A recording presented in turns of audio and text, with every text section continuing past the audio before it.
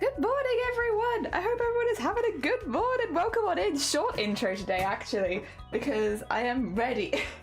Sorry for the late stream though. Also, thank you for the egg like an hour ago. I'm so sorry, Gromit. Yeah, I just couldn't think of anything. Like, nothing was particularly wrong. Like, it wasn't like I was really ill or anything like that. I just couldn't think of anything for this prompt that I could like physically do within a day. Like, especially after just doing a 14-hour one. Like, I didn't want to do two 14-hour embroideries back to back. So I was like, what can I do? Like, what is actually on the plate for me today? But I've come up with an idea, and it is cheating, but it's perfect. Oh dear. Also, Gromit, good morning first, and Tiny, good morning. Welcome on in. I hope you're doing well. Thank you for giving Tiny some clout. Very nice. You're an ancient. You also no. You're an ancient one. That no you actually. Let me switch screens. Hello. No you.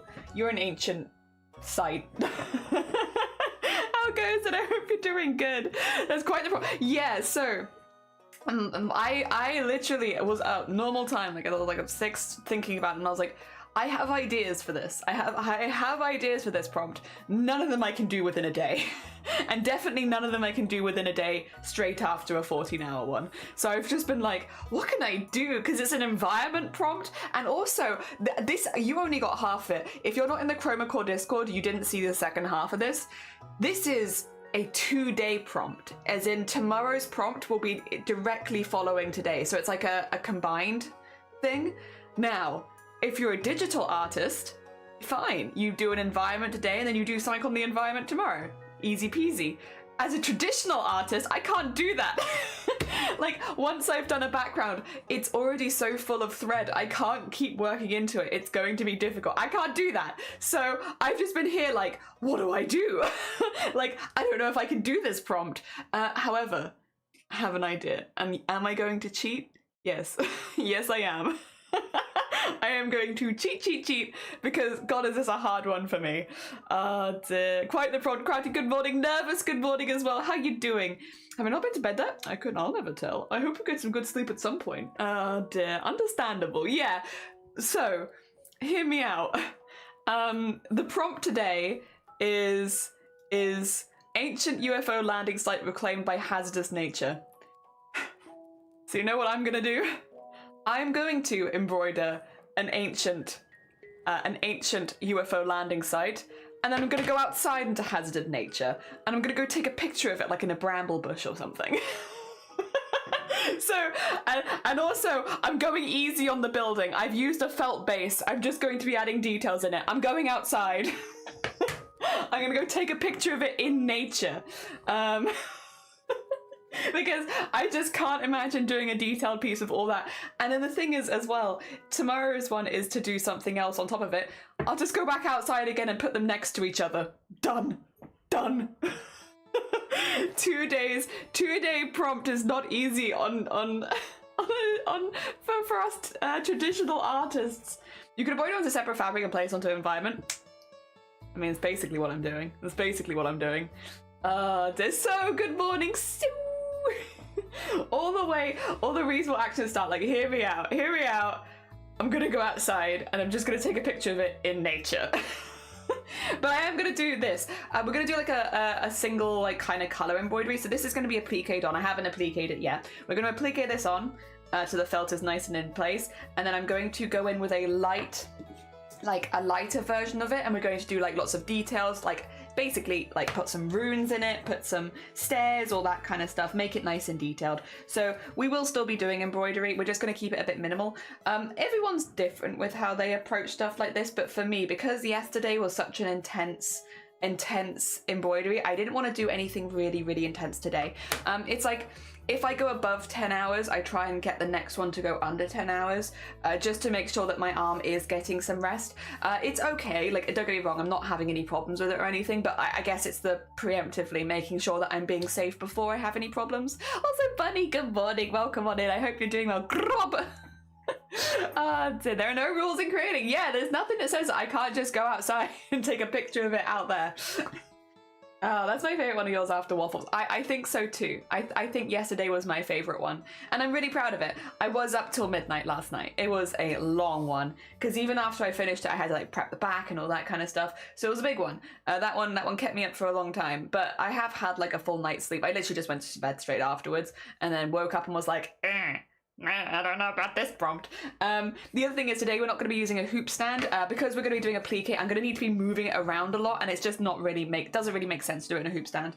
So instead, I'll focus it so that it focuses on the table, and we'll just hold it down here, and I'll just be spinning it around when I need to. So it might mean that the view is a little bit more hazy than normal. Normally, I try to keep it quite close to the camera, but yeah, it's just gonna be easier for a plique specifically. I just don't like doing that in a hoop stand.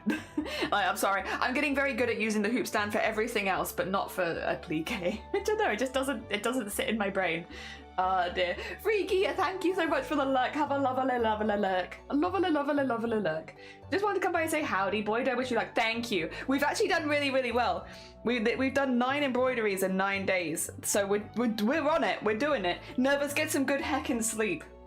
How do you take care of yourself? Yeah, so Tiny, you're a bit newer here, aren't you? So earlier this year, before Chroma Core, I actually spent money going to a physiotherapist to get me some specialist exercises so that I could take part in Chroma Core in a safe way and also build some muscle for doing embroidery longer term.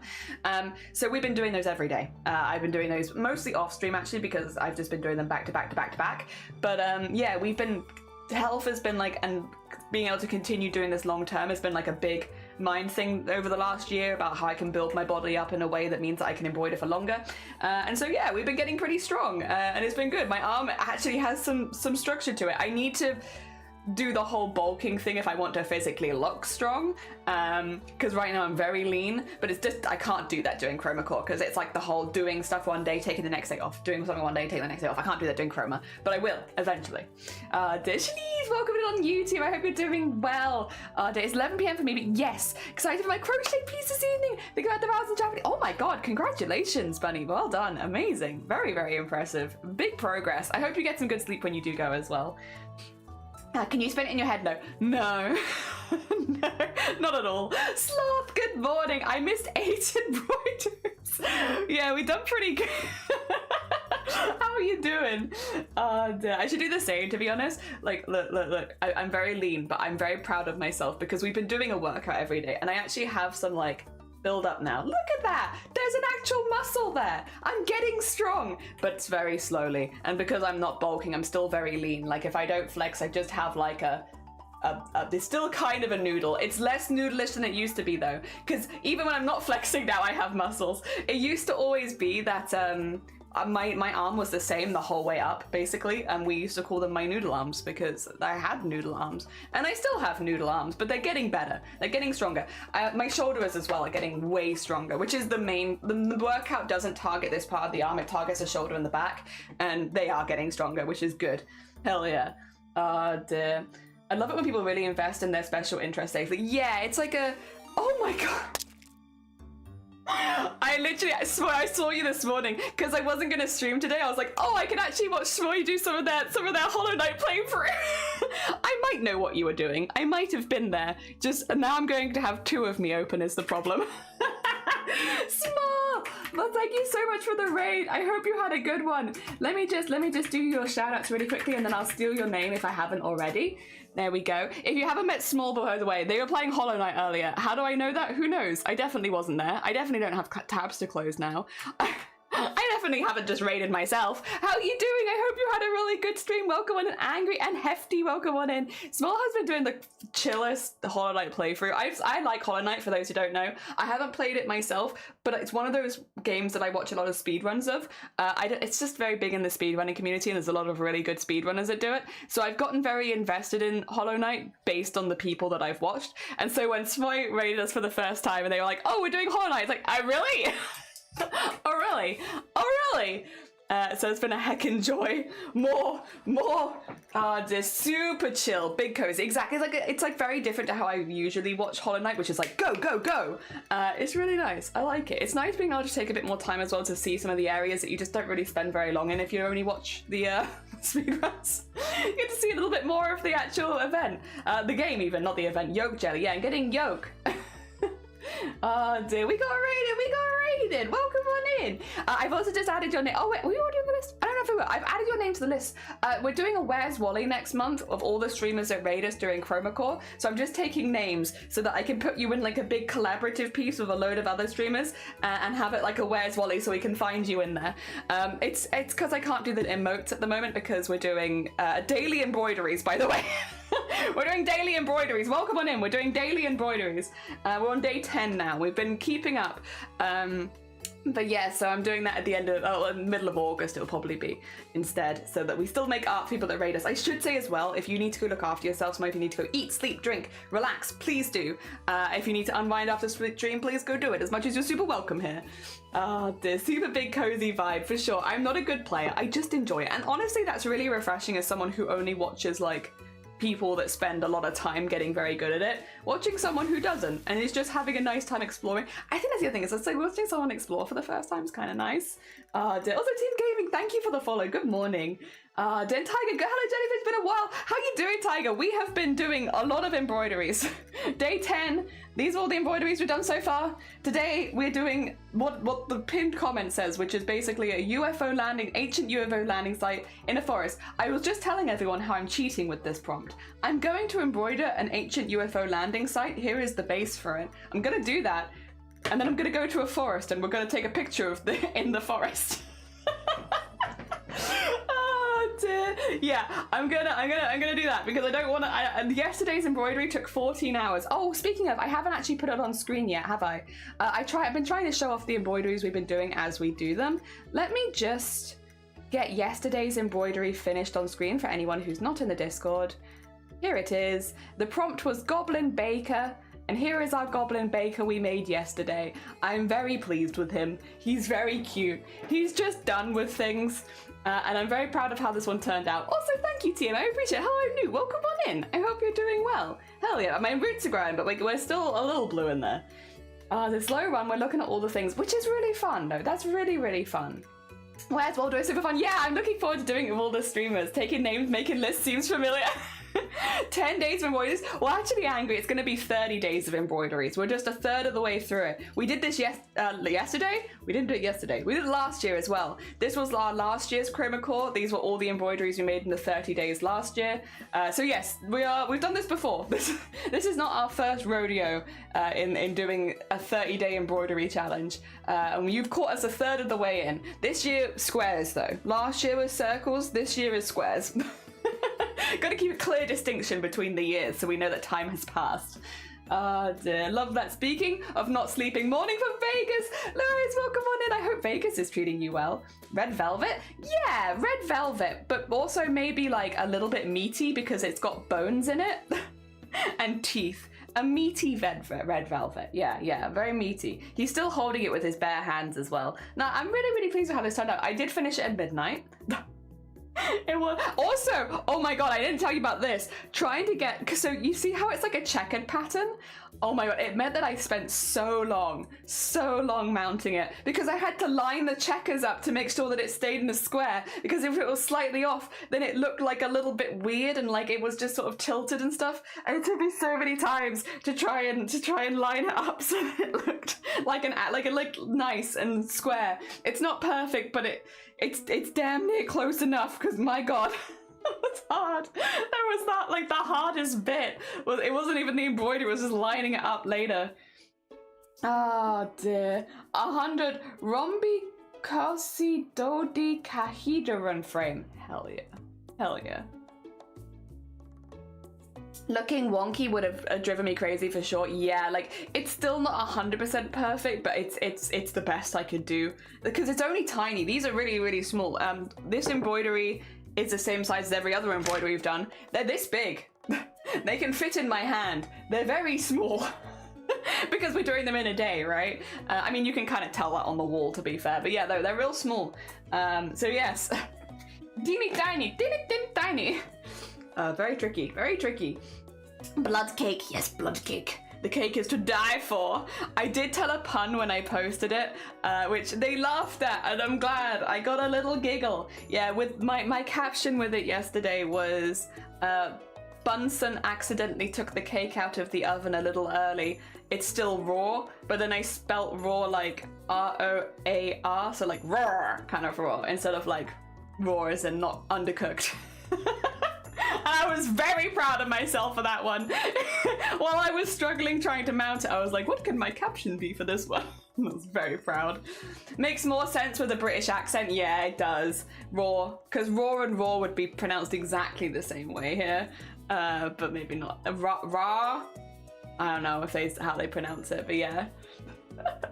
Amazing, thank you. Also, yeah, if you're not in the Discord and you'd like to join, that is the Discord link. Rah!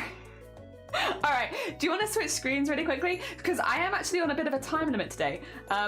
Because I want to cheat and I want to take a picture of this in nature, the sun needs to be up, which means our time limit today is we are racing the sun. I need to be able to finish this, back it on one of the on one of these so that it's made as a square.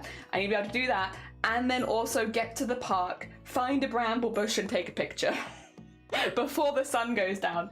So we're in a bit of a time deadline here today. What I'll do is, first of all though, we're going to see if we can make this look a little bit clearer. Here's my finger. We love finger. Does that look better? If I hold it as well, because I'm probably going to hold it like this.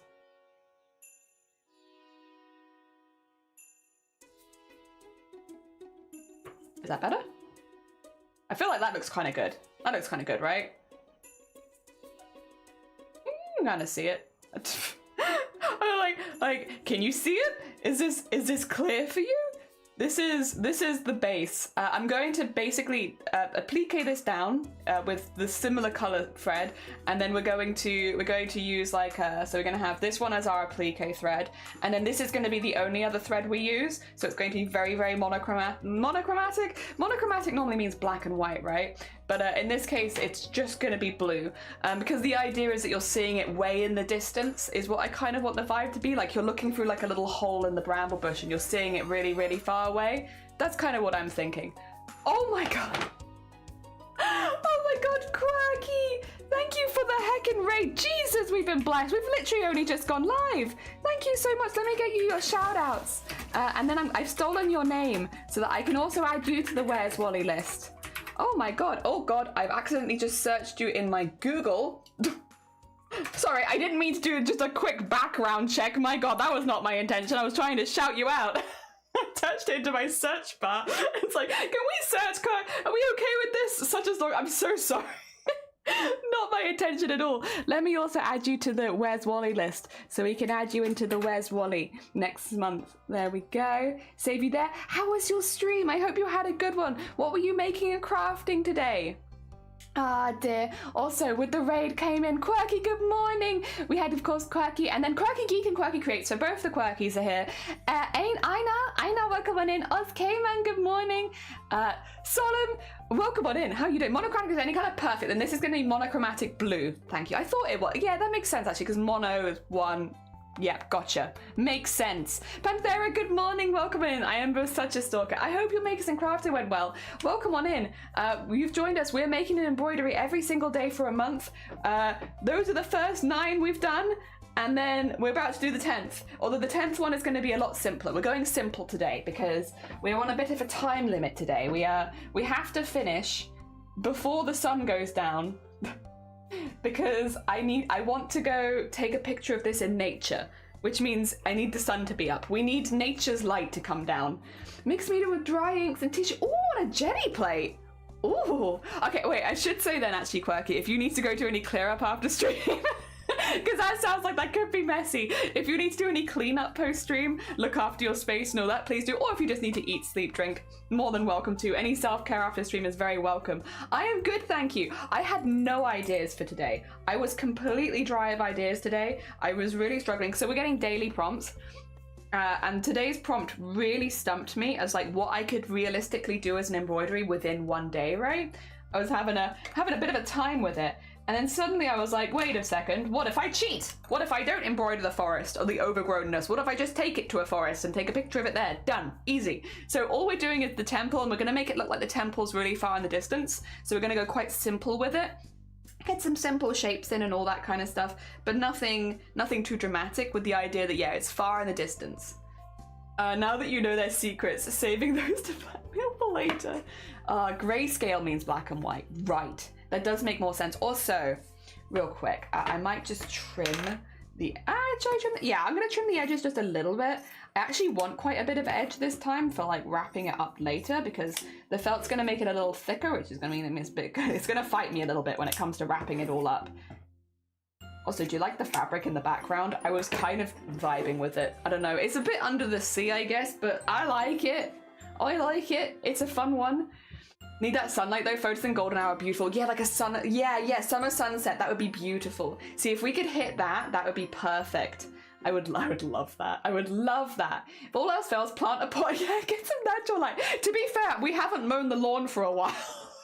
If all else fails, I could just whack it in the back garden and be like, well, there he goes into the lawn. Ah, dear. It could be monochrome as well. Looks like Atlantis. Yeah, it does a bit. You know what? I do agree. I see what you mean. You're correct. We're going to pretend that it doesn't look like Atlantis, because I don't... well, actually, you could have a theory. Speaking of theories, I have not watched the Wall-E theory, and I wanted to. I was so busy. You've posted it in the Discord, and it's only like 15 minutes, and I was like, I really want to watch it, but I want to watch it when I have like a cup of tea and I'm not crafting, so I can have like a really fun time with it. And yeah, no, then I crafted till midnight, so that just didn't happen. All right. We got our starting stuff in. We should be good. I'm sorry that I'm not putting it in the hoop stand today. It's applique stuff. Applique stuff I just find hard in a hoop stand. You know? Maybe you don't know. Maybe you don't do applique. Maybe you do applique and you just don't struggle, but I do. Dear. All right, I've got way too much thread. I have pulled out the largest amount of thread. I do not need to do this much at once.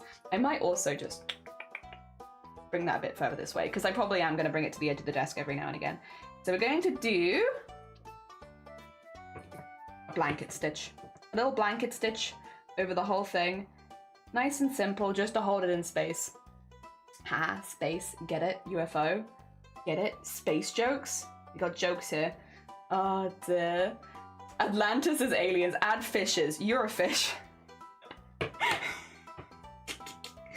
Oh, dear. Alright. Yeah, I've got way too much thread. It's okay, though. Hey, you're not Snow. I know. I'm really sorry. I'm not Snow. And I'm also not doing a Chill Vibes Hollow Knight playthrough. I'm so sorry. Welcome on in, though. I hope you're doing well. We are doing some embroidery. Specifically, at the moment, we're doing some applique. We're attaching a felt shape that I cut out to some fancy smancy fabric, so that we can then go around it and add lots of like details in like a light turquoise, so that it looks like an ancient ruins. I might also do a little bit of like maybe some beading on it, so it looks like a little bit overgrown and stuff. For funsies, just for funsies. It's free. Good morning, welcome on in. Atlantis is aliens. Ooh, could lean into it. I could lean into it. Isn't that the ballet squat thing? Plie? Maybe. Oh no, applique. Applique is no, you're thinking of a plie. Applique is it basically just attaching a fabric to another fabric, or attaching a thing to a fabric. Technically, I guess it doesn't have to be a fabric to another fabric.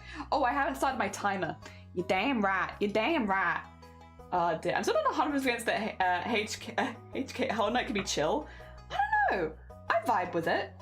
I vibe with a little bit of Hollow Knight, honestly. Sorry, Smooth, my eyes needed a break. Too much screen to screen, jumping around action. Oh dear. I'm assuming the VOD is up though, right? Like if you wanted to go catch up on how far Smoy got, you could nip over, have a cheeky peek at the VOD, come back and be like, I'm an expert in your playthrough. Oh dear. Yeah, meanwhile, welcome to also not particularly chill. Well, kind of chill. You know what? I am having a really good time with it. I wouldn't necessarily say what we're doing right now is particularly chill, because we are effectively doing kind of like an endurance challenge for embroidery right now. Oh dear. But I'm having a really good time in it, you know? I'm having a really nice time. We're doing an embroidery every single day for about 30 days of various quality. But yesterday's, I'll be honest. Listen, I don't like toot my own horn too much, but I'm really proud of yesterday's. Yesterday's was also a goblin prompt, and anyone who knows me, I already draw a lot of goblins. I love goblins. Goblin art is my comfort space in the art community, is just drawing goblins of people. I very much enjoy it. So when yesterday came in and the prompt was Goblin Baker, it was like, I'm ready. Now that I can do. But this, environments in particular, I would say, are like always a bit of a rough point for embroidery. And not because environments are difficult in embroidery per se. Like, there is a lot of really cool stuff as well you can do with specifically stitching techniques to build up environments. It can look really, really good. The problem with it is it's very slow, like very, very slow. Like environments take a while for anyone, and I definitely don't want to downplay that. But for embroidery, it's the filling in such a large space is really, really slow. So you kind of have to pick and choose your battles a bit. And I've decided that this is not a battle that I'll be fighting too hard, and instead will go out into an environment, because I do traditional art, and take the pictures of this traditional art in an environment. And is it kind of cheating? Well, you know what, they don't say that you can't do it. It's a little bit cheaty, but the only person that I'm really cheating is myself. And I'm, you know, myself has said that they're quite all right with that. So I think it's fine. All right, let's just get a couple stitches in the sides there to make sure this is held down. I will say, this stuff that I'm stitching right now, you will not see any of this because this is going to be outside where the mounting is. Yeah, so it will be completely hidden, fear not. Nice and secretive. Didn't get very far tonight, but it was fun. Yeah, hell yeah.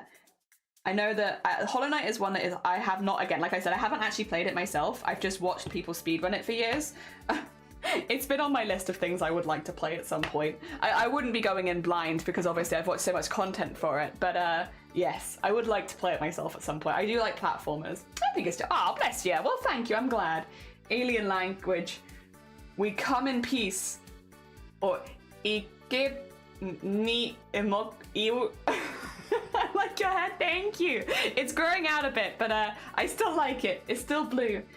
Are you gonna get me back into embroidery? Oh, I mean, we'd always love to see more embroidery. I'm not gonna complain. The music is amazing. Yeah, so I have seen a lot of Hollow Knight content. When it comes to gaming, I kind of sit a lot in the speedrunning kind of sphere. Not that I'm an expert speedrunner myself or anything, but we do like charity speedruns and stuff like that. And I have speedrun a few games at this point, but mainly I just really like watching them. I really enjoy watching people like find different ways to play games, and I just like the vibes. And Hollow Knight has a very active speedrunning community. So I have seen a lot of Hollow Knight because of that active community. And yeah, it's so again, wouldn't be going in blind. Like, I've heard the music, I've seen the environments, I've seen the art, I've seen the story. I love it, and I already love it. I'd be going into playing Hollow Knight knowing that I already really enjoy it. And again, I do also, although I don't play platformers as often, we have Spedrun Celeste, which I feel like the movement is not so different in Celeste to Hollow Knight. Like, of course, it will be different, it's a different game, but I feel like the vibes, the platformers, the side-to-side screen kind of action is not so dissimilar. So, yeah, not that I'm necessarily going into speedrun Hollow Knight. I kind of want to have a nice time with it and just enjoy myself, but yes, I'm definitely not. I'm aware of the game. I mean, you would be going in blind because of your vision. Do you want to fight? Is that what this is? Oh my god, are you looking for a fight right now? And you wanna go? You want me to get my fight music out? Gotta figure out. Oh, I've been watching videos of people put beads in their crochet, and oh, it is cool. Like, it was never something that I had any interest of doing until it popped up in my recommended on YouTube, and people were like, oh, adding the beads. And it's like, what do you mean adding the beads? What do you mean? That's a thing people do. I have so many beads. So yeah, I need to learn that as well at some point, because I think that sounds very cool. Become in piss. Could be too, yeah, becoming in piss. Making a mermaid. Oh my god, if you're making a mermaid top, adding beads to that would be stunning. That would be really, really nice. That is a good idea. Good use for learning beaded crochet. Honestly, that sounds amazing. Oh yeah. You posted pictures? Oh, I look forward to seeing them. I have set my timer, haven't I? Today, by the way, I will say we're probably only going to get one Discord art share in. So it'll be the one that you can see the timer going down for right now. The only reason is I don't have very long to do this embroidery because I need to, you know, mount it, go outside, take a picture of it, all that kind of good stuff. So today will be a short stream comparatively to most of our streams. We normally try to go at least 6 hours in streaming because fun. Because streaming is kind of fun, so I like to plan at least 6 hours for it. But yes, today will probably be more like a 4-hour stream if we're being honest. Maybe like a 4.5-hour stream at a push, just so that I have plenty of time to go take pictures in nature. Is that 3 hours on the timer? It is, yes. It was 3 hours. It's gone down a little bit now, but it would be. Dear. Yeah, we do it like that just because it's a bit safer for me. And it means I get my stuff done.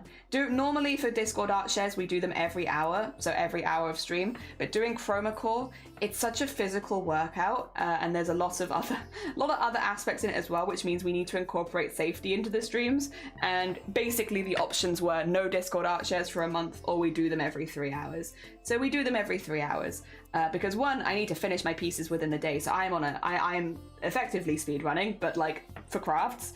And then two, I need to do a workout every time that we have a break. I need to properly stretch, I need to get up, I need to walk, I need to do all that kind of stuff to make sure that my arms and legs don't, well, mainly my arms don't have any problems as the month goes on. So yeah, the way that we planned Chroma Core this year is like with safety in mind as paramount, like making sure that every decision we make is to make sure that we can do as many embroideries as possible. And because of that, we are only doing Discord art shares every 3 hours. Again, it was between either doing that or just getting rid of them. And I personally do really enjoy the Discord art shares, and it is a really nice break, and it is really inspiring to see everyone else's art, so I didn't really want to get rid of it. So we worked a way that we could still do them while remaining safe. And that is the way that we are doing it. Dear. I understand that there are a few people that are not very happy with that, but I do want to emphasize that it comes from a place of safety. And if you're not happy with that, then I don't know what to say. We've had discussions with professionals, all that kind of stuff, to make sure that I'm doing this as safely as possible, and this was the way we're doing it. Dear. You want to hydrate, Smooth? Thank you for the hydrate. The beads would be super cute, but I feel like if there's a mermaid top, not putting shells in would be a missed opportunity. I mean, if you have like a jewelry drill and you can like pick up some beautiful shells, drill some little holes into them and add them in, that would be stunning. To be fair, I think a jewelry drill is not too expensive. I've seen them around because like cosplayers will sometimes use them for making, you know, interesting attachments to costumes and stuff. It's just like a little hand drill that's very, very sharp. I don't know how much they cost. I'd need one of the jewelry beans to be in the community to tell me at that point, because I don't get it. It's not something that I really do very often, but I think it's a really good idea. Posture checking as well. Yeah, I will say though, every time I've been to physio, they're like, your posture's great, and it's like, is it? Are you sure about that? I think it's because, you're gonna see me do it in a minute, I squat a lot when I'm streaming. I sit like this. I sit like a little gremlin in my chair. So like, is my back curved? Yes, but it like goes the whole way around, because I'm sat like a little gremlin. And I don't remember exactly who told me this or the science behind it, but it's like apparently sitting in a squat is actually very, very good for your posture for some reason. Dear, it's very smart. Well, we kind of had to. So last year we did a couple of embroidery projects. Again, anyone who's new here, I am a bit of a demon when it comes to art challenges. I just love art challenges. I love really challenging myself as an artist and trying to do things quickly and all that kind of stuff. And we made an animated piece for Iron Mouse's animation competition in 3 weeks out of embroidery. And it was, I can show you it actually. If you haven't seen it, do you want to see it quickly? It's like 30 seconds. So we did a 30-second animation, frame by frame embroidered. Dear. Let me see. Where is it? Here it is. I'm gonna have to be quiet though. All right, then. You're part of the country club. I feel like I should get my class first, you know. You have to be a part of the country club, Connor. Play along. Yeah, I'd love to join the country club. Good. I got my snakeskin boots ready. 4 big guys, and they on my eyes. They eat my ass just like apple pie. If they keep me like this, I might just die. They pop my booty till I cry. He licked my and the start dripping. I took a bite. It tastes like lemon pepper chicken. He throw me up in the air, my booty. What the fuck is this? My booty like he's Scottie Pippen. It should have been me, not him. It's not fair. There we are. So you get the vibes. We actually won that competition, which was madness. There were like a few winners, and we were one of the winners. Also, just as proof, here are all of the individual frames. Here are all the individual, well, not all of them, but a lot of them that we laid out. Because again, it was all hand embroidered from top to bottom, and we actually won. So it was very worth it. However, I did pick myself up a repetitive strain injury from that, which is the first time I've ever been injured while crafting. And it kind of hammered home a little bit. Okay, physically, can I embroider for 15 hours a day, every single day for 3 weeks? Yes, but it's not a good idea, and not with my current strength. So we saw how it went for a while, and I was just being a bit chill for a bit, but it wasn't fully going away. So earlier this year, because I knew I wanted to do ChromaCore, this event this year, I went to a physiotherapist who basically taught me through some things I could do, because basically they said, listen, you can do 15 hours of embroidery a day, but your body isn't strong enough, so it's going to keep getting injured. So here are your options. Either you come to me and I fix your shoulder for you every few months because you're not getting it any stronger, or you stick to a consistent working out routine but focus on your back and shoulders to make sure that you can actually do this. And that's what I did. And since then, I think I started it in like March. I've been working out, consistently on my back and shoulders, and I've been getting a little strong. Look at this. Look at this arm. I have actual muscles now. They're still small, but they're getting there. And yeah, I've been bulking up my back and my shoulders so that I can embroider for longer. Yeah. Dear. But also, there are things I still need to do to make sure that I'm being safe, like taking breaks, like making sure that I still move around, walk, keep things in check. Yesterday we did a 14-hour embroidery, so today is not going to be a 14-hour embroidery. Just make sensible decisions for my body and all that kind of stuff. And yeah, when we were discussing streaming and all that kind of stuff, basically it just came up that to be safe, I can do these breaks, but they should be every 3 hours, which we can then line up with a Discord art share, which means I still get the Discord art share that I want, but we don't have any concerns about injuries, basically. Also, Bunny, thank you for the follow. It's very heckin' kind of you. Dear. I think I figured it out. Oh, did you? Oh, Bunny, congratulations. Also, have a lovely, lovely Luxon and take care of yourself. Thank you for popping by. Doing these things quickly is very cool. Yeah, it's intense. You're insane in a good way. I just really like embroidery. I literally had somebody in the ChromaCore ask me, like, that must be really harsh for like burnout, and I was like, I don't know what to tell you. Burnout sounds awful. It sounds like absolute hell, to be clear, and I don't want to minimize it by anything. I've never had burnout. Not once. The closest we've had to burnout is the physical, like I have to take a break because of physically my body is going to struggle if I keep going. I've never had any other kind of burnout in any crafts, and I've been doing sewing for 20 years now.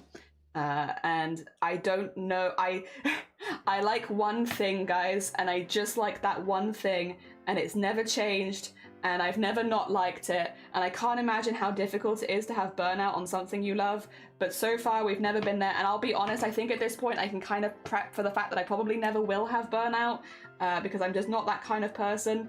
And yeah, so there's nothing that will stop me doing embroidery, which is great in some ways, but also a negative in that, like, obviously you need to take breaks and you need to look after yourself.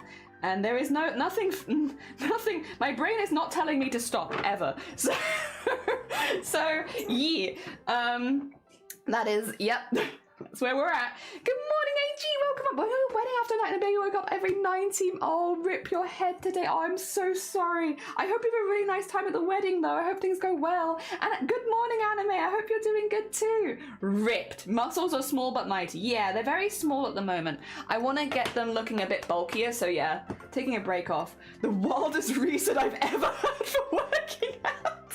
I just want to do more embroidery, but I don't know what to tell you. I just really want. You got a baby free for a whole wedding? Oh, that's exhausting, yeah, that is, yeah.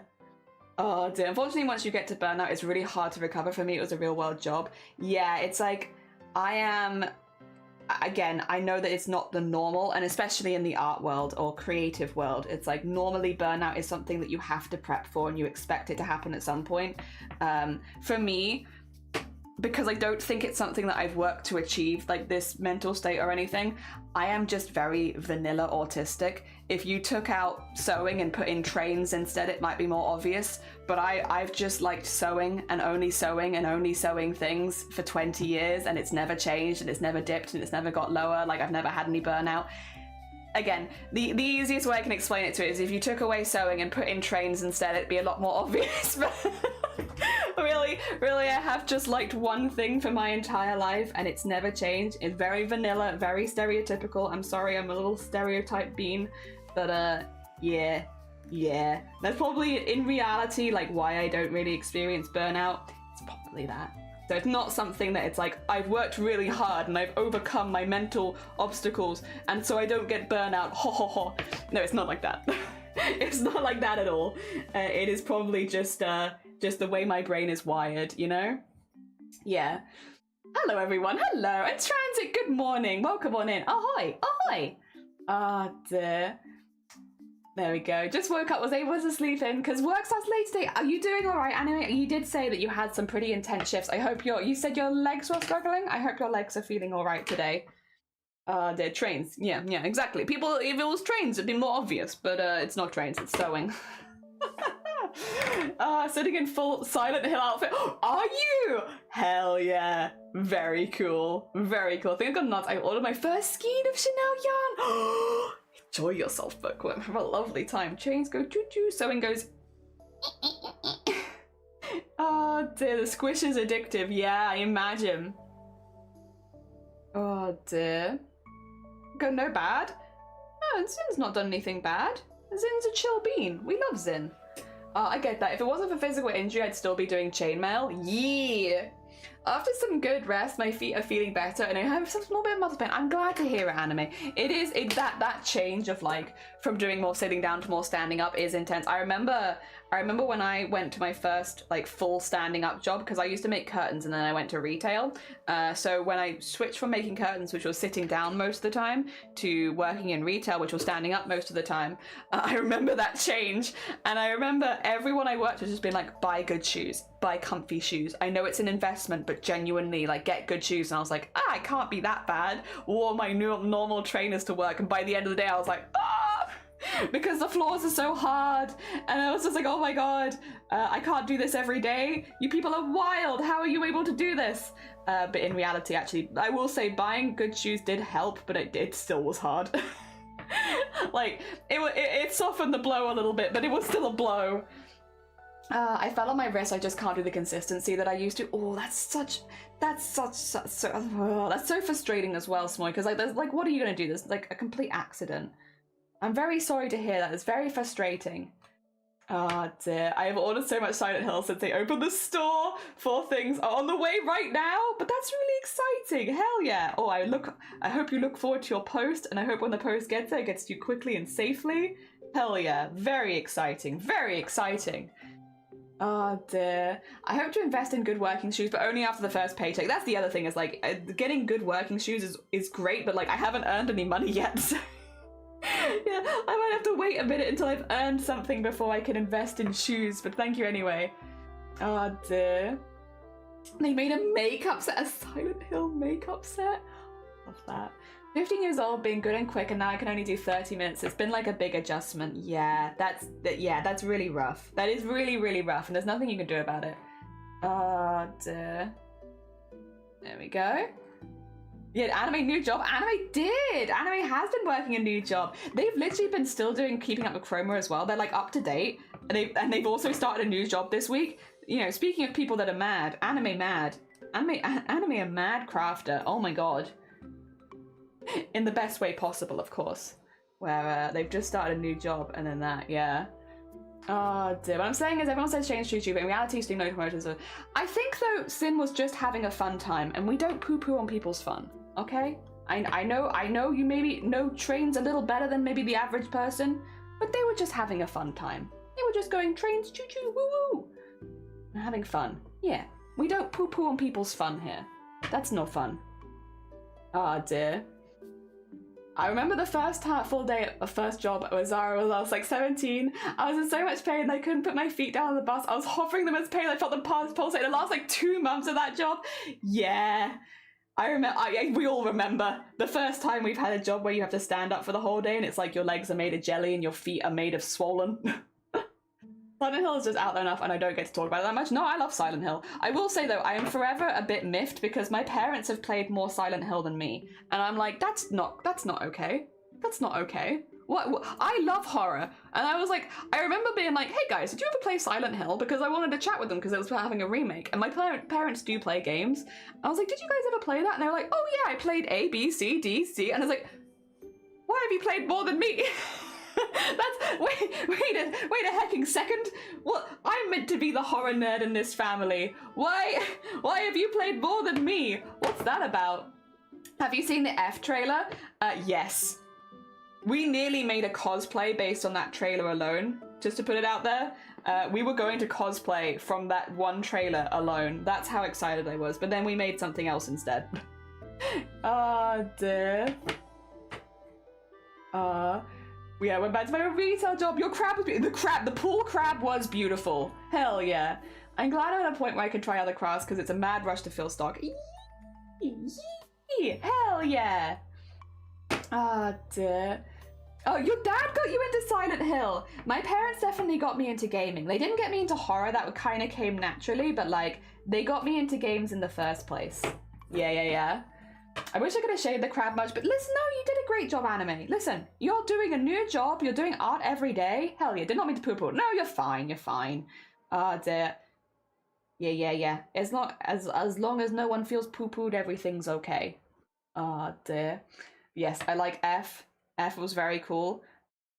Although I like the idea that it's Silent Hill Forte because the way that they did the font in F is like the forte in music, which is really funny because then it just means Silent Hill Loud. And I really like the idea that it's Silent Hill Loud. The loudest of Silent Hills. Oh dear.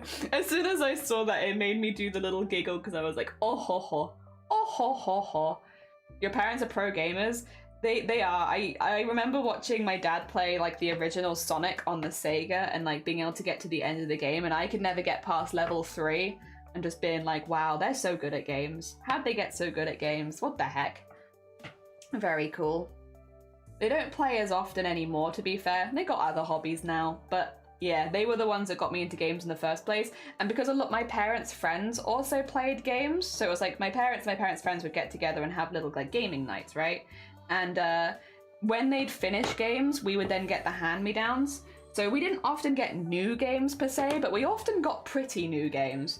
Like for what I didn't really have in television, I kind of made up for in games because yeah, as soon as like for instance when a family friend finished Oblivion, they gave us Oblivion, and so we had that. And then when they finished Skyrim, they gave us Skyrim. So, and they would finish games within a few weeks normally, so like we would still get them pretty new but never have to pay for them. The only thing is like we wouldn't ask for games for Christmas because there was just no point. It was like when family friends finished the game, there we are.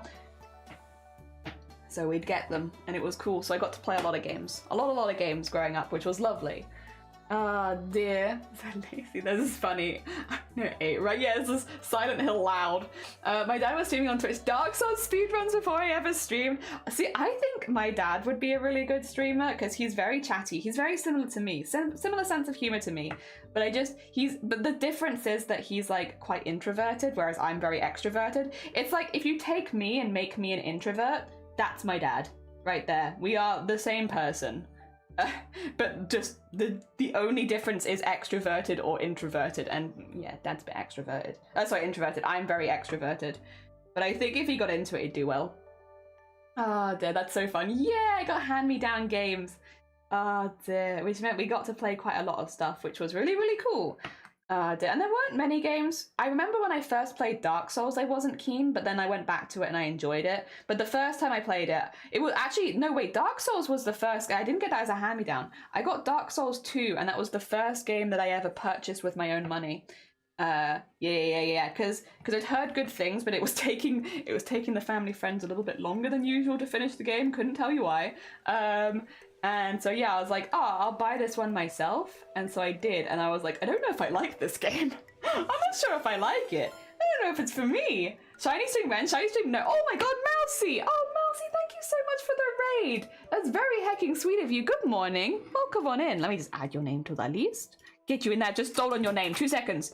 I'm stealing it, but then I'll give it back. How was your stream and what did you get up to today? I hope you had a really good one. Let me get you that one, and then let me get you that one. There we go. Got the big one. Oh, you did Makers and Crafting. How was your Makers and Crafting? What were you getting up to? My dad hasn't been streaming in a few years. He still has quadruple the followers that I do. Oh my, you know what? Maybe that's a good reason to not encourage my dad to stream, because what if they overtake me? I don't know if I could ever live that down. Oh dear, my dad's very entertaining. What do I do? I love Dark Souls 3. My dad ended up helping me a lot through the end of it because I need to play on my own. Yeah, Dark Souls was a difficult one. It was a difficult one. Alright, get that there. Sorry, I've just stolen the name. I hope you had a really good stream, Mousy. Good morning. For anyone coming in with Mousy, we're currently doing some applique, so we're just attaching this shape to this fabric in the background, and then we're going to do some embroidery. So we're going to make it a little bit more detailed and everything, add some beads, some details, little bits and bobs. We're not going to do a really intense embroidery today, but we are doing an embroidery every single day for a month, and this is day 10, and we're up to date. We've managed to finish them all within the day, although last night was close. Last night I finished my embroidery at, what was it? It was like 11:30, so I nearly didn't finish it within the day. But yes, we did end up finishing it within the day. So it was okay. There we go, and that in there. Man, I'm towards writing now, so I think I'm safe for a bit. Would you believe my dad is also rude towards writing? Oh my god, do we have the same dad? Like, do we have the same dad? Like, played video games, loved Silent Hill, and now has moved to writing? Have we got the same dad? Like, what's happened? Excuse me. Maybe Dad would like it. I'm a chatty and no, for sure. I think he thinks he wouldn't like it is the thing. I actually think if he ever did it, he'd probably have a really good time. But I think he's like, I don't think I'll like it, so I won't give it a go kind of vibes. Yeah. I think if he actually tried it, he'd probably enjoy it. Oh dear. Jelly's dad for partner before Jelly. Honestly, I you know what? I'd support that. Make my dad a partner on Twitch. Do it. My stream was good starting out trying to sew, but ended up doing knitting in the middle of it, then worked on a big blanket. Oh, that's kind of nice though. A multimedia craft stream? Nothing wrong with that. Also, I hope you're doing well. I should say as well, Mousy, if you do need to do any like clear up after stream, if you need to eat, sleep, drink, do any self-care, please do. As much as you're super welcome here, I completely understand. As a fellow crafter, if you need to like, you know, I need to get rid of my threads, or I need to sort out my needles and all that kind of stuff. If you need to be looking after anything, please do. Otherwise, yeah, we're doing kind of a casual stream today. Normally I'll have my stuff in like a hoop stand, have it nice and close to the camera so everyone can see what's going on. But because yesterday we did a 14-hour embroidery, I'm kind of like cooling off after that today. So nothing too dramatic, because again, my arm feels fine, my back feels fine, I don't feel any pain or stiffness at the moment, I'm doing well, but I also don't want to take any risks. So we're going nice and easy today, we're doing some applique, we're going to embroider over the top of it, but nothing too dramatic, you know? Keeping it nice and simple and easy, just for a day. Oh dear, I think I'm safe since we're American, but what if I told you that I'm also American? It's a secret, don't tell anyone, but I was born as an American citizen. I have since got rid of my American citizenship because I don't plan to leave the UK, so I just don't need it. But I was born American. I won't tell you what part of America, though, that I am related to. That would be we keep those things a secret. Hush, hush. But, yes. Technically, I am American. You wouldn't believe it from the accent, but yeah, no. Technically, the biggest secret of the stream is that I am secretly an American. Oh dear. What has happened here, by the way? There's like a really big thing here, and I'm like, I don't actually know what that is. What is this? Is this even a knot? Or is this just the thread being funky? I mean, it could just be funky thread. What is it? I do this. There you go. It is actually not even a knot. It's just funky Fred. Shifty, good morning. I finally came up with an idea. It took a long time today, though. Everyone's just one big family. I was about to make a comment, but not going to make this too political. Also, Jelly was... I wasn't born in America. I was born as an American citizen. It's not quite the same. Just the technicalities meant that I was born American, because I wasn't actually born in America. But under a technicality, it meant that I became a citizen on birth. It's all very weird and confusing, to be honest. Good meownings, how goes it, Somene? I hope you're doing well. Welcome. How goes it? I hope you're doing good. We did a 14-hour embroidery yesterday. I would keep that hush-hush too. Shifty's my dad's dad already found out a daughter he never knew about a couple years ago. Oh dear, Funky Pepe Trent, maybe? I have an idea for the prompt, but probably gonna miss it. That's fair, Shifty. The disadvantage having dual citizen? Yes, there are. So if the way that America works is if you live abroad as an American citizen, you have to still fill in tax return forms, even though you are also being taxed by the country that you live in. Now, you do have to earn a fair wage before that comes in, but it also counts towards things like inheritance tax, everything like that. So the easiest way to put it is if you're an American citizen living in another country, you get taxed twice. if you earn any relatively good wages, or if you get inheritance or anything like that, you'll be doubly taxed. Now, to be clear, as a minimum wage worker, I never hit that bracket when I was in work. However, because they would tax any inheritance, anything like that, it becomes very expensive the longer you have it. So yes. And again, if I ever did get a job where I was earning a little bit more, I would be doubly taxed. Secondly, the way that they do tax return forms for American citizens living abroad is actually different to if you're an American citizen living in America, right? It's much harder. They make it really difficult. So the way that tax returns are done for American citizens living abroad, it is under the assumption that you are a millionaire trying to dodge taxes by moving out of America, which means you are not only having to declare everything you've earned and all that kind of stuff, which is tricky anyway because of the way that we've already had tax reducted in this country, right? It's already difficult. But then also, you have to prove that you're not a millionaire living abroad every single time, every year. And it sucks. It's really hard, really, really difficult. And if you get something wrong, you'll be fined. And so the one year that really set me that I was like, you know what, I'm going to get rid of my citizenship, was I had already filled in this a few times. I'd done my tax returns for several years, in a row. And it'd all been fine. I'd done it every year. I had help each year because you kind of need help, but I'd done it every year. And then one year I did it, same as the other years. I filled everything in, checked everything, crossed the T's, dotted the I's, everything good. And they then fined me $500 because they said that I'd filled it in incorrectly and that they'd had to make changes, and so they fined me for those changes. There was a phone call, like a number at the bottom, which said, if you think this is incorrect, call this number. So I called the number, and the phone line was no longer in use, which meant I then had to research to find a way that I could contact this place and be like, hey, you've done this wrong and you fined me $500, this isn't chill. And then when I finally got round to it, I had to pay it because they basically said, pay it now and we can refund it to you once we've done the documents, right? So I paid the thing. And then about 3 months later, they said, listen, at this point, it's cost us resources and yada, yada, yada. By the time that you get the money back, there'll be no money left. So there you go. You can't have the money back. So I never got it back.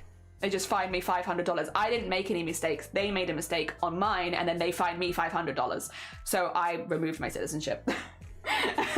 I will say though, in case you are curious about how easy it is to get rid of American citizenship, not easy. They don't want to lose American citizens that they can tax freely, which means that I had to pay $2,500 in pounds, not in dollars, in pounds, so over 300 grand in dollars to remove my citizenship.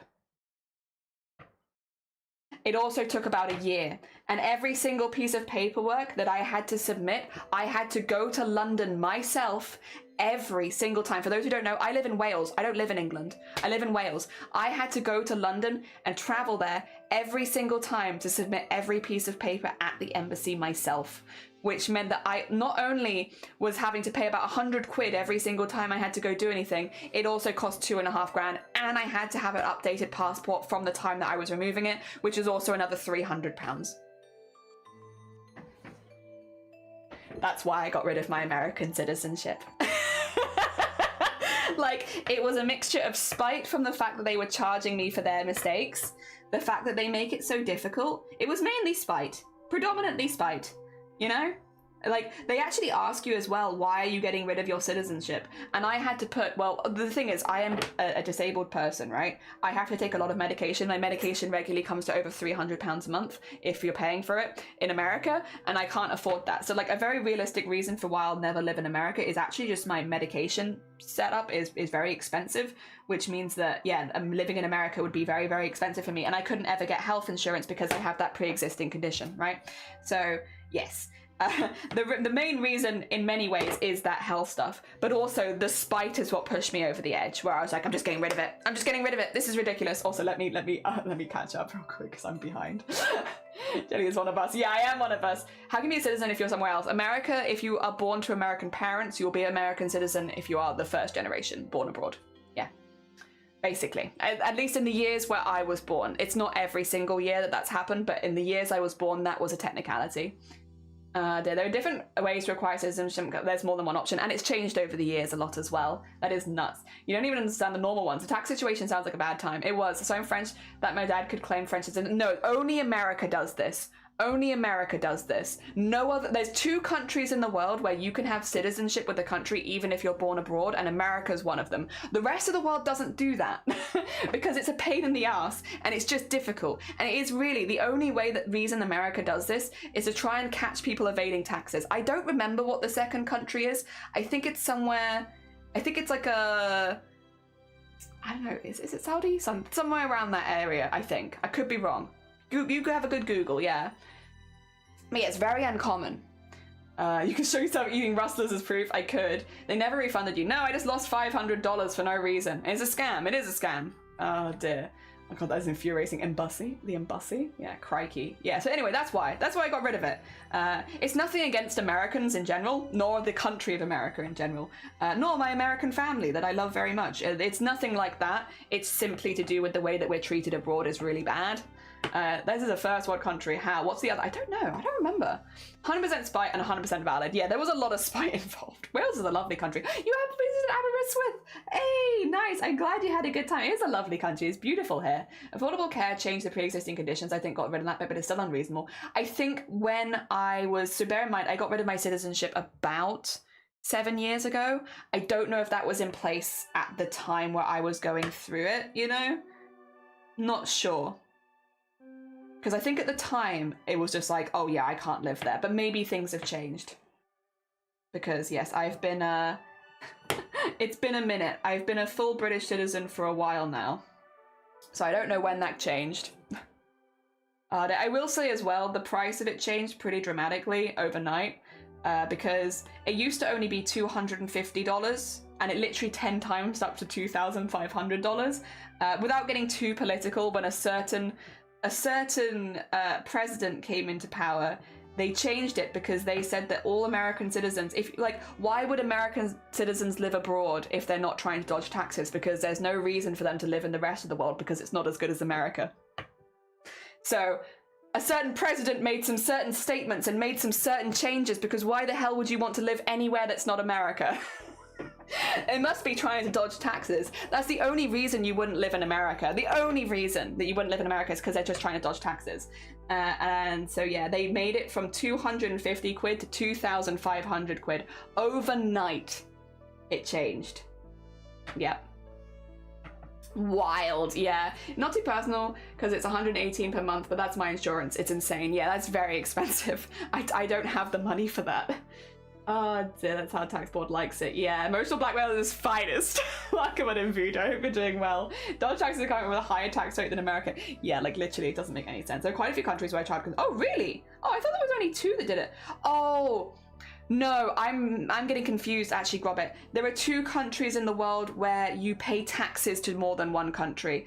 Not that you can get it abroad. My bad. I completely misremembered that. It's the it's the double taxes. There's only a couple countries in the world where you can pay taxes twice.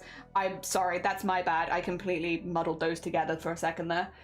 I'm just trying not to have kids. Yeah, so come on. Yeah, like literally makes no sense. It's all very silly. I want to say as well, just to be clear, because I know we have a lot of Americans here, this is not a dig on you at all, nor your country. I visited America. My family's all in America. I have had nothing but positive experiences with America outside of this one group, where it's like, outside of the tax stuff for citizens living abroad, outside of that, I've actually not had bad experiences. I don't dislike America, and I would like to visit many more times as a tourist in the future.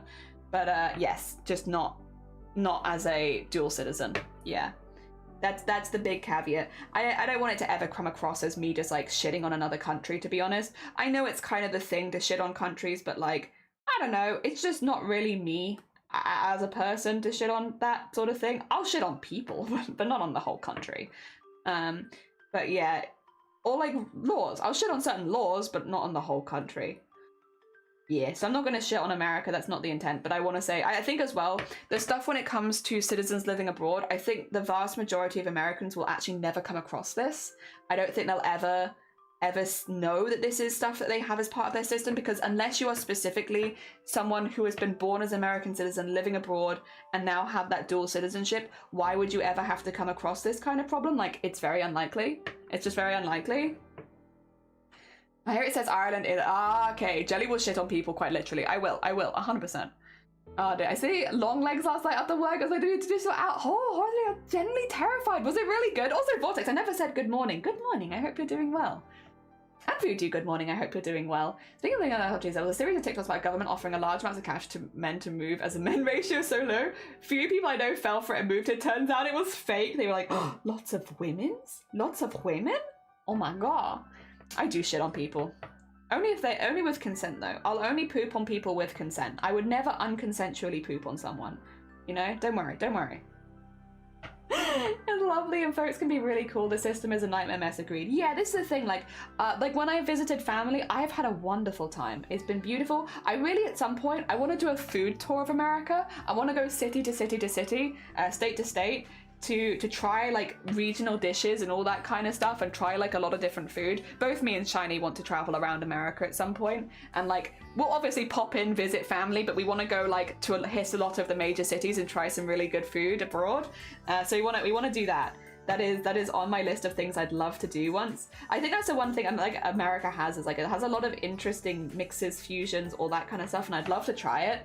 But yes, it's oh dear. So yeah, no, I do not hate America as a country, and I don't want to ever come across like I just hate America. Again, my family's American. I have a lot of good experiences with America. It's just the tax system. It's literally just that, really. The really good is a satanic horror starring Nicolas Cage as the bad guy. Generating heebie-jeebies. Ooh, that's cool. That'd be so cool. Yeah, I want to do that so bad. There's a lot of places I want to go on food tours of, but I'd love to go around America. As an American, I was not aware this was a thing. Definitely interesting to hear you shed some light on the topic. Yeah, the thing is as well, it's consistently changing, but not necessarily in the best way for people like me. It's almost a get out while you can, kind of, in the UK at least, for American citizens. When I say the embassy is busy, the embassy is busy. There is like a year waiting list just to get an appointment at the moment. You know, and it makes sense. We're all trying to dip. We're all trying to get out because, yeah, it's really rough to have that dual taxes on everything, including inheritance and things like that. That's rough. Yeah, it's just really rough. At this point as well, all of my family that live in this country have managed to get out. A lot of them were dual citizens, same as me, like all my siblings and stuff like that. So yes, everyone's managed to get out at this point, and it's not for disliking America. It's not because we hate America nor Americans. It's just because of that. You know, if someone was to pass away, that my inheritance would be taxed by a country that I've never lived in feels kind of gross, to be honest. So yes, getting out of there would be good. Wales is the best place in the world. Enough said. You know what? I can't even say anything against that particularly, because I have chosen to live here. Oh God, I miss it so much. Oh dear. Heck. American students studying abroad need to think very deeply about any job offers they get after college. Yeah. You think about it. Is that why you put cheese in everything? Cheese is delicious, and that's why I put cheese in everything, because it's the right hecking decision to make. I'm from the Caribbean and I've had Welsh food. I mean, Welsh food and Caribbean food is very different. That's the whole point of going on food tours though, right? So you get to eat a little bit of everything. I want to eat everything. Oh, we hate the tax system. It's purposely confusing, so you're forced to hire outside help. Yeah, like my family one year had to literally get a lawyer because so many people had been renouncing their citizenship that year and we didn't actually know what to do as far as the taxes go. We had to hire a lawyer and be like, please help us so that we don't get charged with evading taxes. Because if you get anything like that, then you just can't remove your citizen. So it's like actually really important, because if they find out that you're dodging taxes that year, even if it's by accident, good luck not removing your citizenship. And it's like, oh, bastards. I had to go over that on the state. Everybody's excited and I'm making a chili. Delicious. Hell yeah. My palate needs more seasonings and spice. That's fair. I want to eat everything. We all have different goals in life. You'd think that my lifetime goal would maybe be more sewing focused, but I kind of want to eat everything. That's very fair. What is Welsh food? You have like Welsh rarebit, you have a barabrith, you have Welsh cakes if you're looking for the more like what things you could buy as a tourist, but quite easily. But yeah, I mean, there's also some interesting history with like pastries and the mines and all that kind of stuff, which is kind of cool. I would say a nice Cornish pastry is, that's pretty good. That's not specifically Welsh though, that I should say it's more British, but yeah, still like it. Oh, I got addicted to one thing while I was there. Welsh cakes. Yeah, Welsh cakes are pretty damn good. Oh, dear. My ex and I have debated leaving. Fair. Honestly, fair. Oh, dear. There you go. Lamb mostly. Oh, yeah, also that. Oh, dear. Welsh rarebit is from England? Maybe. There's a lot of history, a lot of overlap. I made yaki onigiri for supper tonight. Oh, that sounds delicious. 10 out of 10 would eat. Welsh cakes, enough said. They gotta go. Have a lovely no anime. Take care of yourself. I hope work continues to go well. I hope your legs continue to get stronger. And good luck with the rest of the Chroma Core prompts. Take care of yourself. And the government is a nightmare mess. Honestly, fair. Very fair. Very fair. Don't blame you. I hope everything works out for you too. I mean, I hope everything works out for everyone generally. You'd have to be in a pretty weird mental place to be like, I hope things don't work out for you, actually. I hope you suffer. Like, what kind of mental place would that be? Oh, dear. All right. This has now been put down. It looks pretty cool. I'm pretty happy. I'm going to switch hoop, though, to a slightly tighter hoop. Oh, dear. Yeah. Definitely some weird things happen if you're an American citizen living abroad. But it's like, again, it's up to you whether or not it's worth it or not. For a lot of people, having the easy, like, again, being able to work in America so easily is like a really positive thing. And if that's something that you want to do, specifically if you're like in an industry where that's really useful, it can make you a very attractive employee and stuff like that. So like, poof. There we go. And we're just going to get this nice and in there.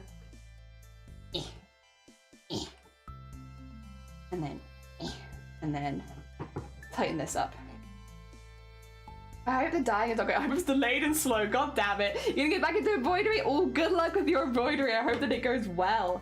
Hell yeah. Even people don't like it. It's like, I hope you get therapy and fix your issues so that you're a better person. Yeah. Like, I hope whatever's going on fixes itself. Not near me, but like, you know, you go fix your stuff. I hope it gets better for you. Whatever it is that's going on. Oh dear. All right. There we can trim the outside just a little bit more.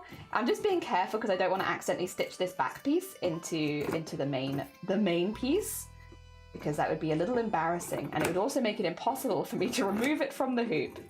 So we're just going to go slightly smaller each time. There we go. Nice. And good. We have this now.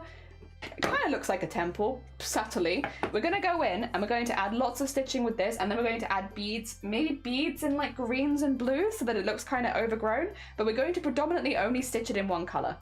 Yeah. I am back. I hope it's any discussions about Wales or Welsh foods. Nah, definitely not. Definitely not. Oh dear. A Welsh food tour sounds really, really good. Yeah, that's kind of what I want, you know.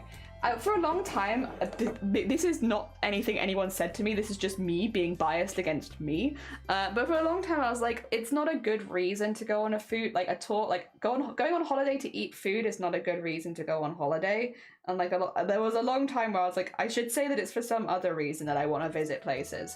Because I should say it's like, it's for visiting the architecture, it's for seeing people, or it's for this, that, and the other. But at some point I stopped caring what other people think, and it's like, no, I want to visit these countries specifically for the food. You know, food is a part of culture, so I am technically visiting for culture, but specifically I'm visiting for the food. Although I will say, I do like seeing buildings. Buildings is the one thing where I'm like, I would also like to see some of that. But generally, I just kind of want to see the food, and eat the food, consume the food, enjoy culture through food. Yeah. It is Kodak. People love this top. I mean, I like it too. It's one of my only yellow tops. Oh dear. Andy, good morning. Welcome on in. Oh dear. Dicky neighbors are the worst because you can't go anywhere. They are. They are. Near my neighbor. No, cool. A crisp winter's day with fresh crusty walls. Oh, delicious. Oh, delicious. It does sound pretty good. Dear. The heroes are us because you can't go anywhere. Yeah, they're stuck there. They're stuck right there. Also, good morning. Good morning, Andy. Now, I went to the Midwest mainly for food. Hell yeah! Respectable and understandable. I want to go to Midwest mainly for food. I want to eat delicious foods. Don't eat humans, though. We'll see. We'll see. See, I love going to different countries and asking the locals what the best dish describes the country. Yeah. Something I've talked about with a bazillion friends about how much I miss the food. Yeah, there's just a lot that I want to go pick up. Might pick up some Welsh cakes later. Pick up some Welsh cakes. Enjoy yourself. Hell yeah. It's the end of the week. You also come to London, not for me. London does have a lot of food options, to be fair. Bison steaks? I've never had bison steaks. I would like to try that, though. I would like to try it. I can add it to the list of foods I'd definitely be interested in eating. All right, what I'm going to do first, I'm going to be a really brave bean, and I'm going to put some strong lines in. Are you ready? You ready for bravery from me? A wibbly wobbly lady? Yeah, we're going to be brave. I'm gonna put some really strong lines in here and start separating up some of the spaces a little bit. So straight in with like just big old hecking lines. We will come back for this and to add some extras, but for now, just some big old hecking lines. And they're gonna be kind of wobbly because the idea is that it's like a bit broken down and such. And then have a little gap there. Have that go in here. That's a big old line. Look at that. Look at that. That's a line right there. So we're just going to start breaking up the space a little bit because I have actually got an idea of like where things are meant to go to, and I want to kind of represent that with the threads here. So get like a little bit going down here.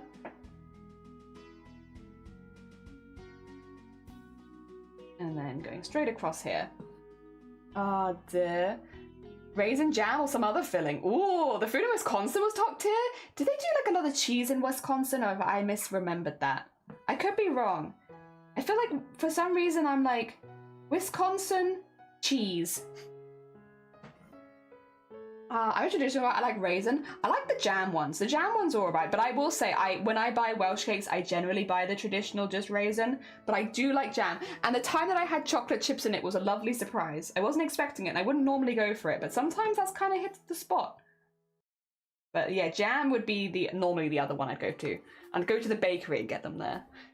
Oh dear, but Kansas City barbecue? I want to try American barbecue so bad. I can't date anyone. I'm buying blueberries and raspberries. I'm Googling a recipe. Hell yeah. And you know what? You could put your own twists on it. Like you could add some cinnamon or something, add some spices. Hell yeah. You want a little spicy Welsh cake? You go for a hecking spicy Welsh cake. And then you can share it with us and we can all be very jealous of your homemade Welsh cakes. Lemon curd ones? They are. No. You're right. You're damn right. Lemon Welsh cakes are fantastic. There was a place in Cardiff that used to do them sometimes. I don't know if it's still there because I don't visit Cardiff that often, but there was a place in Cardiff near the castle that used to do like speciality flavoured Welsh cakes, right? And they did lemon ones sometimes and they were fantastic. Every time I had them I was like, oh damn, this is better than I thought it would be. Pork roll, cheesesteaks. Oh yeah, cheesesteak is on my list. A lobster roll I'd like to try from the East Coast. I want to try lobster roll. And then, yes, Philly cheesesteak I want to try because I've never had that.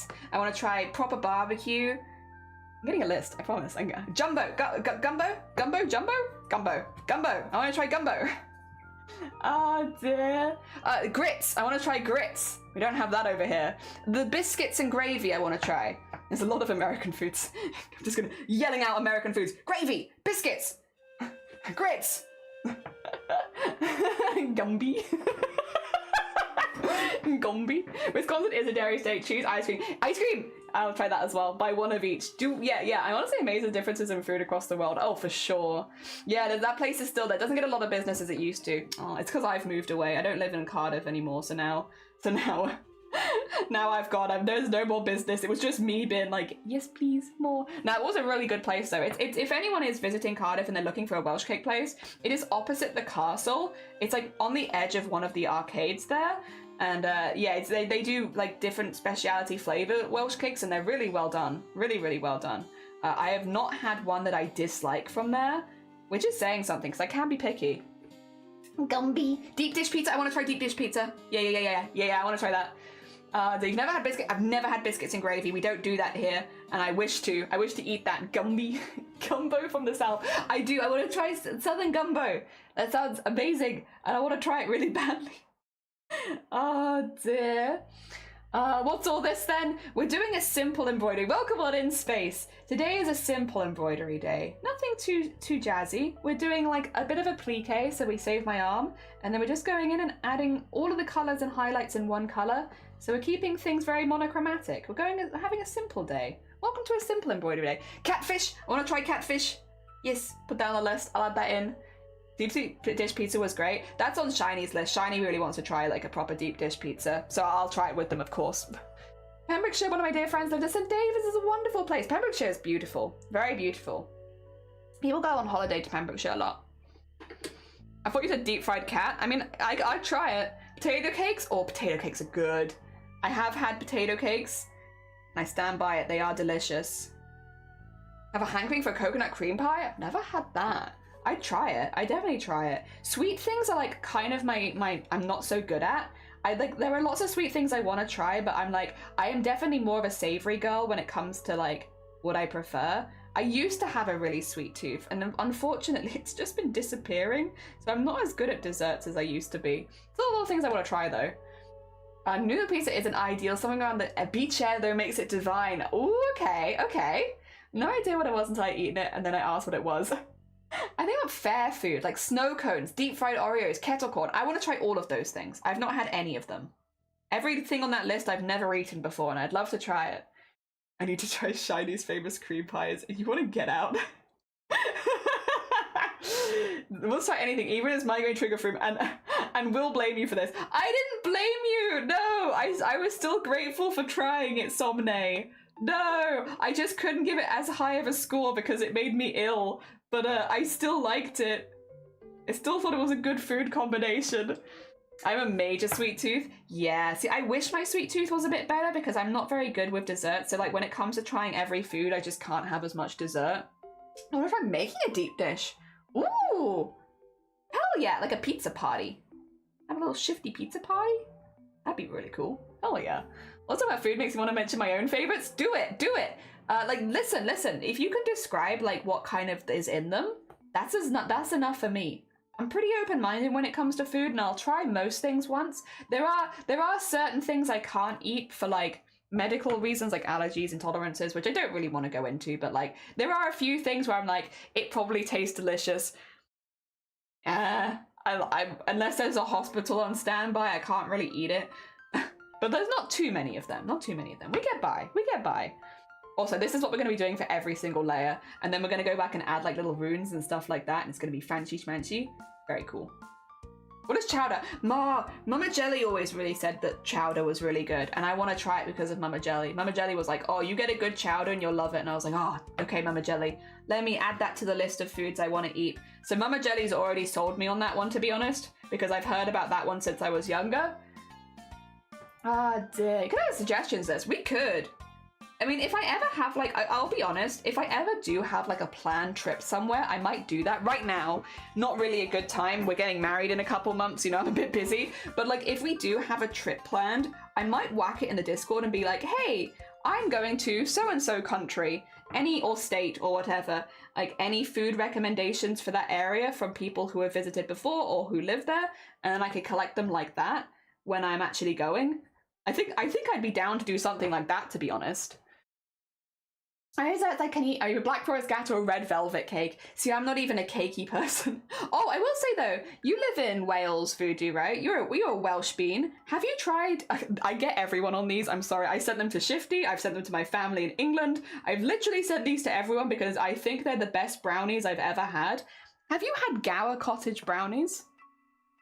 Because if you're in Wales, you can have them delivered to your door, and they are the best brownies I have ever had, full stop. And if you're like trying to recommend people Welsh food, that's really accessible because they literally deliver to your door wherever you live in Wales. So, yeah. They also make a really good gift if you're trying to swing your family around to the idea of Wales, sending them brownies in the post. Hell yeah. Oh my god, I love them. Oh dear.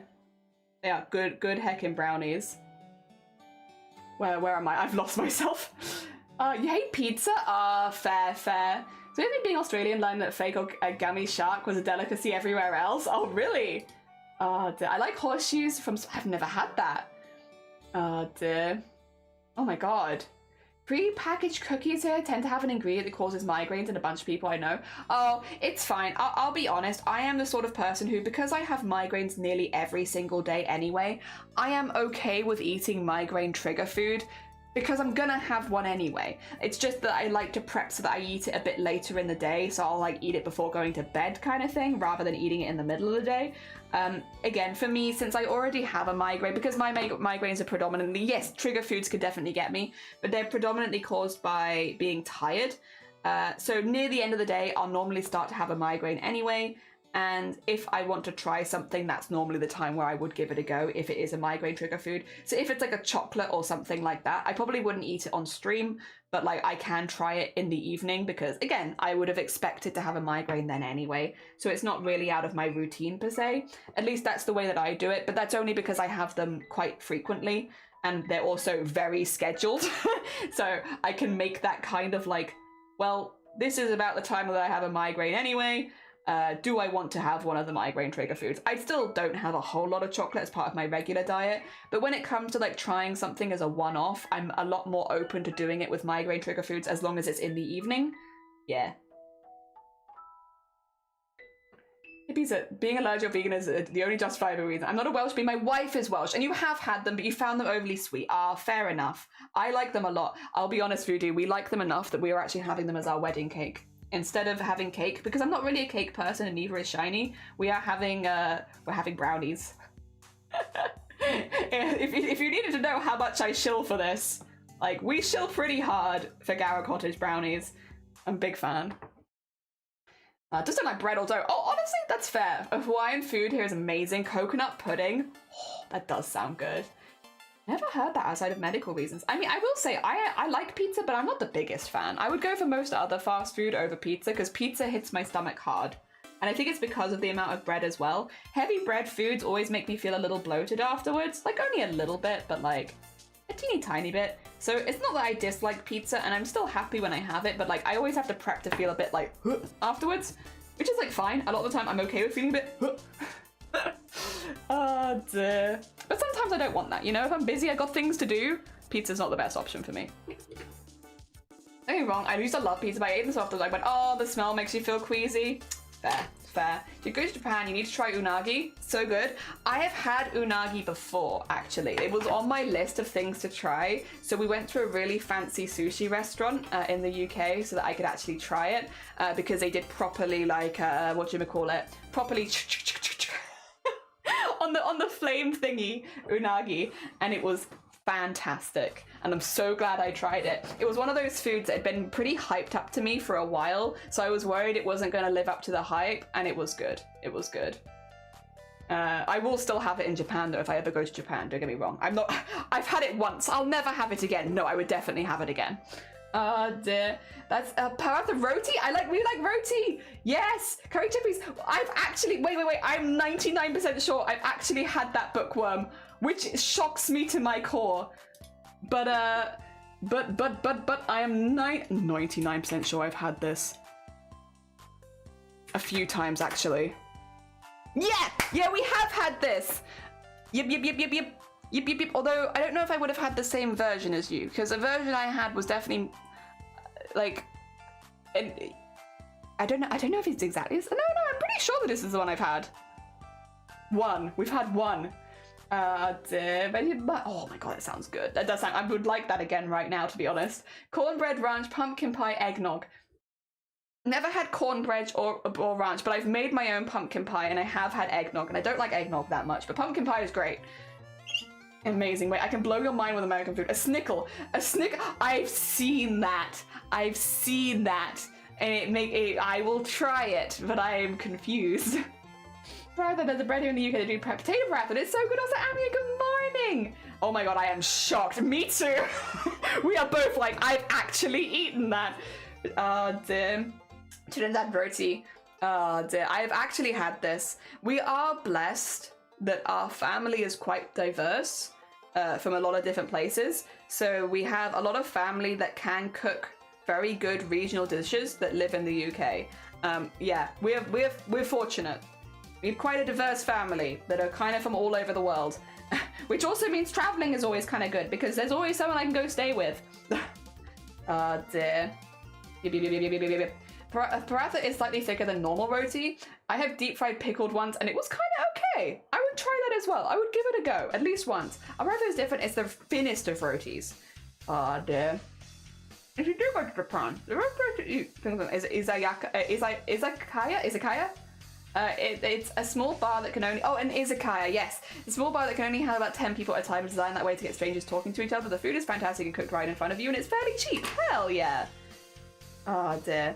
No, I'll be honest. If I could go to every single country in the world and eat there, I kind of would. It'd be very expensive and take a very long time, and it'd be pretty difficult because of all the medical stuff that I'd have to hike around with me. But yes. I've never had it with dal before, I will say. I've had dal, and I've had paratha roti. I've had both of them, but not together. I wouldn't be against it. I like both of them separately. I'm gonna assume. Yeah, also, like, roti is one of Shiny's favorite meals, by the way.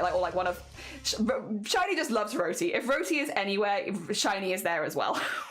It is like, you have like trigger words. Roti is one of Shiny's trigger words. You'll get like an immediate reaction of what? Oh my god. He'll knock all of my cameras over. He'll expose my leg. Oh my god. He absolutely... Roti as a meal, not as a meal, but like if it's with a meal, he'll eat whatever it's with, It doesn't take much. It's like, oh yeah, we have roti with this. He just really likes it. It's one of his go-tos. Oh dear. Just a big old fan, honestly. I think we actually had roti for the first time in London because we were going around and there was like a market where they had it there as one of the foods. You could just... with some I don't actually know what the sauce was. I wasn't very well at the time, but Shiny went around. When I was, really, really sick, Shiny did stay with me a lot of the time, but there was a lot of the time I was just sleeping. And so Shiny went out and was like, I'm going to explore some of the markets. I'm going to eat everything. It's like, fair enough. Go ahead. Because I've had a lot more opportunities to visit London over the years than Shiny. So it's like, yeah, go off. Go enjoy yourself. Have fun. Tell me about the foods you ate. And since then... there's a few things they really like. It was also the first time that they had like I think it was chai with like condensed milk, because they'd had chai a few times before and they'd never been that sold on it. But one of the stands was selling like chai made with condensed milk and stuff. And he was like, you know what? It's £1. I'll give it a go, kind of thing, And then his face was lit up so much when he came back. He was like, oh my god, I get it. I loved it. Oh my god, that was like the best thing ever. Oh my god, I want to go back. It was really nice. Oh dear. I wish I could have gone there with him, to be honest. But yeah, I just wasn't well enough to be leaving the house at that point. But yeah, no, it was cool. It was cool to see, honestly. It still makes me happy. Oh dear. Google bus up shot if you want to know what the heck we've done to okay. I'm down. I'm down. Oh dear. Also, what have I missed? Roti. Oh yeah, that's a side thing. Similar to tortilla, but maybe with different flour. It's really good. Oh dear. I think every time I've had it, it's had some kind of like, yeah, like chickpea sauce or like chickpea sauce, chickpea curry, something with it that you dip in it. Yeah.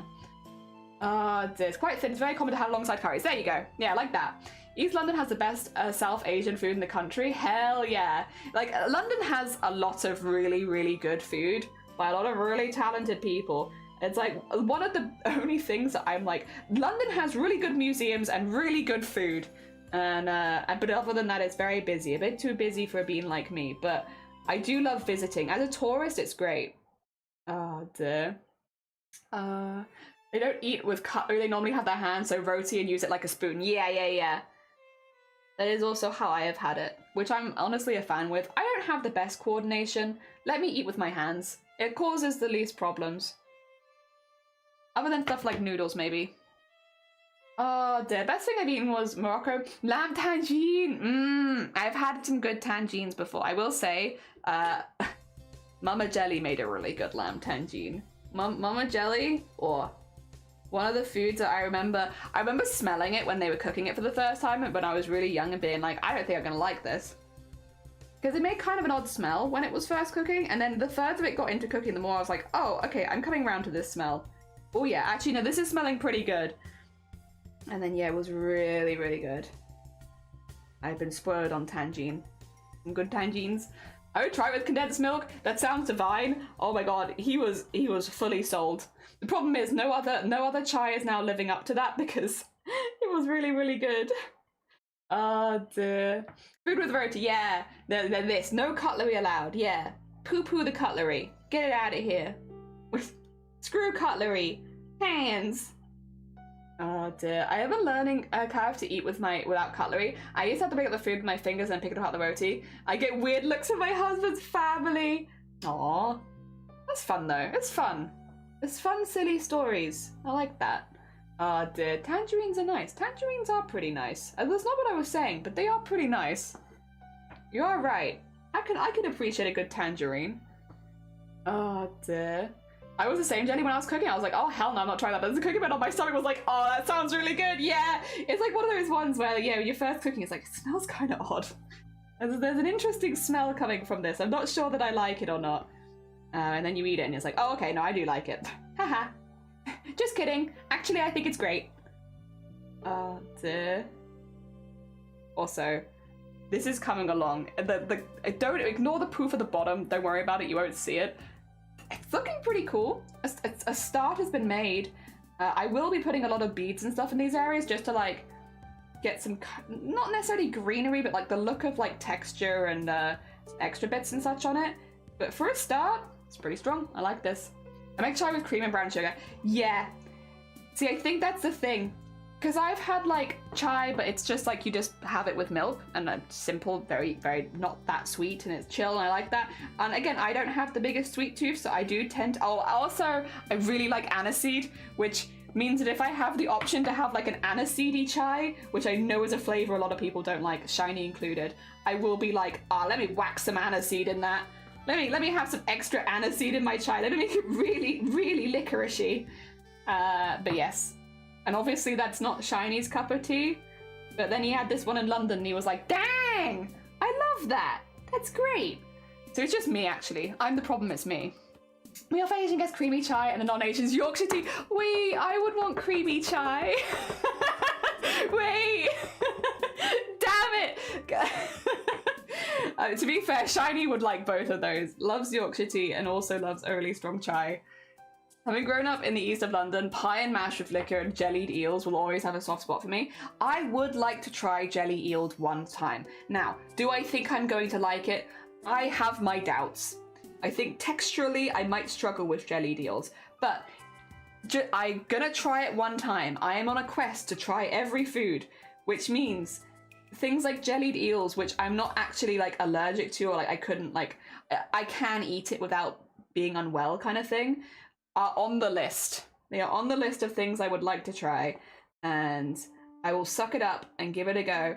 I mean, there's been a lot of things previously that I didn't think that I would like that I've ended up really enjoying as well. So just, I don't know, I'm trying to keep open mind. Just because something looks funky or like maybe has a bit of a reputation, it doesn't mean that necessarily I will dislike it, and I'll give it a go. There are certain things that I can't eat because of health reasons, but if it's not in the list of that, I will give it a go. To be fair as well, most of the things that are on the list of health reasons are like meats and such. There's a few meats I can't eat, but that's okay. My stomach will not digest them. But other than that, we're trying our best. Do you want the that's what is it the one? I don't know if you're lying. Okay, I was gonna say I have no idea. I was like, I need to read the whole thing. I was like, is it? No, you're lying. I really think Arabian Nights. Oh hell yeah. I don't mind that. That's a good vibe.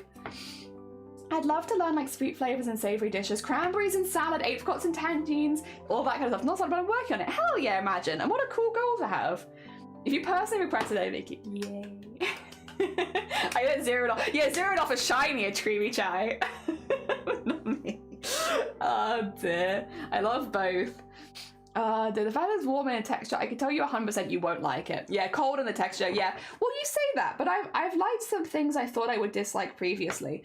I've tried a lot of stuff, but I would like to try more. Again, and if I don't like it, that's fine. I can probably still swallow it.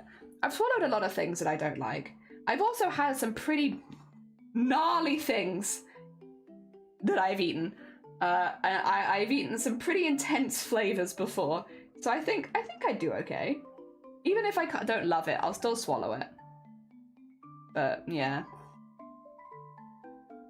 Yeah, I like how this is coming along. It's just like a little hint of things. I might even put some of the other like the stitching thread back in to like add some bricky texture, but yeah. I love spreading misinformation online. Hell yeah, Shifty. Oh yeah. Haven't been back in 30 years. Wow. I didn't look forward. Yorkshire tea is just for guests though. My everyday tea is Tetley. Oh, see now that I have a strong disagreement with. Fair enough though. There needs to be some Tetley drinkers in the world because otherwise Tetley would go under. Can't say I'm a fan of Tetley to be honest. Tetley does not for me. It's not for me. I like Yorkshire. I like PG Tips would be my go-to if I'm not doing the Yorkshire because Yorkshire is a bit expensive. Obviously I like the Yorkshire biscuit tea. So I often drink that one. But yeah. I would actually go for Tesco's own tea before going for Tetley. I'm a bit of a Tetley hater, unfortunately. I'm so sorry. Oh dear. Oh, Tetley green tea. Oh, okay. Well, that one I haven't had. I can't speak on that one. I've not had that one with lemon and honey. Okay, maybe I wouldn't mind that. Yeah, the regular like breakfast tea, I'm like it's not for me for Tetley, but.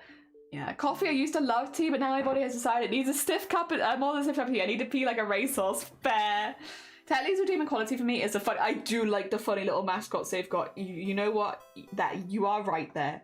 They do have cute little mascots, and it does go a ways. It doesn't make me eat Tetley, but I do like it, and I do appreciate it a little bit more because of the mascots. You're damn right. I'm just a bad British person. I drink very little black tea. No, it's not a bad British person. You're fine. I'm assuming you're very used to going to a house and being like, oh, would you like a cuppa? And you're just, nah. I used to live with someone who couldn't drink hot drinks. They just didn't like it. They had, like, didn't matter what the hot drink was. They didn't like the feeling of drinking hot drinks. And I remember like being like, oh, I've never met anyone like this before. Living in the UK, someone who just doesn't drink hot drinks. But like, fair enough, it's not for everyone. Oh dear. And to be fair, if you come over to my place and you don't drink hot drinks, well, that just means I save money. You know, you don't have to offer you a cup of tea. More money in the bank for me. That's fine, that's fine. More tea for me. Eat Tetley, yeah, do you not eat the tea bag afterwards? I don't like to waste it, you know? Like I'll brew my tea and then I consume the tea bag so that, you know, we're not causing any waste. I hate to think of the amount of microplastics in my body right now after eating all of those tea bags. But yeah, I'm just not a fan of waste, you know, so I eat the tea bag afterwards. I used to get more little mascots. Me too, I like mascots. Dear. Tetley's advert in the 80s and 90s was so good. She's, yeah, I recycle. Eat the tea bag and pours hot water down their throat. Fast and efficient. Oh my god. I mean, you're right though. You're right. Speaking of food, finished cooking spinach, basmati stone, or oxtail. That was another one that was on my list. I wanted to eat oxtail and I wanted to eat goat. And I finally had both of those. I would like to try them again because, you know, I would like to try them more authentically at some point. But I have at least given them a go. I've tried them, I will say. Oh, and bone meal. That was another one. Bone meal, oxtail, goat were all on my list of things I wanted to eat, and I finally got through those three. I've tried all of them now, and I did like all of them. The problem, I'm finding too many foods that I like. I can't be eating all of these foods, too much. Ah, dear. 2 scoops of coffee, no sugar, and or milk. Fair enough. Yeah, no, have your coffee as you enjoy it. You like all the fancy syrups and everything, you enjoy your fancy syrups. You like a good strong coffee, you enjoy a good strong coffee. I'm not here to police your drinking. You drink what you like. Hell yeah. Oh, she's environmentalist. That's why she doesn't shower. Yeah, I like to save water. I'm a sucker for a mascot. I do like a mascot. Me too. Wouldn't surprise me if you do eat the tea bags. I heard people having coffee enemas. Yeah, but that's up the ass. That's not like, you know, I guess it's a different kind of consumption. Sell oxtail today. Thank you. I do like oxtail. It was good. And bone marrow. The bone marrow was one that I didn't think that I would like. Speaking of things that I tried that I thought that I would dislike, I really didn't think I was gonna like bone meal. I ordered it very ready to be like, all right, I've ordered it and I will finish it, but it's not for me kind of thing. And then to my absolute surprise, I actually loved it. And now I'm like, well, shoot, that's not something we really have very much over here. How am I gonna get more of this? This was great. Now I can't have it again. Oh dear. Yeah, no, I thought the texture would really get me on bone meal. I was very ready when I saw it come out to be like, this isn't gonna be for me. But I tried it and I actually really liked it. It didn't get me, it was fine. Oh dear, goat's my favorite animal and I refuse to ever eat them. Fair, very fair. Oh dear, goat tacos are good. Goat tacos sounds really good. I've never tried it. I've not had it in tacos, but I would definitely give it a go. Oh dear, goat roti. I had goat curry. Yeah. Oh dear. See, Feathered claims she drinks coffee, but I have on good authority from a very reliable source. She in fact drinks the tears of a victim. I knew it. I knew it. If you've had oxtails, have you tried them much? Cow's hooves? No. In fact, cow's hooves was not even on my list. I didn't realize that was a thing you could eat. I had chicken feet on the list. I wanna go to Korea and eat the feet. Eat chicken feet. Korean chicken feet looks pretty actually good. That's the thing. I know that they eat feet in like chicken feet in a few different cultures, but I know that I already like a lot of Korean seasonings. So I'm like, if I'm gonna try a new food, let me know that I'm having it in seasonings that I'm probably going to enjoy. Ah dear. I have had grilled bone marrow. Yes. Yes, I have. Really liked it. Much more than I thought I would. Ah dear. But no, I've not had cow's hooves. That one will have to whack that on a list if I see it on a menu. I mean, to be honest, if I saw it on a menu, I think I'd be tempted anyway, because again, I didn't even know that was a thing you could eat. Oh dear. I've had ostrich jerky. I've had ostrich steak. I've not had ostrich jerky, but I've had it in like a steak form, and it's very good. If you live in the UK, near Christmas time, they actually sell ostrich steaks in like Lidl's and Aldi's, so you can get it there if you're interested. And then you can find recipes for cooking it online to make sure that you cook it well. I've had ostrich steak a few times and it's really, really good. Really, really good. It doesn't taste like poultry, I will say. It is very, very meaty. Very meaty, not very chickeny. I guess because they are birds, I kind of assumed that it would be like chicken. It's not like chicken. Not at all. Oh dear. Oh my god, Cthulhu! Good morning! How is your day so far, Cthulhu? We're cheating. We're cheating. We're gonna do... let me do your shoutouts really quickly before I forget. We're gonna do a building and then I'm going down the forest and I'm gonna take a picture of it in an overgrown area. So that I don't have to do embroidery of overgrowth. I'm cheating. How goes it? I hope you had a really good stream. If you're not met Cthulhu, by the way, very, very talented bean. You're already on the list as well, so I don't need to re-add you. Very talented bean, does quilting, does embroidery. What were you doing today? What kind of crafts were you doing this morning? Oh dear. I love that. Yeah, I can get ostriches in the local supermarket. There you go. easy peasy, very easy, and it's really good. I genuinely, if you're like, it's, you know, I would recommend getting ostrich steaks actually to pretty much anyone, as long as you're someone who enjoys red meat. I would recommend ostrich steaks 100%. They're actually delicious, really, really good, and I think most people would enjoy them. If somebody went vegan because I struggle with the texture of even the most popular forms of chicken, I'm struggling to ask this conversation. No, that's very, very fair. Like, if you're someone who doesn't do meat, then yeah, the idea of like meaty meat is probably not going to be a vibe that you enjoy, and that's fair. We're big on respecting people's different food decisions about whether you eat something or not. That's completely up to you. Yeah. There's foods that I won't eat as well. Like, one food that is on my list that I'll never eat, for instance, is shark. Shark is a cuisine that you can get in certain places in the world. However, because I'm someone who has actively done a lot of fundraising because sharks are becoming very endangered in a lot of groups, and also the overfishing, the way that they are fished is very cruel, because I don't agree necessarily with a lot of the practices around the majority of shark fishing, I don't eat shark. There you are. I eat, you know, I say that I want to eat everything in the world, but in reality, there are going to be some things that I won't eat. I'm not going to poo-poo on people that have eaten shark, because I think those kind of things are a very personal decision. I can only explain why personally I won't. But yeah, like, I won't eat shark because I don't agree with the fishing methods. I think it's very cruel. And I don't like the wastefulness, and I don't like that it is unfortunately making a lot of sharks very endangered. It was also jelly trivia. The first ever fundraiser I ever did by myself was for sharks. Yeah. I like sharks. I think they're pretty neat. Oh dear. I love cheating. Hell yeah. Cross stitch, you're making a spell book. Hell yeah. That's very heckin' cool. I love cheating. I love cheating too. Croc burgers are okay. Crocodile's a bit bland for me, but that's very fair. Maybe in a burger I'd feel differently. Oh dear. Hell yeah, I hope the spell book is going well. Again, if anyone hasn't checked out the Cthulhu, a very, very talented crafty bean. A very sweet bean as well. Just a fun stream to hang out in. Cow heel is excellent for soups. No actual meat on them, but very high in gelatin. Oh, okay, so it adds like a flavour. So it's more like a flavouring, I guess. That's kind of cool. I didn't know that at all. People can eat what they want. I have no problem with people choosing to eat meat, particularly the less popular parts. If you're going to eat an animal, eat most of it. That's kind of my vibe as well. That's why I want to eat everything. Do not send jelly a Trinidad shark and bake. Yeah, I won't. It's one of the few things, and it's because I've done fundraising for it before. It would feel very hypocritical to then go and eat shark when I am, you know, fundraising that I don't, or like I am protesting for the way that sharks are fished. It's not necessarily I'm protesting against eating sharks full stop. It is just the way that they are fished is very bad.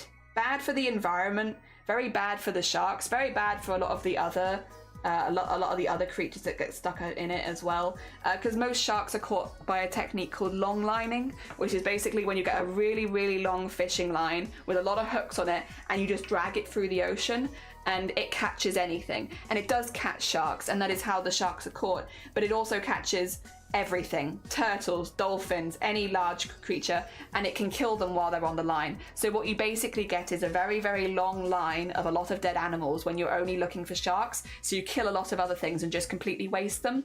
And then with the sharks themselves, the way that the sharks are harvested, the majority of the time when you're eating shark fin.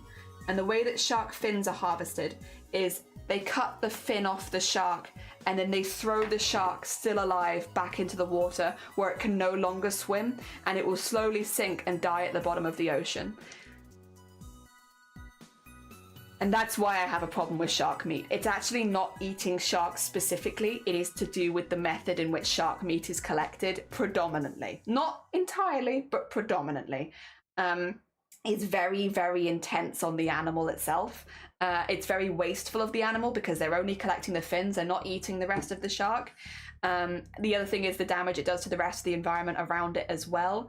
And then I guess as like a final nail in the head, because long lining is so effective, and because sharks are long-lived creatures, like the oldest sharks are like Greenland sharks, are like 400 or 500 years old. They're very long-lived. They take a really long time to reproduce. So as an animal, it's very easy for them to go extinct, because yes, it takes a really long time for them to reach sexual maturity, which means they can reproduce, which means sharks generally reproduce much, much slower than they're killed, which is why so many species of sharks are going extinct right now. It's not because long lining gets a ridiculous amount of sharks. Although it does, it's not that so much as sharks cannot reproduce at the same rate as we're killing them. Also, for an idea, it's a figure that you'll see around a lot if you're interested in shark conservation, but around 100 million sharks are killed every single year. Specifically using these kind of methods, and they just cannot reproduce, which is why so many sharks are going extinct. The other thing is sharks are actually a really major... Can you tell that I do shark conservation stuff? Sharks are also a massive part of the ecosystem when it comes to the ocean. Sharks, obviously, as many people will know, will predominantly eat fish. As part of the hierarchy in the ocean, they'll mainly eat fish. And what do fish survive on? Algae. Smaller fish and then algae. Algae creates a huge amount of the oxygen in the world. If sharks were to go extinct, it would actually cause a really big problem because they are such a major predator in the oceans and they kill so many fish. We need the fish population to be kept under control, especially in certain groups that we don't eat, because the fish eat the algae, and if the fish eat the algae, they are not producing oxygen anymore. And so there's a lot of reasons why I'm kind of against eating shark at the moment.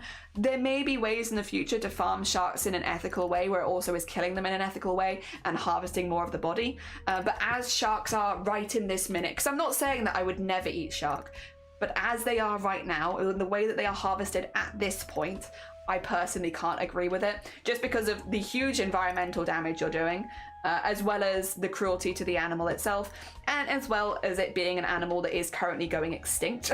There are many, many, many species of sharks that have already gone extinct because of this. It's too late. So any that we can keep, I feel like is important. I think it's also, sharks were also one that always stood out to me because sharks have such a bad negative press because of movies like Jaws and all that kind of stuff. Sharks are seen as these like mindless killers, just slaughtering humans left and right. And I think a lot of people use that to justify the mass killing of sharks, when in reality, sharks are pretty harmless.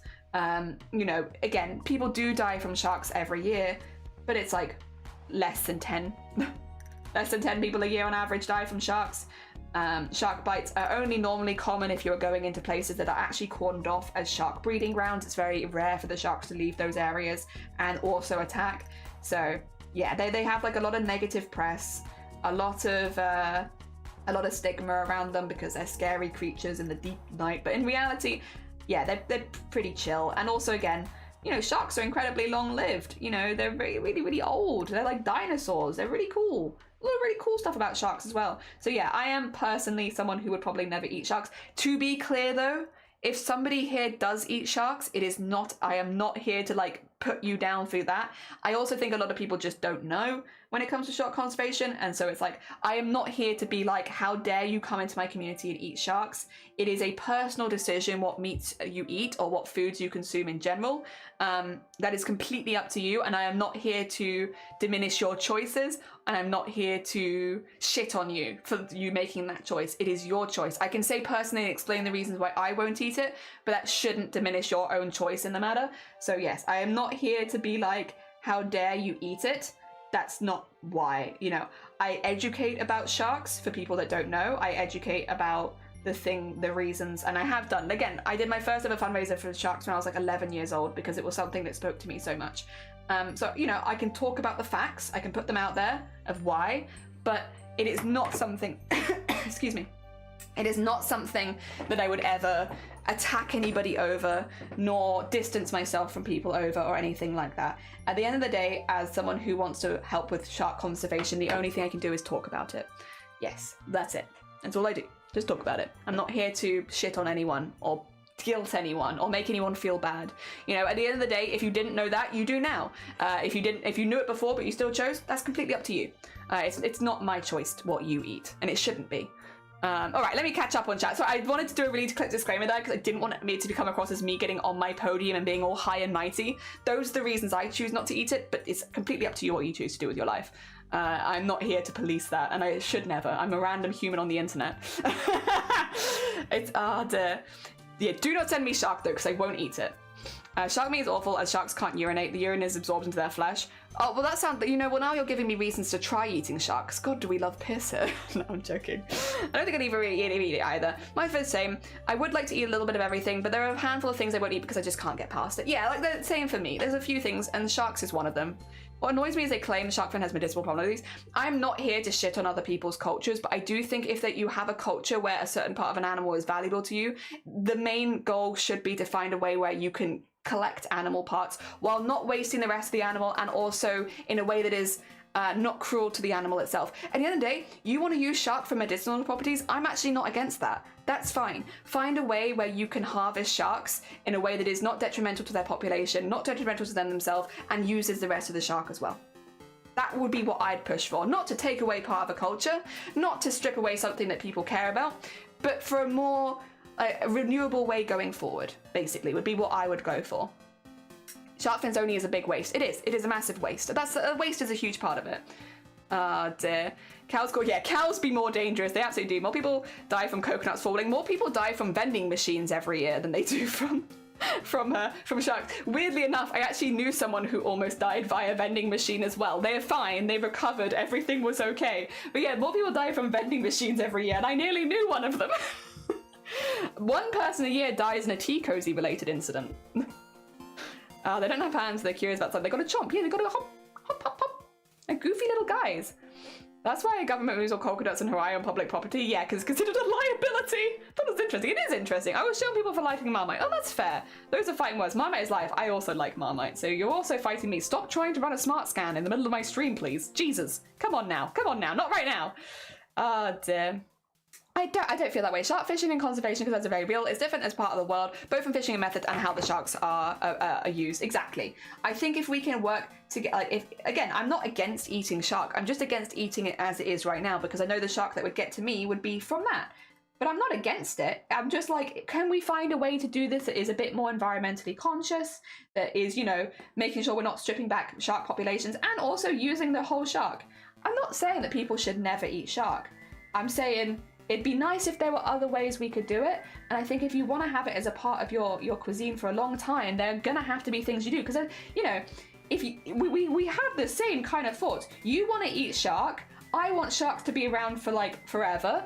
We both have the same goal at the end of the day, is to find an ethical and long-term way of eating these animals in a way that is good for the environment. Yeah, we both actually have the same goal in different words. Oh dear. There we are. In a tea cozy? It is, yeah. Yeah, an average of one person a year dies in a tea cozy related accident. Ethical and compassionate consumption. Exactly. Yeah. That's kind of what we go for. Again, it's not the idea that you'd never eat them ever. It's just, yeah, that there's probably a better way of doing it. And that's what we kind of want to look for. I think when it comes to shark conservation as well, it's not ban eating shark, it's ban longlining. And I think most people can get behind, unless you're someone who directly benefits from longlining, I think most people can get behind. Longlining is a really bad thing that we do, and it affects not just sharks, but a lot of ocean populations. So a lot of the time when you look up shark conservation, you'll actually see ban longlining, not ban eating shark. Ban longlining, because there are other ways you can catch sharks and, you know, use the whole animal that are more ethical, and they are out there. Do that instead. Just don't use longlining. Ah, dear. Yeah. All we want is the meat. Fishermen collect the things and export them. Yeah, I imagine, because they do sell for a lot. Hands on daily tie by tea thing. What's with fugu? Fugu fish? Fugu fish? Ah, dear. What is my fufu? Fugu. Yeah, fugu. But the risk with the word, risk is far too severe. I would try it once. I would. If it was there, I'd give it a go. Would I be afraid? Yes. Yes, I would live in fear, but I would try it one time. Dear.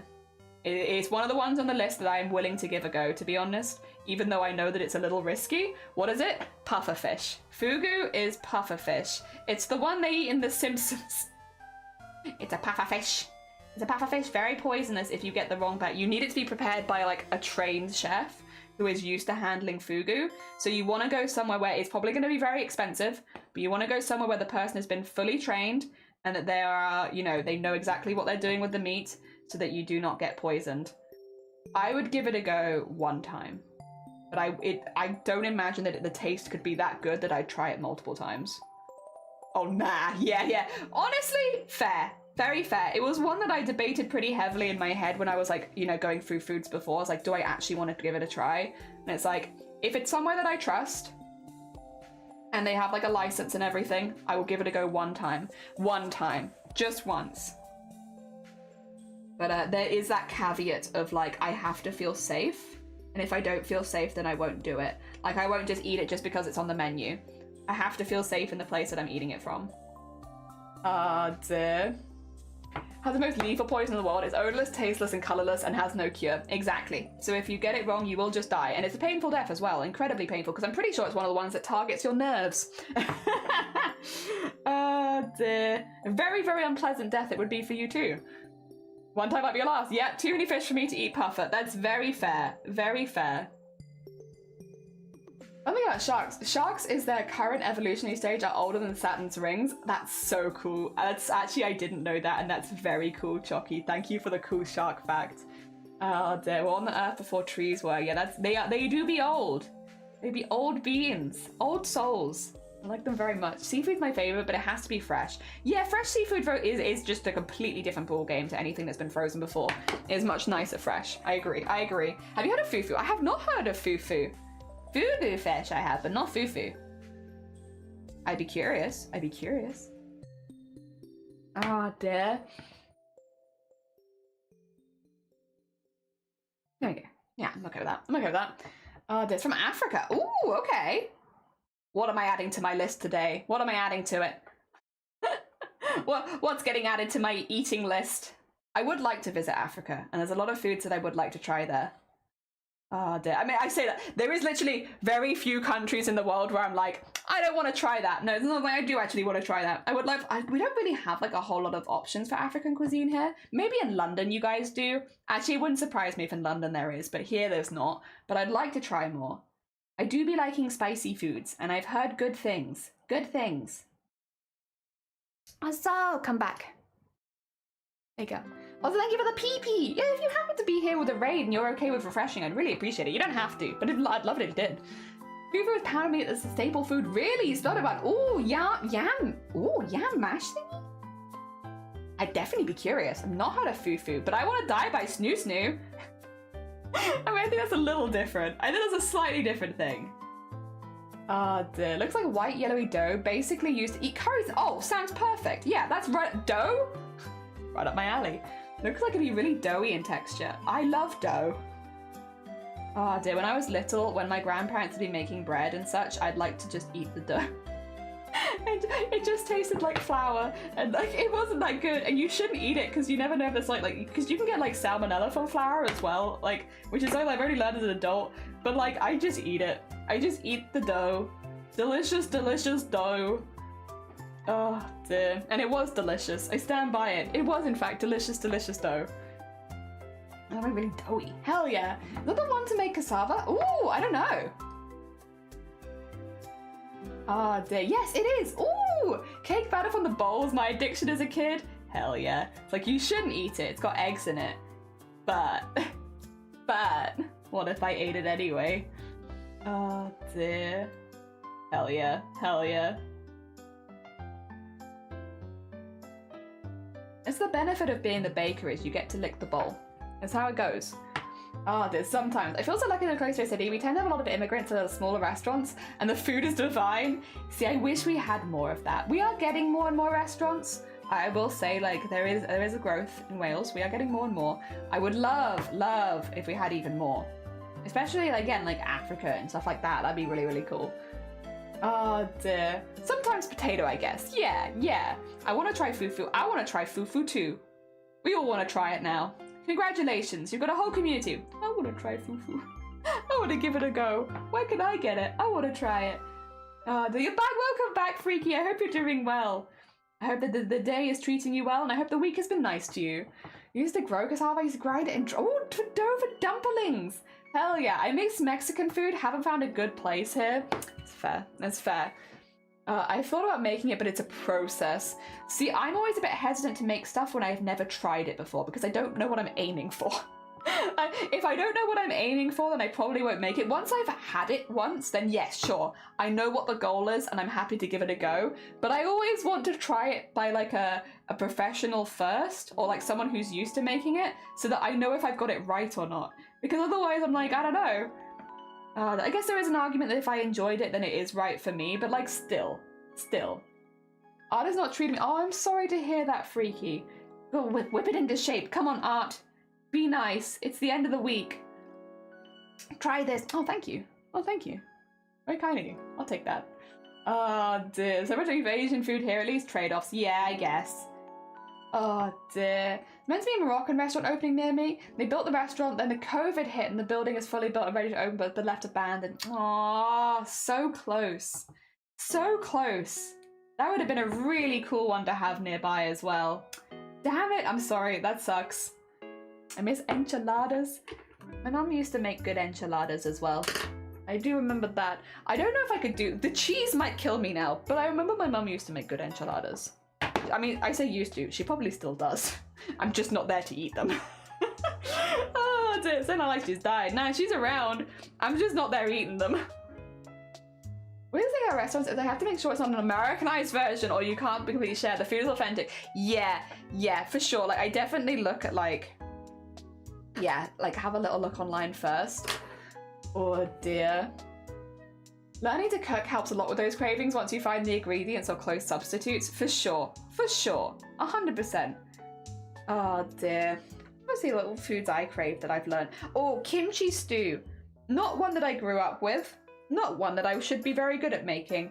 But like, I had kimchi stew once and it was divine. It was so good. It was a proper Korean place. It was really, really nice with like in-house kimchi and everything, and it was just fantastic, and I ate it, and that's not something we have near us. That's not something that I can easily get hold of, and that was something I learned not only how to make kimchi stew, but how to make my own kimchi so that I could have that more often, because it was so good. And also, once you make your own kimchi stew is not hard to make. It's not a difficult one, and I'm so glad, because otherwise I could just never have that.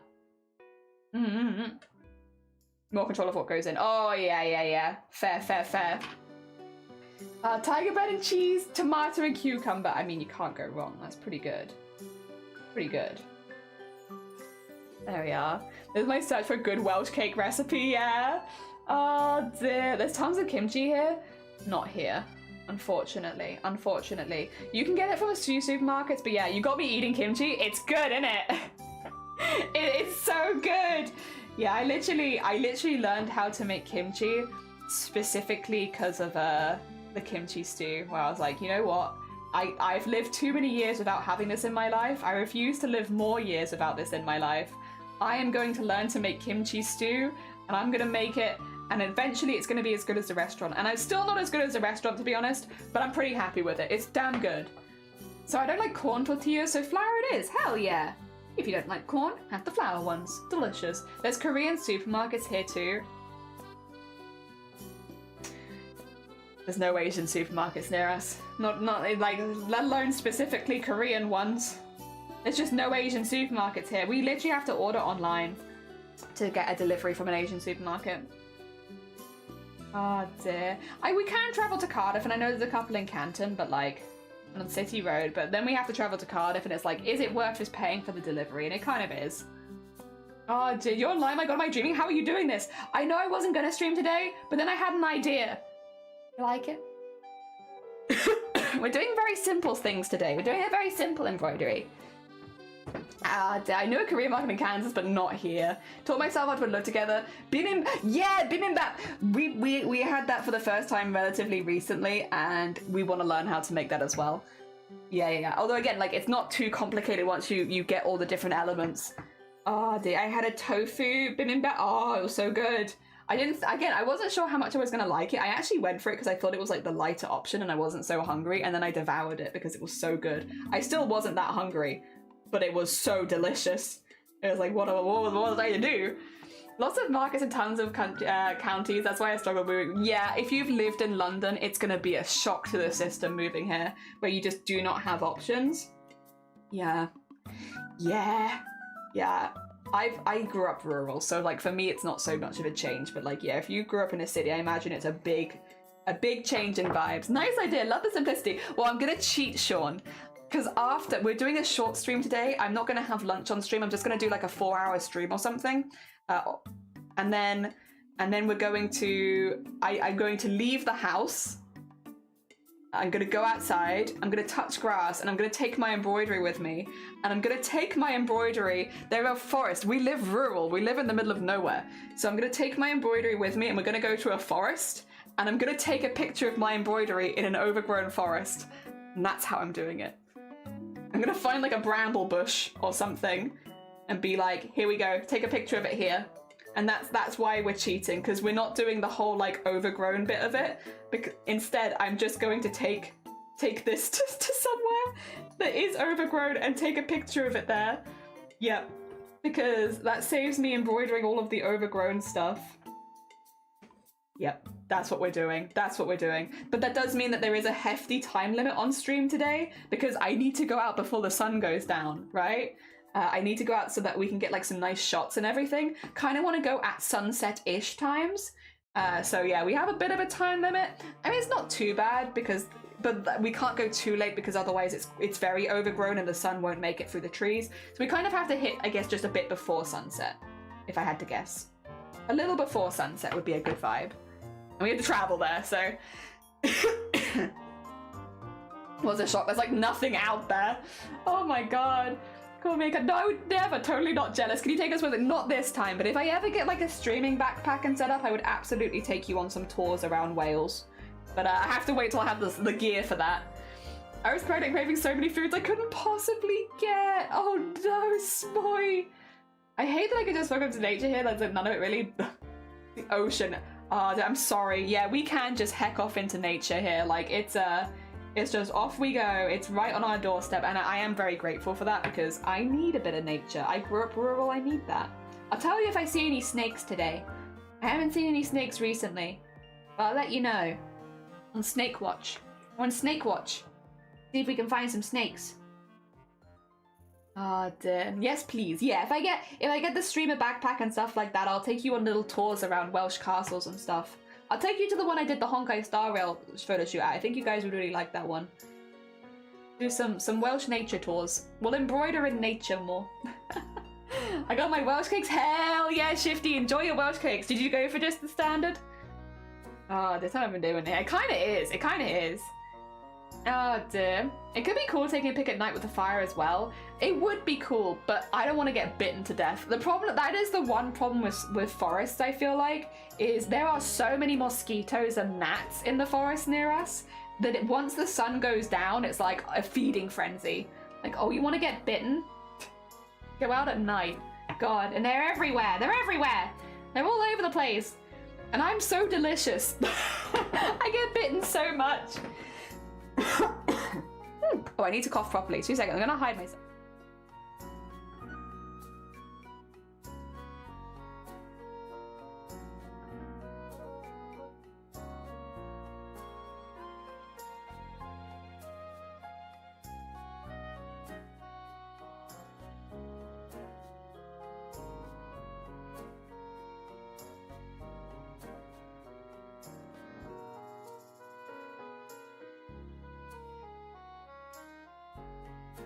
Beg pardon? Sorry. My bad. Didn't mean to do that. Good cough. Oh, thank you for the hydrate. I was hydrating, but I will do another one. Oh, lemon and poppy seed. Solid caramel, chocolate, orange, and white chocolate. I love lemon and poppy seed. Lemon and poppy seed is up there for me for Welsh cakes. That's a great one. I mean, the other ones are probably delicious as well, but God, I love lemon and poppy seed. It's premium. Like, the only people that complain about cameras are doing dodgy stuff, 100%. Yeah. Can't even cheat. They just put an image on a computer screen and click, click, click. True. I could if I wanted to. I want screens that are so good. They are so good. Lemon and poppy seed is delicious. I love New Jersey. Can't drive 20 minutes away and be, middle of nowhere, pine barrens, no cell phone signal. That's beautiful. Like, that disconnection is really nice sometimes. I mean, especially I feel like because you and I both spend quite a bit of time on the internet, like with streaming and all that kind of stuff. It's really nice just to have that space where you're completely disconnected and you're not worried about DMs or like, or posting or getting your crafts done. You're just like, you can just relax for a little. Very, very valuable. I mean, I guess that's why they're trying to get more and more nature spaces into like cities, right? Because there was so much correlation between mental health and like green spaces. Yeah, it's nice. You guys were bad influence. All this talk of food made me accidentally slip and call and then ordered 5 guys. Oh, oh shoot, I've fallen and I seem to have ordered a Five Guys. How does this keep happening to me? Five Guys chips are really good though.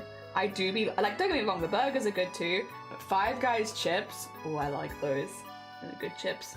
Or fries. Oh dear. What happens if there's an injury? Oh, then you're there. That's it. Die. No, I don't know. I mean, I've been injured in the wilderness a few times, and you kind of just have to, like, either flag someone over or, like, limp home. And you make it. Do you ever bite into something and want to be like, ah! Yeah, I do. Ah!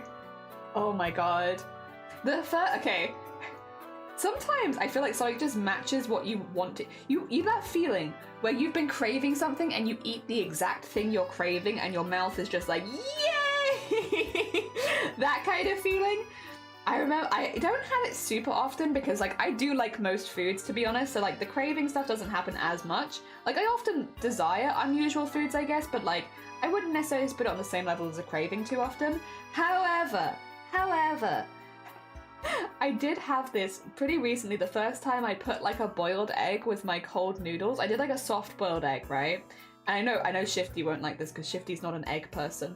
But I had a soft-boiled egg, like a really well-done soft-boiled egg with my cold noodles, and I'd like chilled it perfectly so that it matched the temperature of the rest of the noodles. And having a bite of those two together, it was like, oh my god, this is nearly too much. I'm so happy. This is so perfect. And it's like a really simple one, like very simple, just like simple packet noodles. I had it with kimchi, and I had it like the homemade kimchi, and I had it with the, the really good well done egg. And just like the bite of all three of those together was like, wow. That's happiness right there. That's my happiness, at least, is having the perfect food at the perfect time. It makes me really happy. I hear the happiness scream now. So fucking happy. Hell yeah. But did you order food afterwards? I really hate you crave like all day, you find again, you don't fancy it anymore. See, I'll be honest, I haven't had that too much. I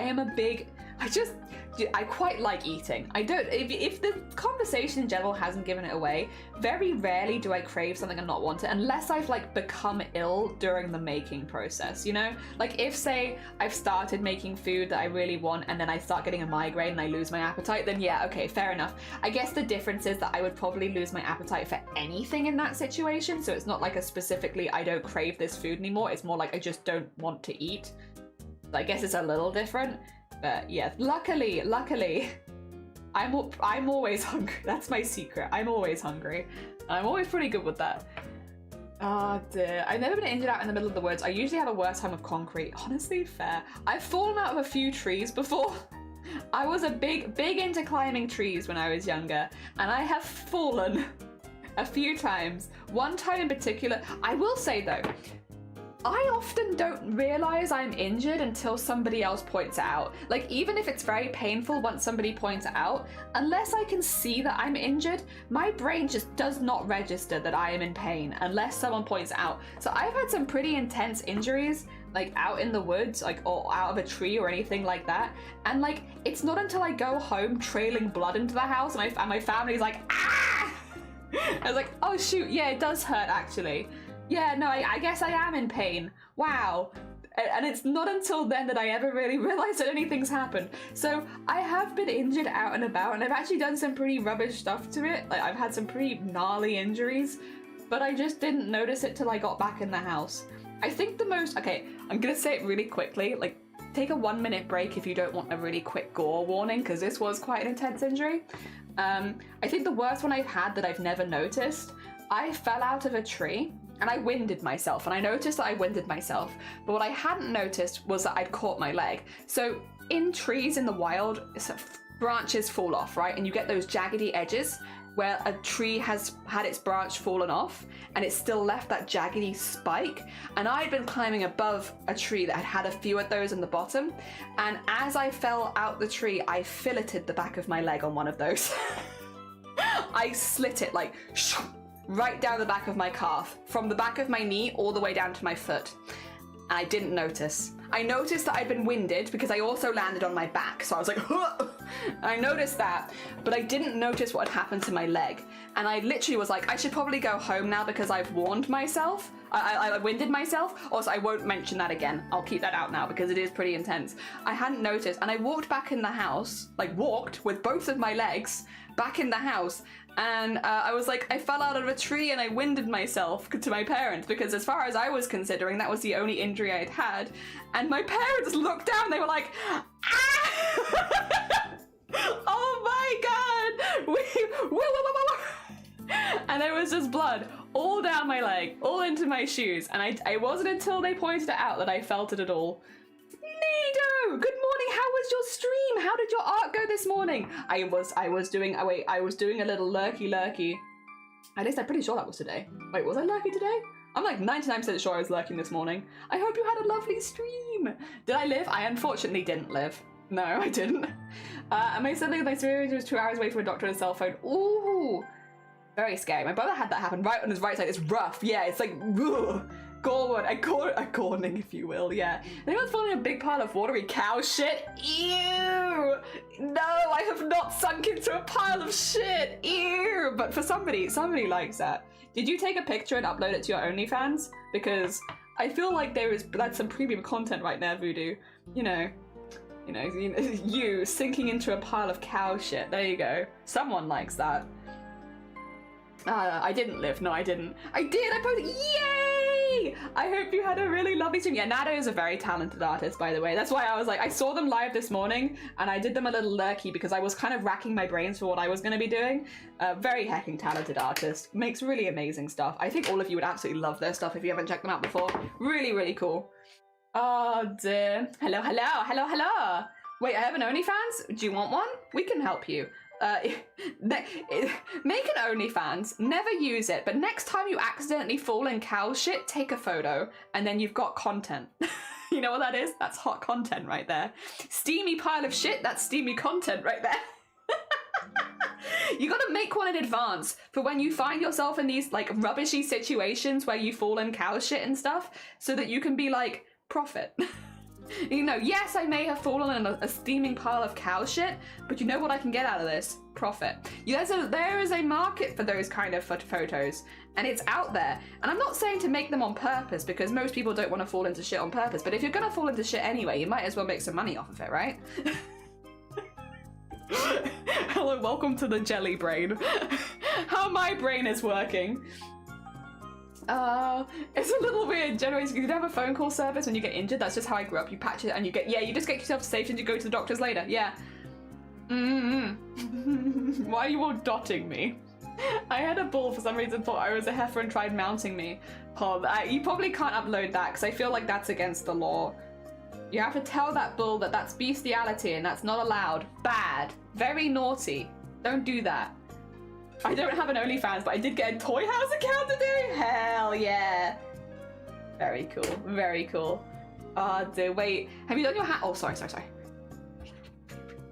I can't really do it. I can do this really fast. How's this? There you go. Hand twerks complete. So good. Thank you. I'm glad you have some standards. Yeah, my standards are the law.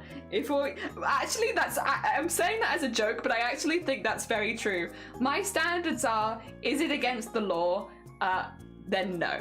I'm not into it. But is it not against the law? Then it's fine. Yeah, as long as you're not hurting anyone and you're not breaking any laws, then hell yeah, you be into what you into. If you're into shit, you go ahead. And if you're falling into piles of cow shit on the regular, I think it's time to start videoing that. That's someone's fetish. You could be profiting off that cow shit, you know? Oh dear. You jealous? Oh, you're jelly? Yeah. I'm glad. I'm giving it my best shot. Oh dear. Yeah, today, by the way, Nado, we are doing Nado. I keep saying Nado. We are doing a very, very simple embroidery. We've used a felt base. Basically, yesterday's embroidery took 14 hours, which is fine. I'm okay with that, but I can't do back-to-back 14-hour embroideries. And today's is an environmental prompt. So what we're doing instead is I'm doing some monochromatic stitching. So we are doing a felt base with a lighter color to add highlights in. And then what we're going to do is add some little runes and stuff like that into it and make it look a little bit more detailed, all in the same kind of colors. And then, yeah, go from there. Please call me Dado. I adore. Okay, as long as you're okay with it. Yeah, you kind of want sunlight. I do need sunlight. I need sunlight to take a picture. Oh yeah, then we're going to take this outside and we're going to take a picture of it in the wildlife. I say I'm going to, and then I'll report back because I can't film outside my house. I don't have the setup for it. So we're going to finish this and then I'm going to go on an adventure and then I'll get back to you because the prompt today is to do a abandoned UFO crash site, like ancient abandoned UFO crash site. And then to do it in an overgrown forest. And that's a lot. For embroidery, that's a lot. There's a lot of elements to fit in, which would be really, really hard to do without doing a really, really long embroidery again. So I figured a way that we could avoid doing like the, the foresty bit is to literally just go to a forest and take a picture of it there. Is it cheating?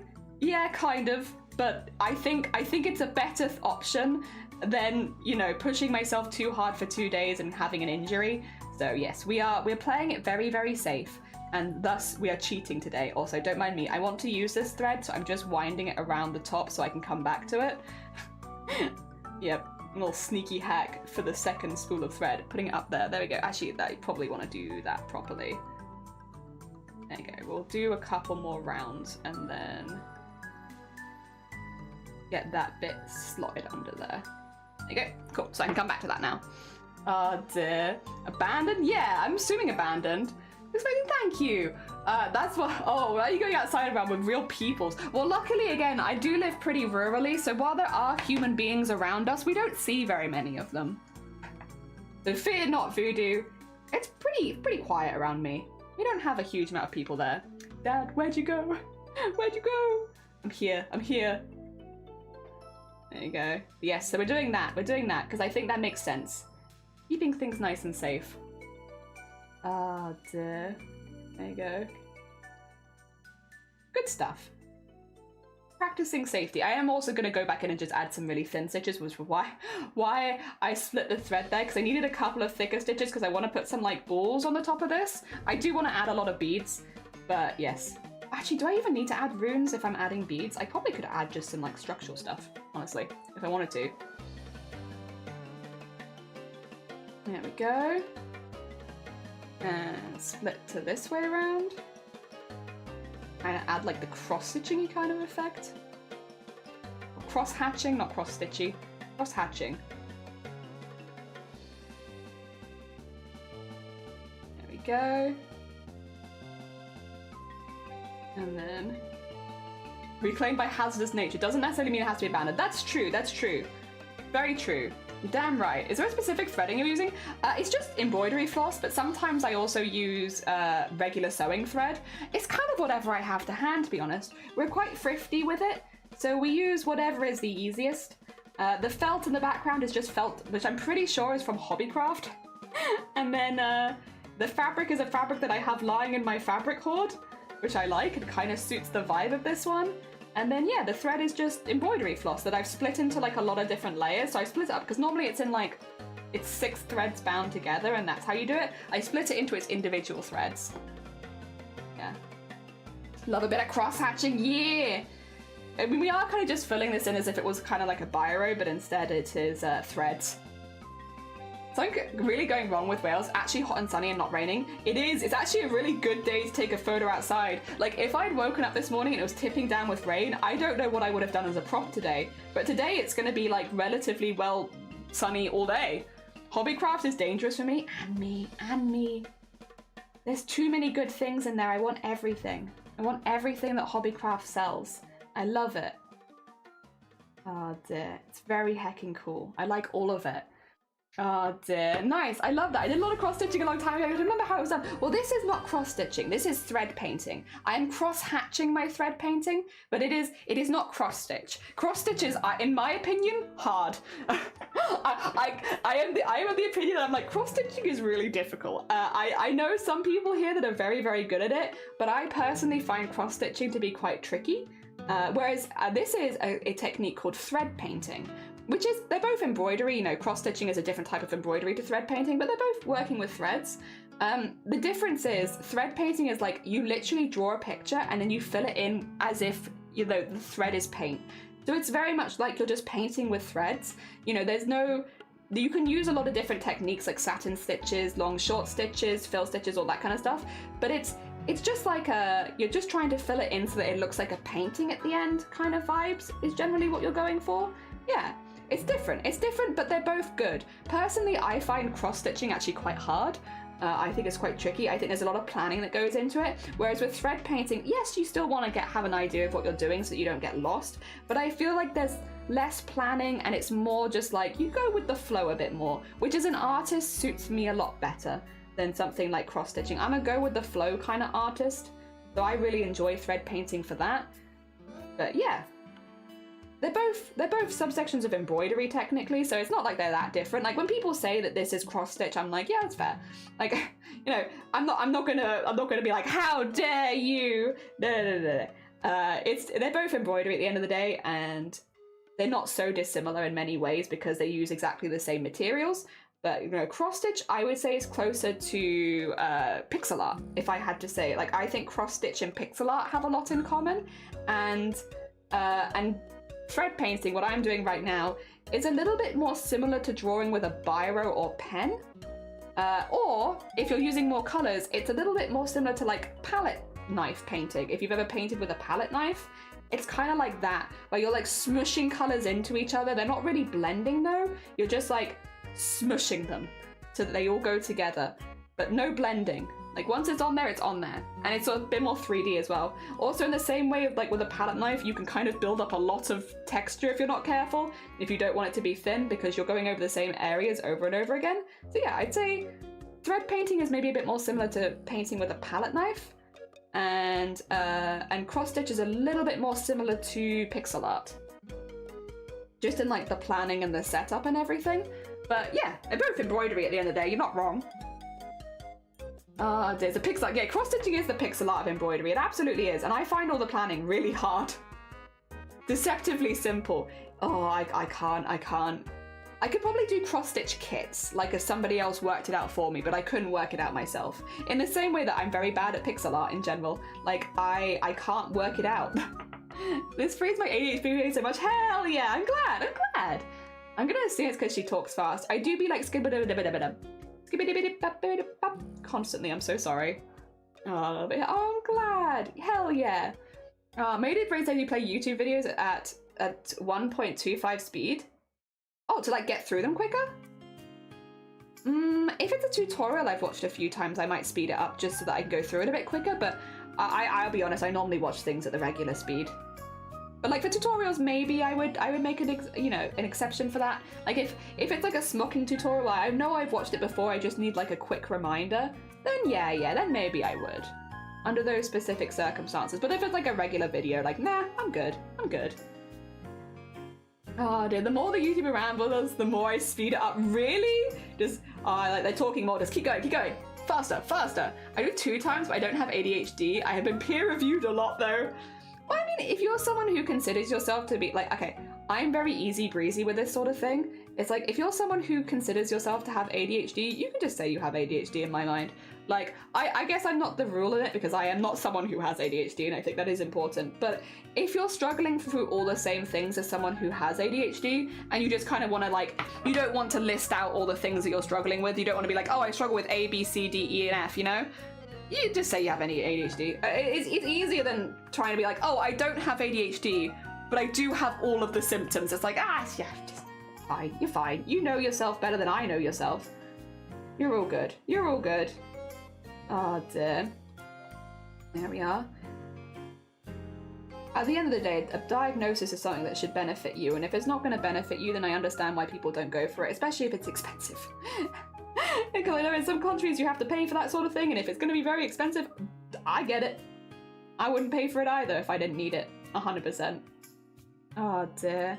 I'm very lucky as well. I know I'm in a very fortunate position because one, you know, we have public healthcare and such, but also I got all of my diagnoses very young, which means I don't have to deal with it so much as an adult, and I got the help that I needed in school, so Happy days. But yeah, no, I don't have ADHD. I just talk very quickly. I just want to get passed around. Oh, I see. Oh dear, only watch Matt Pat's math videos on 2 times 2 cents. I don't understand the law either way. It's like, I'm just here for the conclusion, actually. All right, let's get this out of there because then I can use the second one since it's already here.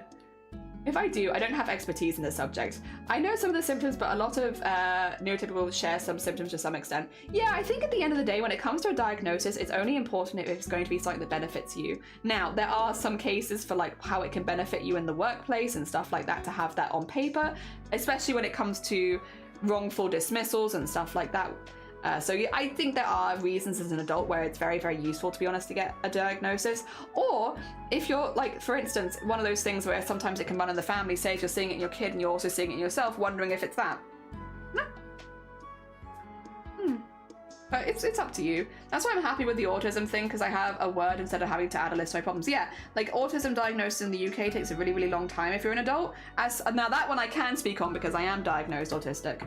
As someone who is diagnosed, and was diagnosed young, I'm genuinely of the opinion of if it's easier just to say that you're autistic and you're pretty, you know, if you think you're autistic but you haven't had the diagnosis and you don't want to have to list off your symptoms every single time, you can just say it. It's easier. It's easier. It doesn't hurt me as someone else who does have a diagnosis, I think is a thing, nor does it invalidate if we have slightly different issues. Oh dear, if it just makes, I am big on, as someone who has had a lot of communication issues over their life, if we can make communication just a little easier and a little shorter, I'm down. Let's make it nice and easy. You know, you don't have to list everything off. You can just tell me, it's fine, easy peasy. You know, it makes everything easier for everyone, or at least for me. I'm just a selfish person. Does it make it easier for me? Yeah, it makes it easier for me. Oh dear. I don't see autism as a disability though. Oh, no. I think like the same condition can disable some people and not others. I've never seen autism as a disability for me, but when other people say that they are disabled by their autism, I'm not going to not believe them. Like, fair enough. Yes, you are. Me, I'm not. Completely fair. Everyone's different. I think if you consider it, I think the one thing I have a problem with is saying autism is a disability.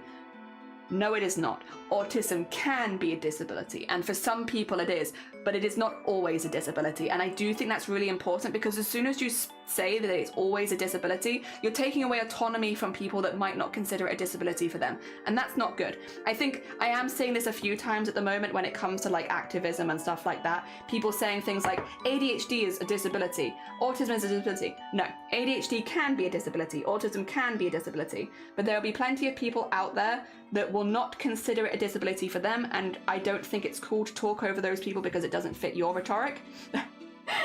So yes, but yeah, like it can definitely be a disability, and if someone comes into my chat and says I am disabled by my ADHD, I'm not going to be like, no you're not. Yes you are. If you say you are, then you are. That's fine.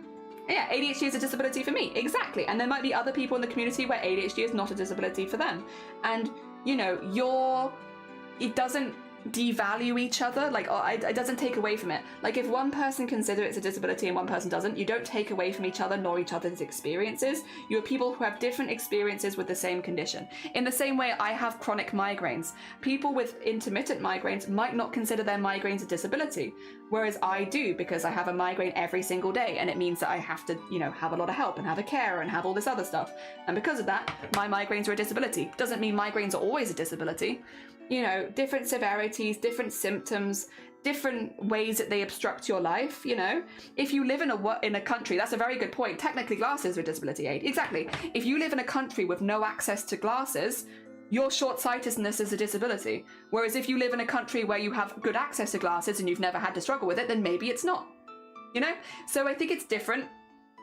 Oh dear. So it depends. It can be a disability, but it is not always a disability. And I think it's really important that people have the option to make that decision themselves, to decide to pick that label, because forcing a label of disability on someone who you might consider to be disabled is still not okay. It's a label you pick for yourself. Like for instance, if I went out and only dated women, you know, and you said, well, you're a lesbian then, it's like, well, I haven't picked that label for myself. You have to let me pick it. Yes, it could be that that's the case, but it doesn't mean that you get to decide that for me. I think it's really important when it comes to the language that we use around those things. Autism can be a disability. Can. Not always. Can be. ADHD can be a disability. And again, the fact that I'm saying can doesn't take away from the fact that you see maybe you're autistic and you see it as a disability. Me saying that it can be doesn't take away from that. It just means we still have, you know, the visibility for the people that don't see it as a disability for themselves. I think makes it a bit more inclusive. When you say it is always a disability, that's not inclusive. There you go. As someone who does a lot of disability stuff in the public eye, I think it's really important that you have that visibility for everyone. And again, it can be really tempting when you have a disability to say it is a disability. Like me saying migraines is a disability. It's very tempting to say it like that, because for me it is. But I have to change my language because not everyone it is, and that's not fair. It's not fair for me to put that label on every single person, you know? So migraines can be a disability, and that's that. It's a little change, but it's important. Ah, dear. All right, let me catch up. Young girl being diagnosed. I present like a man. I've always presented like a boy. Always. All my presentations are very stereotypically boy. I was hyperactive, loud. Then I'd go mute for. I've always liked one thing, and that's the only thing. You know, the only thing that I've been interested in my whole life is sewing. Just take away sewing and change it to trains. Yeah, they're not looking at people with. I've always presented like a guy, like a boy, and that made diagnosis much easier. It's such a positive negative because, again, getting diagnosed as a girl young is very unusual, but it also meant that my autism has always been very, very obvious. I've never masked or anything like that in school. So yeah, it's very much positive and negative. But to be honest, I've always had this brain, and I can't imagine it changing. I don't have insurance yet to get a diagnosis. Well, I tried it when I have insurance. Don't think I've really taken any meds for it though. That's fair. It's a personal choice. All of that's very personal. In my 30s, doing my own research if I had proper terms for struggles as a kid. Not the same, but I feel the struggle for diagnosis somewhat. Yeah, like it's a very personal thing if you want to get a diagnosis. Technically, glasses can be a disability. They are. They can be. Yeah. My art is a disability. ADHD is a disability for me. There you go. Under UK law, ADHD is a disability. It can be I'm really sorry, Imagine. I'm going to be really, in this community, we're going to say can, because there are people that have ADHD and autism and don't consider themselves disabled. So if it's okay with you, you might have just been a typing thing. I'm going to say we're quite hard on that here. It can be a disability. Because I do disability advocacy in like a pretty big way in Parliament, on television, with interviews and stuff like that, I have to be quite specific about my language. But yeah, it definitely can be, and it can be visible under the UK. You can definitely get disability support for it. There are good things about it, but there's absolutely things that are harder than they should be because of it, for sure, for sure. But yes, the UK does recognise both ADHD and autism as things that can disable people, and you can get support for it. Under disability stuff, which is really, really good, as it should be, to be fair. And glasses is a disability aid. If you can't see without medium, yeah, it's an aid. It is. And in a country where you can't get glasses, you would be maybe considered disabled. My label is definitely a jelly hand twerker, and I claimed it. Hell yeah. We love a good hand twerk. We love a good hand twerk. I think autism causes disability was mismanaged during childhood. I think it's a lot more complex than that, to be honest, because I think disability is very different from person to person. Also, Big Old Ro, welcome on in, good morning. I think that it's not one that you can put in a box so easily. Again, I also think a lot of it comes down to the person, right? I've had exactly the same symptoms for my migraines for 8 years. I've only been disabled for 5. You know? And it's stuff like that where it's because even though my symptoms haven't changed, I have brain damage. That's not changed. I can't get better. That's not changed. That's always going to be the same. I will always have brain damage, and I will always be in pain. And I will always need support with things like finances and day-to-day activities because I don't recover from that sort of thing, right? Despite the fact that that's not changed over the last 8 years, for the first 3 years, if you would have called me disabled, I would have gotten upset because I wasn't okay with that. Like, you know, there is definitely a process of like getting used to it. And again, it's why I'm so careful when it comes to over-labeling things as disability when people haven't chosen that label for themselves. You can't tell someone they're disabled. Well, you can medically. Okay, they can put it on your medical stuff, but you can't tell it from a person to person, like me to you. I can't tell you you're disabled, and you can't tell me I'm disabled. And not unless we've picked that for ourselves, because at the end of the day, it is a label, and labels should come from you, not from society. in my opinion. And again, it doesn't mean that my symptoms have gotten worse. It doesn't mean that my symptoms have changed at all. They haven't over the last 8 years. It's more that I have accepted the label as one that fits me, and I've come to terms with those changes and the changes I've had to make as a result of this disability, and I'm now okay with saying that yes, I am disabled. But again, if you'd have called me disabled back then, it had nothing to do with the amount of support, it had nothing to do with the people or anything like that, but I wouldn't have accepted it. You know, I wouldn't have been okay with it, and in fact, you would have probably really upset me. So yeah, that is, language is complicated, but I think letting people pick their own labels is pretty universal, at least in this community. I think it is. Like, if you don't associate with a label at that point, that's fine, and it doesn't disregard anybody else's experiences. I could have exactly the same symptoms as another person with migraine, and they could say, I'm not disabled. And it's like, that's fair, because it doesn't disregard the experiences I've had over the last 8 years, and I still consider myself disabled. We're just two different people. That's fine. With different experiences. Also, Nado, I'm gonna go backwards now. Nado, thank you so much for gifting a sub to Sean. That's very hecking kind of you. It's very hecking sweet. Thank you so much. Unless you're obviously disabled, you're not obviously disabled, which is not great. That is not great. And I hope that your country gets more visibility for hidden disabilities and things like that. Well, invisible disabilities, not hidden disabilities. You're not hiding them. Invisible disabilities, because there's plenty of them out there. Oh dear. You said it correctly, then corrected yourself to wrong? Yes, because Nado said they wanted me to call them Nado. Nado said they were like, I like it when you call me Nado, so I'm now re-correcting myself again. I'm taking a few times, but I'm getting there. Yeah, I think it's a very personal thing. I think it's a very personal label, and there might be times where you see someone and you're like, oh, that person's disabled. They must be. I can see it. But unless that person has picked that label, there's no reason to call them disabled. And again, I will say, on the other side of things, I do think a lot of governments need to be a little bit more flexible with what disability is and how it can change from person to person. Like, I think it's really important as well, because there will be people with ADHD who are not disabled by it and are okay with that. They're like, you know, I have ADHD, I struggle with this, but I don't consider it a disability. And that's very valid. And then there will be people that need that extra support, need that extra help, and do consider themselves disabled. And it's like, yeah, so these two things can exist side by side. They both can be in the same room and both be valid, and you both need, different things. It would be nice if we saw more for stuff like that, to be honest. And I do think the world is going in a better direction. There are more advocacy things out there, you know, more opportunities to talk about that sort of stuff. And it'd be nice if more and more stuff like that happened out there. I do think that going back to what Big Old said, a support system can really, really help with disability. Like, it can help you, and again, like, disability aids can help, access to traveling and stuff like that can really, really help. There are a lot of things that can really, really help you when you have a condition, whether it is ADHD, autism, or something where I have like brain damage, things that help us. In my case, I will likely always consider myself disabled because I can't manage my own finances because of my memory issues. I'm never going to get better from that, and that's something that's going to be with me for the rest of my life. Like, it's only going to get worse, right? So with that in mind, you know, I will probably always have that label, even if I have a lot of support. That being said, would I be struggling more if I didn't have a carer? Yes. Yes, I would. Oh my God. It would definitely exasperate a part of my disability that is never going to get better anyway, and make it 10 times worse. So I do think more emphasis on support systems would be really, really good. Really, really good, and really good and important.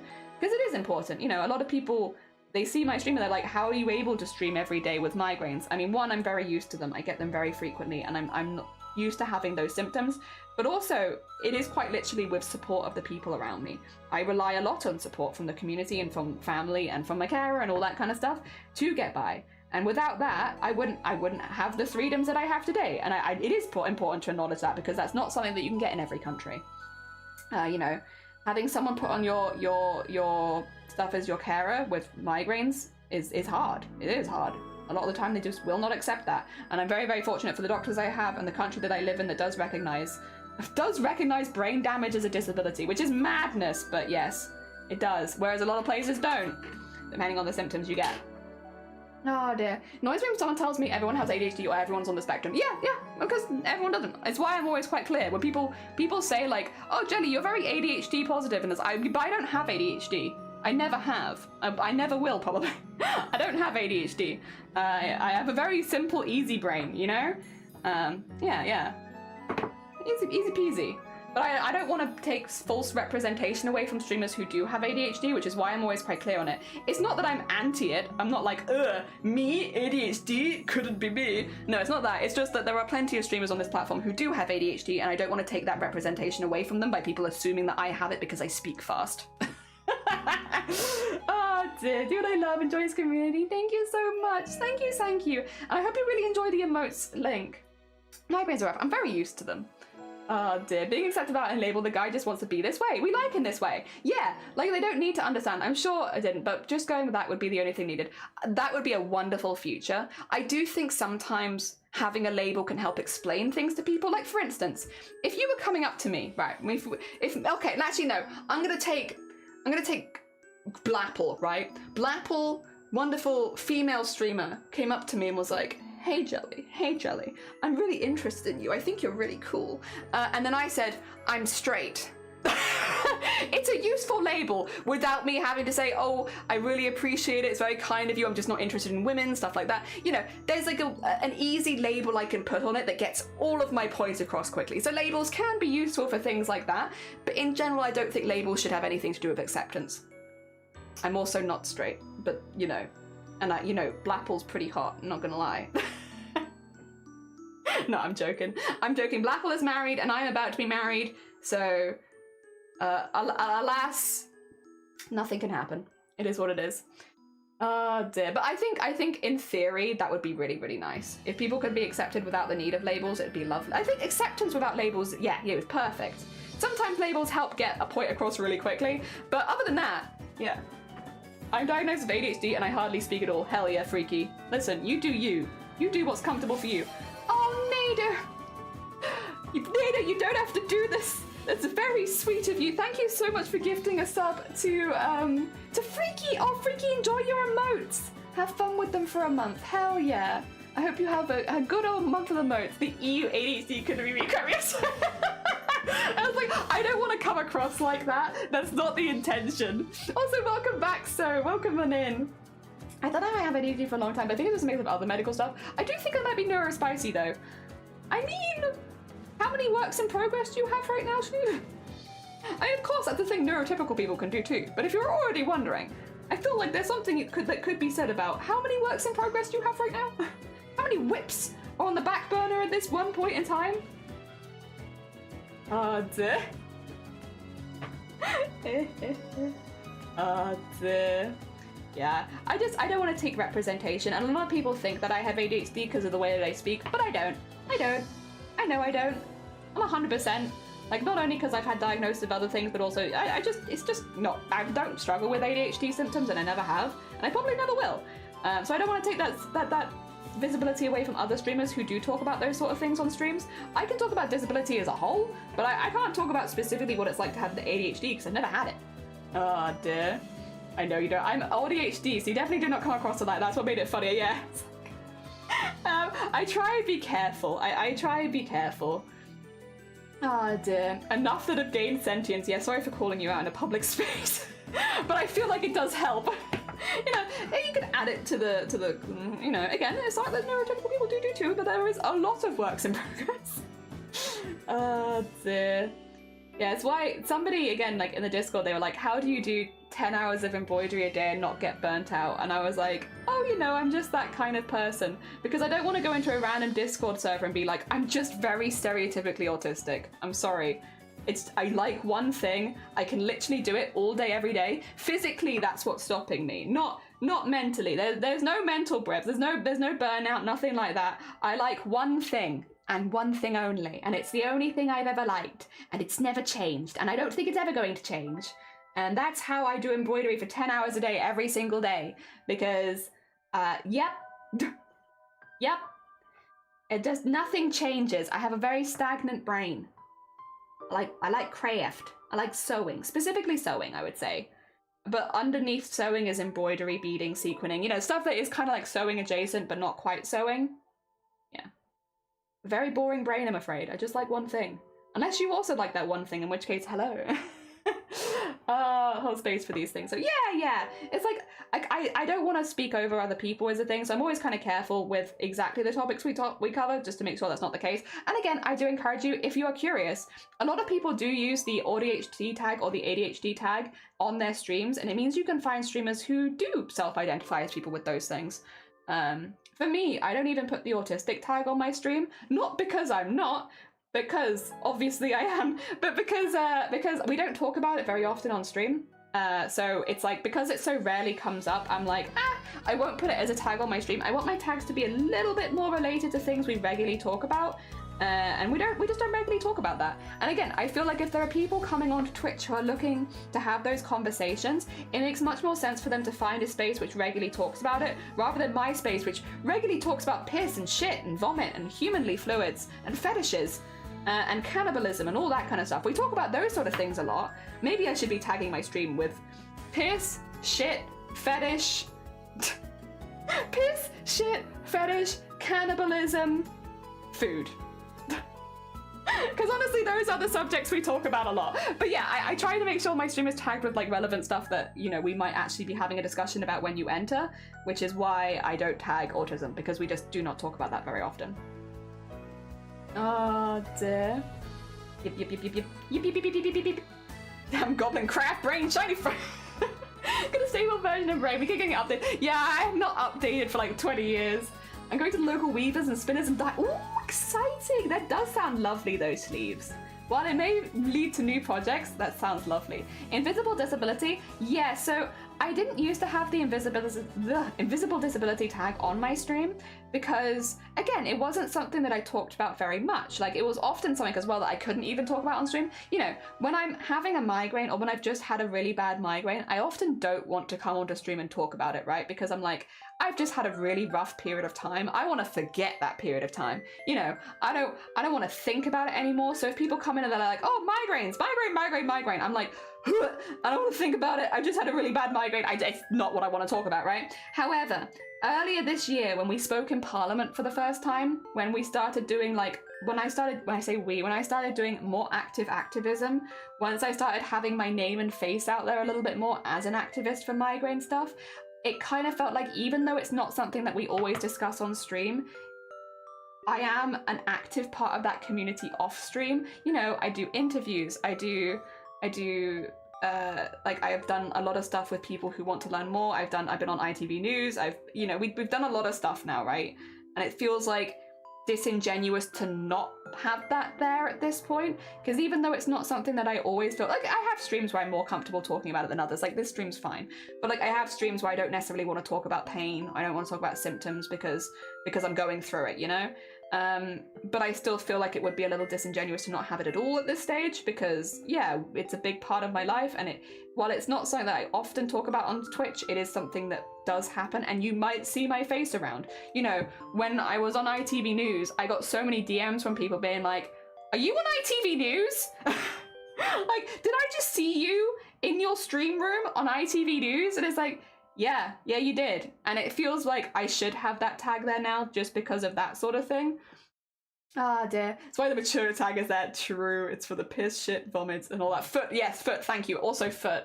Need to learn spinning as I'm planning to grow and make my own linen. That's so cool, Sleeves. That's so cool. Really, really cool.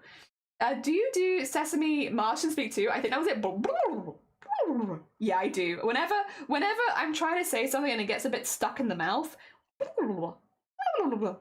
Yeah. Or it could be Big Hero 6. Oh dear. Doctor Who tag? I mean, we don't really talk about that ever. I go, EP Nada, thank you so much for the gifted subs. Thank you for popping by, and I'm looking forward to seeing your art in 20 minutes. Hell yeah. Have a lovely, lovely rest of your evening. Get some really good sleep. And for everyone who's not checked out Nada before, a very, very talented artist who makes absolutely stunning works of art, really, really detailed stuff on their own stream. If you haven't checked them out before, you'll love them. Go check them out. Excuse me. And thank you for the generous donation of piss, Nyor. I appreciate it.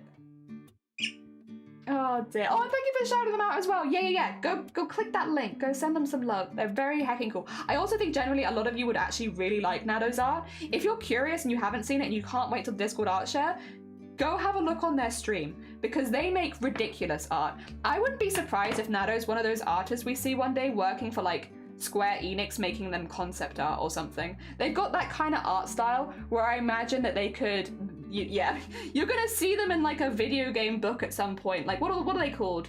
The art books that you get after video games where it shows you all the concept art and stuff. You're gonna see Nado in there doing like, it's just the vibe. It's like such detailed stuff, like too detailed normally to implement in a game, but like you'd still see it in the art book. That's Nado. Very heckin' cool. Oh yeah, sleep well, Nado. Get good Z's. Get the goodest of Z's. Oh, they make me blush. Oh, sorry. My bad. I had so many people tag me when I was in a massive group of people that got filmed for ITV News. I can't imagine how many people messaged you when you actually told them. I had like a pre-recorded interview, so they just used snippets of that, but I was the first one. So when they were like showing clips of it, my face came up first. So it wasn't even like I was there for that long, but because my face was first on it, also on all thumbnails, it was my face because I was the opening to it. Yeah. Had a few DMs, I'll say. Just one or two. I also had DMs from my family being like, you didn't tell us you were going to be on ITV News. What's this about? But I didn't know I was going to be on ITV News because I recorded that video for Parliament. Not for... they were going to London to protest some stuff about mental health, disability, chronic pain, all that kind of stuff. And I couldn't be there in person, so I recorded my video ahead of time, answering the questions that we assumed would be asked. And then they used that in the ITV, so I wasn't expecting it to be on ITV News. Now, to be clear, it wasn't against my permissions. I said they could use it in any way that would help push the cause, which means that they can use it for other things as well. Like, I was fine with that. They didn't just take my video and like whack it on something without my permission. However, I was not aware that it was going to be there. So it was all, I was literally live on stream when it happened, the first time they played it. I was literally here just chatting away about piss and shit and stuff. Meanwhile, pre-recorded Jelly was on ITV News talking about migraines and chronic pain and the effect it has in working in mental health. Oh, dear. Well, 50 hours. Oh my god. Ridiculous is impressive or weird? Impressive. As in absolutely like super impressive. 50 hours long. Yeah, they're incredibly detailed and incredibly impressive. Oh dear, rip your hand kick. Jelly's face is just everywhere. Yeah, I never showed you all the pictures I got back from Parliament. They couldn't take pictures while we were having the talks because it was like against the rules, basically. Like, you know, there were just certain things that you'd have to have us sign and, you know, disabled parties with carers and all that kind of stuff. But they did take pictures afterwards when we were having a lunch with like the MPs and stuff. So that they had a picture of that. And I am in a few of those with a couple of Welsh. They're called SMs, not MPs because it's Senate members, but it's basically the same thing. Effectively similar. Oh dear. I got some pictures back from that. It was cool. We went to Senate. Very fun. S&M. Yeah, I actually went to a completely different meeting to everyone else. Everyone else was going to the meeting about chronic pain and how it's handled in the UK. I went to the meeting for bondage. And then I told everyone that I was doing this amazing thing for charity, but in reality I was just learning more about tying people up. Oh dear. Yeah. It was all a ruse, actually. Oh dear. Also, this is looking very cool. Also, this, I don't know if you can tell, but the thread has a slight shine to it, which makes it look really silvery and pretty. We need to do this one still, but we're getting there. It looks kind of scuffy, right? Like a little scuffy monument. And then I want to have some like beads growing out of here. And here. Shiny. Very sparkly. So yeah, we're gonna get all those bits in and then we're gonna go in. I might put some little branches in here now actually, just so that we have that ready. Oh dear, meeting to bond with people. A bondage! Yeah, I was really like that was bonding with people. That's a good one, yeah. Yeah, so now I have the, whatchamacallit, the invisible disability tag under my stream. I've always been, but it's, yeah, I just felt like that since I was talking about it more, it made more sense to have it there. I'm not mad about that. A meeting. Ugh. I don't know if I like that way quite as much. Like a bondage? That I'm like, yeah, a meeting. Ugh. Too much meat. I will say, actually really funny, I think I told you guys this, right? So at Parliament, it is catered. There is catering, of course. So because you're often there, like we were there for several hours, right? So it's a long meeting. So there is catering and stuff like that. So the event is catered. There's food, there's snacks and stuff like that, drinks throughout, all that kind of stuff, right? So you are fed and looked after while you're there. And they did bring some like sandwich boards and all that kind of stuff, right? And they brought sandwich boards where there was like cheese in almost every single sandwich. And then when they brought the dessert boards, they were predominantly chocolate. There was like chocolate muffins, chocolate cookies. For anyone who is not familiar with migraines and migraine trigger foods, well known, a couple of the worst trigger foods for migraines are cheese and chocolate. And it was so funny because we were all just kind of like, all the people that were looking there like from the migraines point of view, which were like, you know, there to talk and advocate for their rights and stuff, were looking at these boards like, is it worth it? Like, should I just quickly give myself a migraine to prove my point? Is that what they're telling me to do? You know, is there some kind of like secret code happening here where they're like, listen, to really ram your point home, do you want to vomit in front of people? And it's like, I guess I could. Like, you know, you're offering me all the tools to mean that I can do that. But like, is that what you really want? Do you want me to vomit real quick? I don't know. It was very funny. Like, obviously they had good intentions, to be clear. Like, there was not a mean-spirited thing that they did, but I do remember, like, and I didn't bring it up, but another member did say, like, hey, do you have anything else? Because, like, this is gonna make me real ill, and it's like, yeah, these are generally the worst foods that you can probably give. Like, of course, migraine trigger foods do vary a lot from person to person, so just because one person has that doesn't mean that you will as well. But yeah, like, I will say generally those are a couple of the worst ones. And I feel like it's pretty well known that they're the worst ones. It was very funny. Hi, Kodak. Yeah, Kodak. Hell yeah. I came back because meeting was important. Oh god, I get it now. Yeah. Oh dear. Meeting. Also, lactose intolerant or vegans being excluded too. Yeah. It's like they did have like a couple of salad sandwiches, but you know, a salad sandwich is fine sometimes, but I was hungry. I'd been up since it was early. I was early. And it was also cold because it was January, and we were on the bay because the Welsh Parliament is in the bay, in Cardiff Bay, and it was cold. Cold. Could have done with maybe like some warm food, honestly, because it was so chilly. I mean, it was not too chilly inside, but like, yeah, like as soon as you were going between buildings, it was like, whoa, so cold. But it was good. It was a good experience overall. And again, it was really nice to be able to advocate for something that affects me directly to the people that can actively make the changes that would make my life better. Because yeah, I could scream into the void online, but it's never going to make anything positively change for me. Whereas going to Parliament and being like, yeah, we need this, and this, and here's a way that we can achieve it, is really, really nice. Very, very cathartic, very satisfying. Really good to have that opportunity. By the way, I don't know if I've been clear about this, an opportunity that I literally only had because of Twitch. You know, I would never have had this kind of opportunity to speak in Parliament if not for streaming on Twitch. Literally, the only reason that the Migraine Trust found me and found that I was good at talking and all that kind of stuff was because of Twitch. I mean, I had been using the Migraine Trust for a long time, don't get me wrong, but like, I was just another user of it. Like, I was just another user. I wasn't doing anything that much for them. And we connected because of my streaming and because they wanted some help with charity stuff online, and so I helped them. And then, yeah, we had more and more conversations. And like, the one thing that I am pretty good at in life is talking. I'm pretty good at talking. If you can't tell, I can talk the hind legs of a horse. I can talk and talk and talk and talk. So putting me in situations where it's like speaking in front of people, I can do that. And I can do that pretty confidently.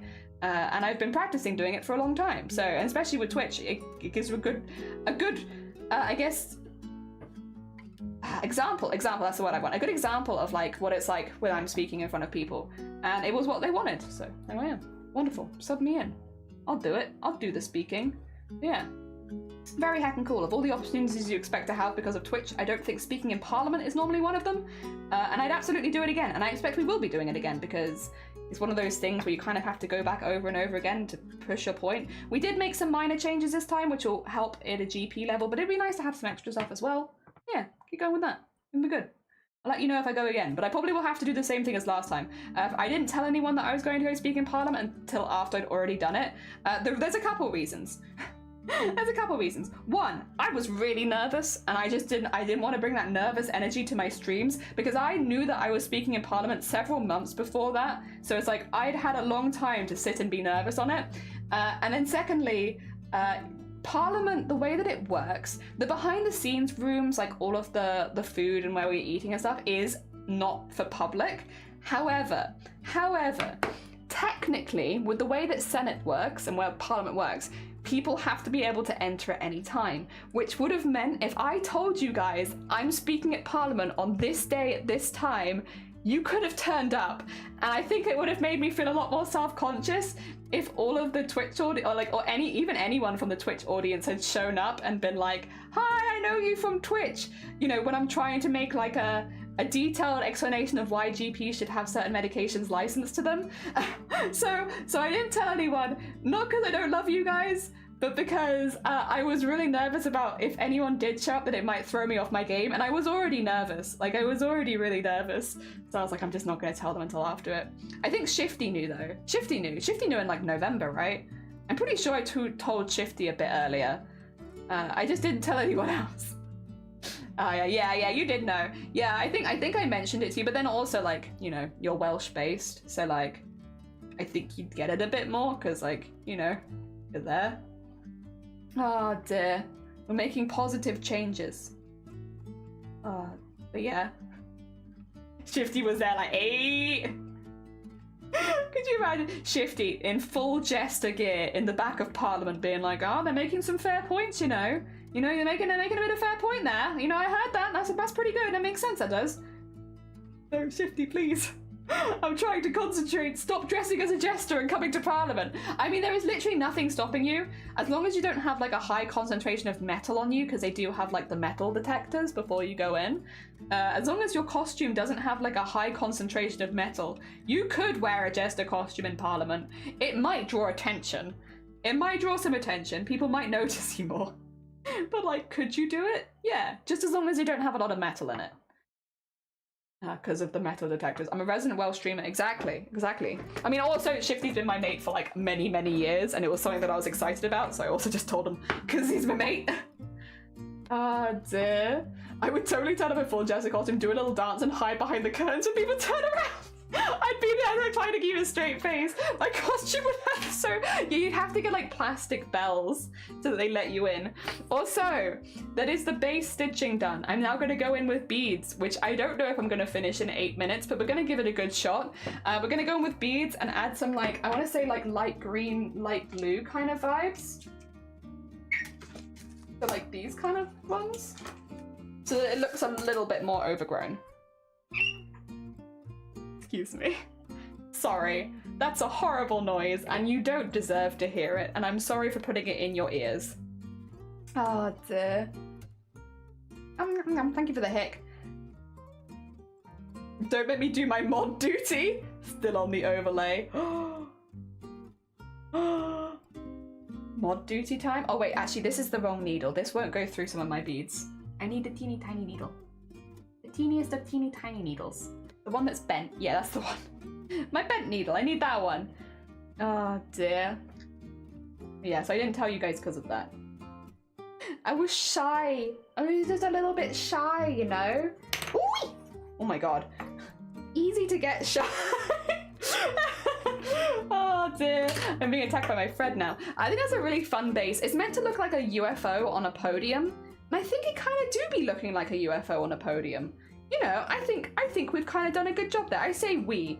You guys didn't do very much of the stitching help this time. What's that about? When are you guys gonna do my stitching for me so I don't have to do it? Actually, no, I'd be kind of sad. I enjoy the stitching aspect. Yeah, this is gonna be like a 4-hour embroidery, I feel like. Super speedy. But that's kind of perfect for what we wanted today. We wanted something simple. I'm just adding the bead in at the very top as well because I want there to be like little circles on this, but I didn't want to do the circles in embroidery because circles are hard. So yeah, we're gonna put the little circles in on top of this. It does give me a little bit Taj Mahal vibes because of the pillars on either side, but we're not gonna worry about that. We're gonna pretend that we don't see it. You know, don't worry, Jelly. No, that looks nothing like the Taj Mahal. Yeah, you've definitely not. No, don't worry about it. Thanks, guys. I appreciate that. Oh, it's too hot for knitting. Yeah, like when the knitting rests on you in the warm weather. Ooh. Same with crochet. It's like, I love crocheting, but when it's a really hot, sticky day and like your crochet is like sitting on you kind of, it's like, no. That's not for me, that's not. The Welsh cakes were so good, especially the Barra Breeze one, was it? Oh, nice. I don't know that I've ever had a Barra Breeze Welsh cake. I like lemon and poppy seed a lot, though. I'm very biased. Lemon is good. There we go. The other ones all sounded good as well, to be fair. They all sounded good.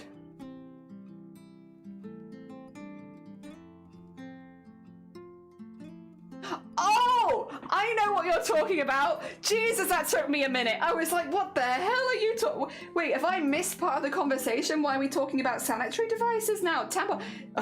Number 1, tampon in steak. That's what it is.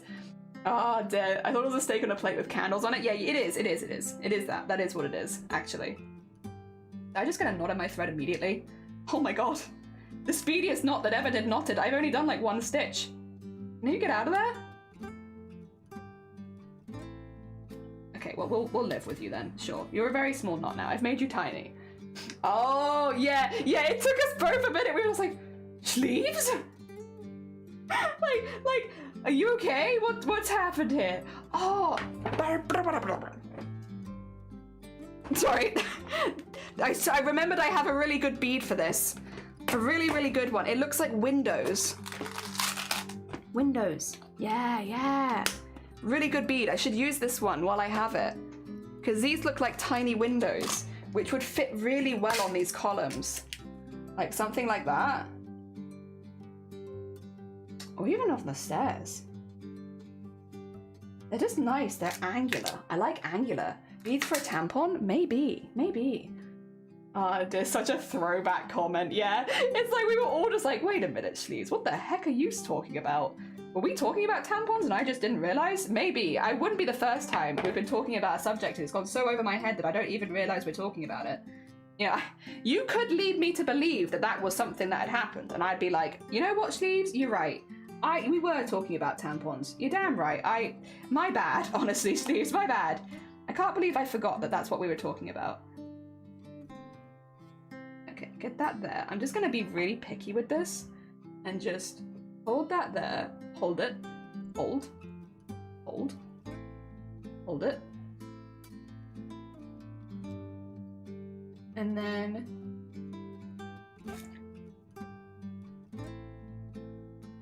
put that in there. And then there you go. Nice. I just want it to be upright, see? I want to get the uprightness. Thank you for the hold. Insomnia's hit me. Oh no. Nado, I'm sorry to hear that. I hope you manage to get some Z's soon. That's no fun. It's no fun when you want to sleep and you can't. Oh dear. That is the opposite of fun, in fact, I would say. Anti-fun. There we go. I want to get some of these and I want to have a little hanging vine of them. A little hanging vine. Like so. And put that in there.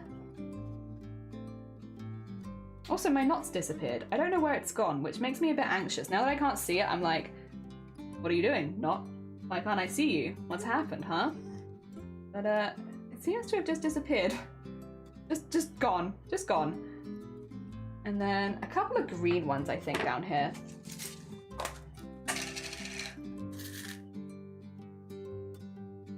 Like this.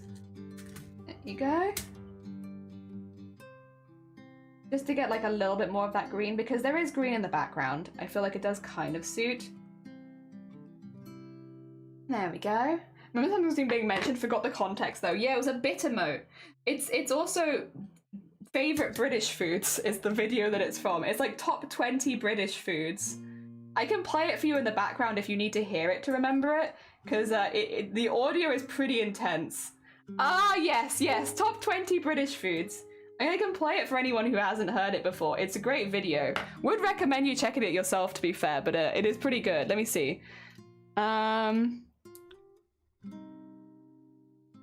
Top British foods. The spacing of them is really interesting as well. Show me the meme. Frog in a frozen... Number 20, frog in a frozen vegetable bag. 19, mouse in baked beans. Number 18, Black Widow Spider. Here it is. Number Top 17, 20 British foods. Razor. Razor. Number 16, Human Tooth. Human tooth. Number 15, Snakehead. Snakehead. Number 14, Human Skin. Human skin. Number 13, Pizza Hut Band-Aid. Pizza Hut Band-Aid. Number 12, bad. Cockroach. Cockroach. 11, Blood Inside BLT. Number Love that 10, one. Glass in Baby Food. Glass and baby food. Number 9, Chicken Head. Chicken. Number 8, Severed Finger. Yeah, that's pretty bad. I 7, wouldn't eat that. Dead Frog inside frog. Pepsi can. Inside Number Pepsi 6, can. Serrated Knife. Serrated knife. I hate serrated Number knife. 5, That's my least favorite meal. Syringe needle sandwich. Syringe needle Number sandwich. 4, bullets in hot dog. In a hot dog, yeah. Number 3, ice cream surprise. Ice cream surprise is Number pretty 2, bad. clam chowder condom. Number 1, tampon in steak. I forgot about clam chowder condom.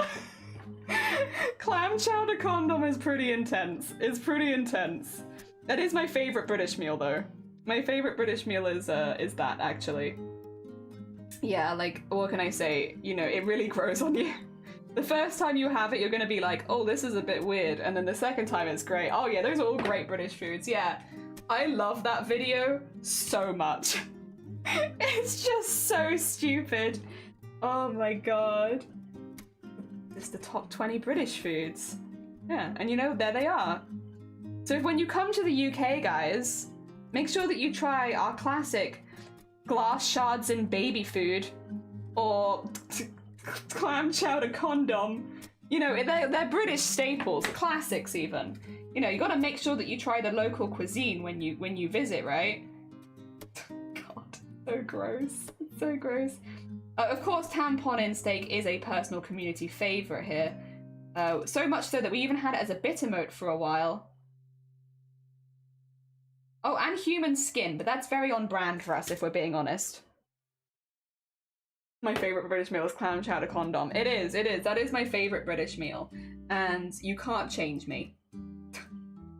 Speaking of food earlier, what's your favourite food? Oh yeah, clam chowder condom actually is my favourite food. It's a British classic. You know, you have to be here to get it. Okay, putting some beads in there. Also, I feel like you've moved. Have you moved? Would you like to move back? There you go. Come back. I feel like you've moved a bit. There we are. It's a bit more centralized. I mean, it's still small, but at least I'm a little bit closer.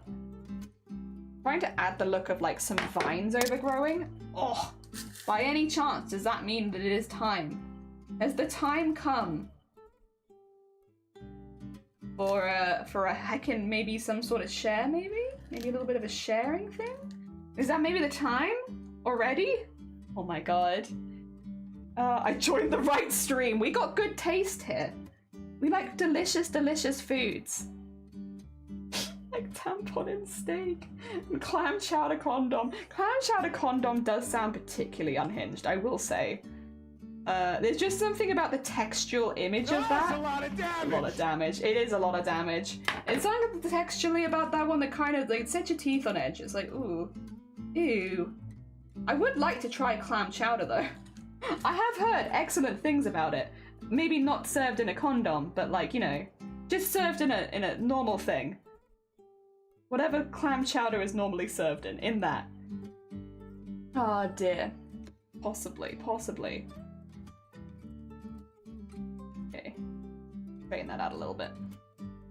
There we are. Yeah, it's looking a little bit overgrown now. I think we can go harder on the overgrowth, but we'll do that after break. I'm gonna do a Discord art share break, and then I'm just gonna keep sewing. We're gonna finish this, and then we'll end stream then. So it won't be that stream will end directly after the Discord art share. We're gonna go for a little tiny bit longer, just because I want to get this fully finished on stream, and then yes, then we'll end.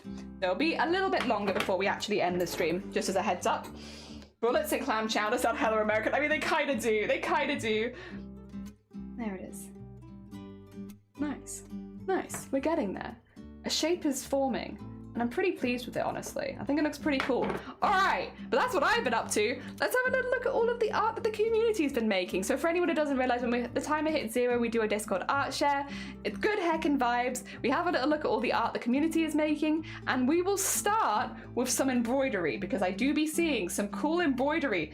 You know, I've been doing embroidery all day. Let's show what other people are doing as embroidery, because it's heckin' cool. First of all, SoWeb, hashtag blame jelly. I'm gonna try this bumblebee.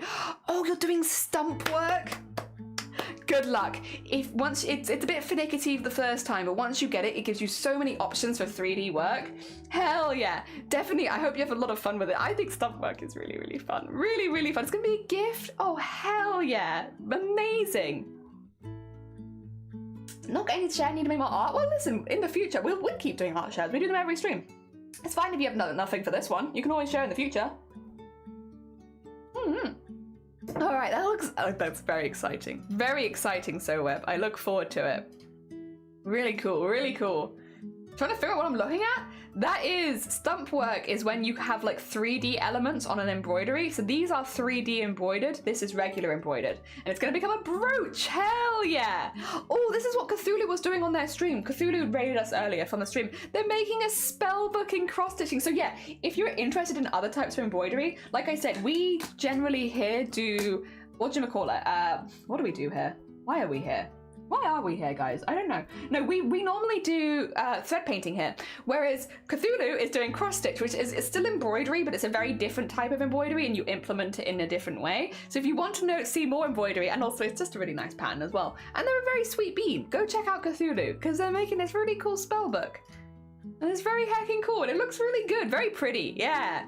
If we nip down to art now, we have Anime, who I did see these, but you haven't seen these. Anime completed prompt 7 and 9. So this was their crab mech, which is shaped after Paul's face, and I really like that. I like that you have like the old man face in the middle of the crab. It actually suits it really, really well, and I don't think I saw anyone else do this, which is really, really cool. Anime has made a very heckin' cool thing here. I like it very much, very hecking much. And then, look at that goblin fella. Look at the pool cupcakes. I love them. I love them. This is so cute, Anime. They are so, so cute. I love how you draw goblins. Really, really cute. Paul is young. Oh, sorry, my bad. Young man. My bad. You're right. I shouldn't have said those things. Those were harsh words that Paul did not deserve, and I am incredibly sorry. But look how cool this one is. Isn't it cool? Hell yeah, I love it. I love the pool cupcakes so much. I did see both of these and I do love them, but you guys hadn't seen them. So now you have. Now you have. There you go. And then from, oh, Panthera! Carl's been working on this. You know who would love this? Sonne. That's sick. That's like exactly the kind of vibe Sonne does. Like a different art style, but like the same kind of like poses, I suppose. Oh dear, oh my god, that's so cool. Powerful lighting, really powerful. Really good pose as well. It literally looks like they're about to go. Like it just dunk out. Looks great, really, really good. And then, oh my god, that's so sweet. Panthera, oh my gosh. That's so sweet, hell yeah. Them and the little one on top of the, aww, I like those. Those are really nice. Also, Stay, welcome in, how you doing? We're just having a little look at the art the community is making right now, and that's really fire, absolute fire. Really, really cute. I love them. Great arts. Yeah, not by me, to be clear. This is made by people in the community. I could never. I just do embroidery. This is fantastic. Really, really good. Nado, another person who does art on Twitch. 25-hour micron and pencil drawing. Look at this. Look at this. Do you, it's so hard to show you because I can't zoom in any further here, but do you see all these, this is traditional. All these tiny lines. They're so good. They are so good. Like, Nado is absolutely nuts when it comes to art. That, you see what I mean though, where I'm like, I could imagine Nado's art being in a concept art for like a video game kind of book, just because of like, it's a level of detail that you couldn't have really in a video game. Like, it's too detailed for that. But could I imagine it in a concept art book? I could absolutely imagine it there. That's exactly where I could imagine the art, in a concept art book for a video game or something. Like, this is Final Fantasy 17, you know? That kind of thing. It's like, it's on its way. Here's some concept art for one of the characters. Oh dear, it was really, really cool. Satisfying amount of rendering it was as well. The joy of squish, squish, squish, squish. Yeah, absolutely. Fantastic. Very heckin' impressive. As always, of course. Really, really good.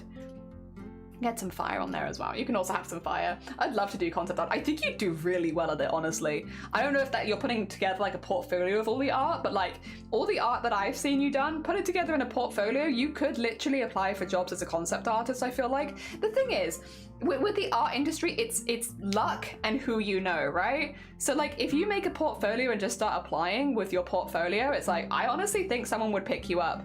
To be clear, I think they would. I wouldn't be surprised. And like if you have enough work behind you to show, yeah? If that was something you were interested in, of course. Oh my god, Bunny! Oh!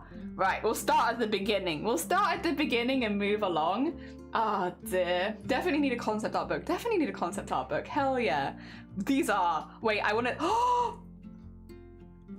Bunny, I love that. Bunny, I love that so much. Oh my god. So fashion as well. Oh my god, so fashion. So ready for the summer, but also I just love that. I love the color changing thread in there. Yes! I love that. It's so nice. It's so nice. Oh my god. That's so... Oh. I also love this. This also I love. You know, I love both of these so far. All three of these so far. Oh my god, so cute. Oh, the way that you've done the beak as well is really, really good. Oh, so Jelly, fellow Jello, welcome on in. How you doing, Sal? So I hope you're doing well. We're having a little look at the Discord art share and the art people have been making. Oh, also this one. Oh, this is, they're making a mermaid top and they want to find a way to put beads into it. That's so cool. That's so cool. That looks really, really good already. Oh my god, a Pikachu purple. Oh dear. Actually, is this the bird from Sasaki and Peeps? Or am I completely misunderstanding? Because it's got a star on its cheek. Could be wrong. Could just be a coincidence. Could be a coincidence. Very cute though. Very cute. Oh my god. Guess what I'm working on today? It's so well done. Fire, sparkles, and then we have to find a mermaid reaction. Very important. Mermaid, yeah. Merperson, there we go, do Merperson, very nice, hell yeah.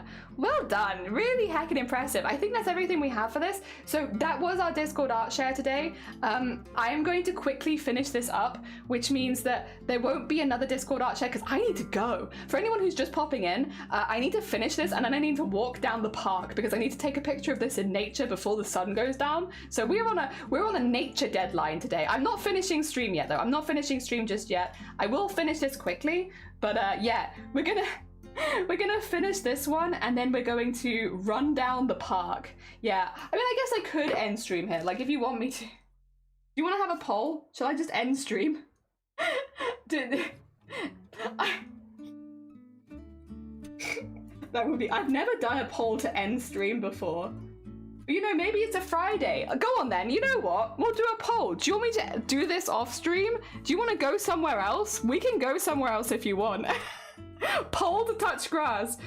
Okay, let's go. Should I end stream now? Yeah, heck off. Yeah, touch grass.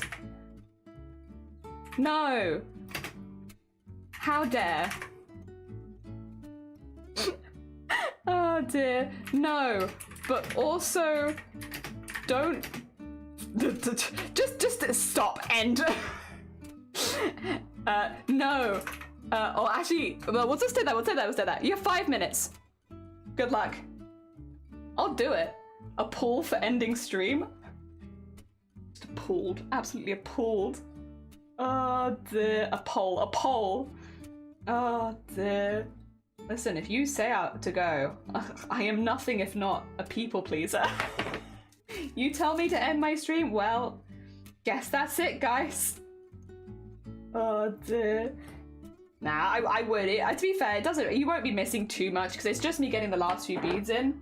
You want to go do a sneaky raid? We'll do a sneaky raid. I'll do it. You watch. I gave you 2 options for saying yes as well. One of them was to just send me outside immediately. The thing is, I'm allergic to grass, so I really shouldn't be touching it too much. Oh dear. Touch grass is great in concept until you have a grass allergy, and then touch grass is like kind of threatening. I don't know. For most people, touching grass is like, oh yeah, you know, go outside, disconnect from the internet. But when people tell me to touch grass, it's like, do you want me to die?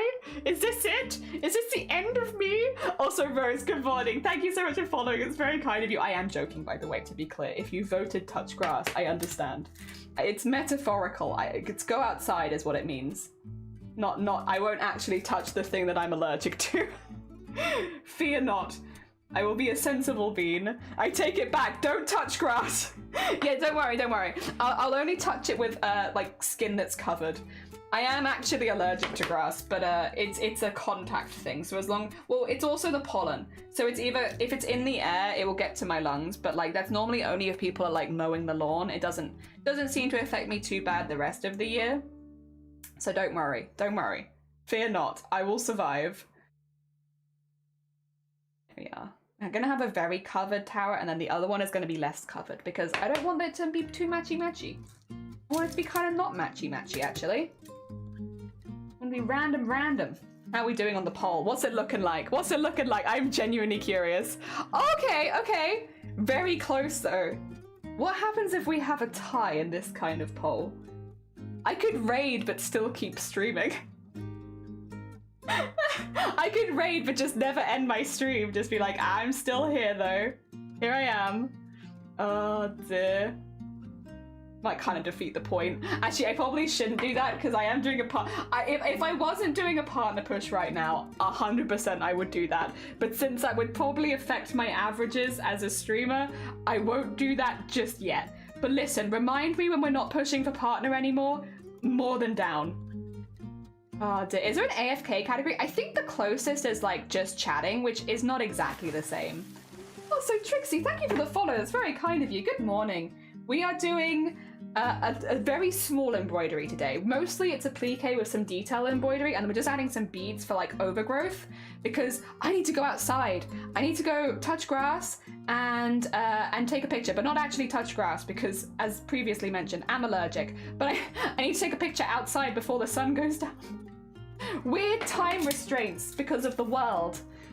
I guess there's automated channels that do always on. Yeah, always on would probably be close actually. Yeah, that's got the same vibe, doesn't it? I would say touch soil. Yeah, touch soil is pretty good. Oh dear. No, I was just hearing the ending. No, you're fine, Lightning, good morning. Today we had to do kind of a short stream because it's not necessarily because I want to do a short stream as much as I need to go outside when the sun's out so I can take a picture. I am being dictated by the wildlife right now. So we're just finishing this one up. We have a poll right now about whether I should just end my stream immediately and not film any of this bit, which I'll do it. Listen, I'm a people pleaser. You tell me to end my stream, I say, okay, dokay, let's do it. But yeah, no, we're just putting some beads into this piece. Very simple, very, very simple.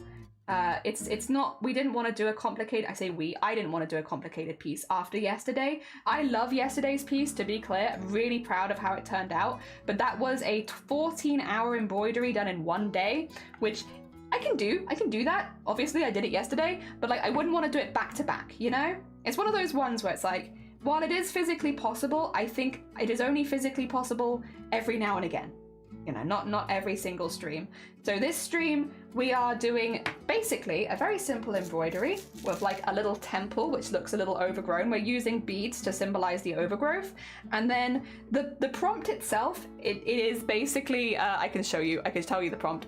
Today's prompt is Ancient UFO Landing Site Reclaimed by Hazardous Nature. So I'm going to go outside and I'm going to find a bramble bush and I'm going to take a picture of my embroidery in a bramble bush. And then that will be my UFO landing site overtaken by hazardous nature. Is it cheating? Yes, but it makes things easier. Happy time zones working right now. Oh, bless you. Good luck with work. I hope it goes well, Trixie. Again, thank you for popping by. It's very kind of you. We touch ass? Touching ass would work as well, I think. Ah, dear. How is the sun considered wildlife? I don't know. Did I say that? Oh, God. I don't know. You know what? Give me 2 minutes. I'll come up with some bullshitty artistic excuse as to why it is, and then we'll be all good. We'll be all good. Give me a second. I just need to think about it. The sun is made up of many atoms, and those atoms behave in a wild and erratic way, as if they are alive.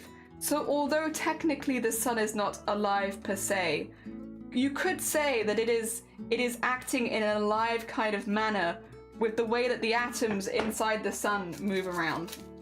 And there you go. So it is wild and alive, even if it is not the technical term of wildlife. It is in many ways wild and alive. It is uncontrollable, an uncontrollable force of nature. Yes. Oh dear. How's that? Did I do it? Are you convinced? It wasn't just me messing up my speaking. Oh dear. Kittens, they count as had. Oh yeah. Oh no, it's our family that have kittens actually now at the moment. Friends might have kittens soon, but family has kittens. It's seen all the time. Oh dear. Quite a plastic plant for kittens. Oh. Wait. For home, I'm so happy. Heck yeah. Get your heckin' plant home. Good. Wild and erotic. Could be wild and erratic. I meant erratic, not erotic, but yeah. For the first few minutes I watched, someone thought this might be Sutton placed with a ladder. I get what you mean, though. I do get what you mean. It's meant to be a UFO on stairs, but I do see the Taj Mahal. So I'm there with you. The sun's so wild. Also, sun responsible for all life. Yeah, right? So wildlife comes from the sun, which is also a pretty big selling point. Do you miss the answer? We loved it. You had a lot of yas. We love. The amount of fluffy BS that went into that. Thank you. BS is my degree is in BS. I'm very good at it. Thank you. I'm blaming you for having fire on. Like, oh no, my wife annoyed me because I didn't offer any. Wow. Wait, you didn't offer any? Wait, I'm mad at you. What do you mean? There's someone else nearby and you didn't offer them Five Guys? Are you at least giving her some of your chips? I feel like if you're not gonna order her Five Guys, at least give her some of your chips. Wow. Oh dear. No. Oh my god. I would be mad too. I would also be mad. I'm on your wife's side, I'm afraid. How dare. Five Guys is delicious. I love Five Guys, but I'll take 4. That's fair. It's good to know your limits, you know? See how they goose out of sideline feelings? Oh, nice. Is it because of the blue? I've heard a lot of people see blue in cities. I could be wrong, but I've heard from a few artists now, like, there is like a very blue feeling from modern cities. I think it's because of glass and reflections. Yeah, could be the blue. That is just an artistic interpretation, of course, so like it's not technically, you know, it could be any colour. Normally it's a bit of a mix of colours, but yeah, I've heard blue for cities. Oh dear, do you approve of gay and demonic? It's my vibe. Hell yeah. Oh dear, she had sushi the other day, and she did, wow, okay, well now I'm back on your side again. What the heck? These are both delicious meals. Why are you not, oh my god. That's a compromise, not a limit. Yeah. Could be the blue. Do they do veggie or vegan? If not, then I don't like them. That's fair. I'm not sure. I only like one guy. Very fair. Very fair. Listen, we all have different limitations, and that's nice. That's human. We're all different beings. All good. Cynic sang. Did they sing on stream? Oh, I need to catch up on the VOD. Did they sing on stream yesterday? They do sing sometimes. It's cool. They do songs for sometimes when people. Was it because of the 3 strikes and they're out yesterday? Did they sing to Bigley? Oh dear. I think a few of the iconic sounds of dome shape. Oh, that could also be. I'll be honest, I'm not super familiar with Seattle, so maybe that would also make a lot of sense for sure. I don't think Five Guys does veggie or vegan. That's a shame. They are pretty meat heavy. Farewell to Bagley. I wonder if it was a farewell to Bagley. Aww. Yeah, they did that last year too. They'd sing farewell to people. They're like, it was lovely having you here. Let me sing you a farewell. Yeah.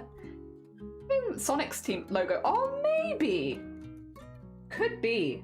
I will say I've just kind of gone for some random shapes which have like a UFO kind of shape in the middle. I didn't have a lot of time this morning, to be honest. It took me forever to come up with an idea for this one, so there's not actually like a huge amount of thought into this one. I don't want to cannot overstress. I tried my best, but it wasn't a lot of thought.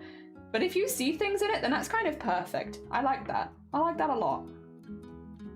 Sometimes I have a lot more time to put thought into things, but yeah, this morning was not one of those times. Oh, T, good morning. Associated games a strange one. Yeah, I mean, that's kind of the best thing about art, right? Oh dear. I know yesterday they were having a very... Actually, I'd be kind of curious. Okay, since we're going to be going for a few extra minutes anyway, can I pose a question to all of the... This is not specifically a question to artists, this is a question to everyone. What is abstract art to you? What do you consider to be abstract art? And what do you think the point of abstract art is, if you think there's a point at all? And I'm gonna be clear, like, obviously be respectful of other artists, but I do think there's no right or wrong in this kind of one.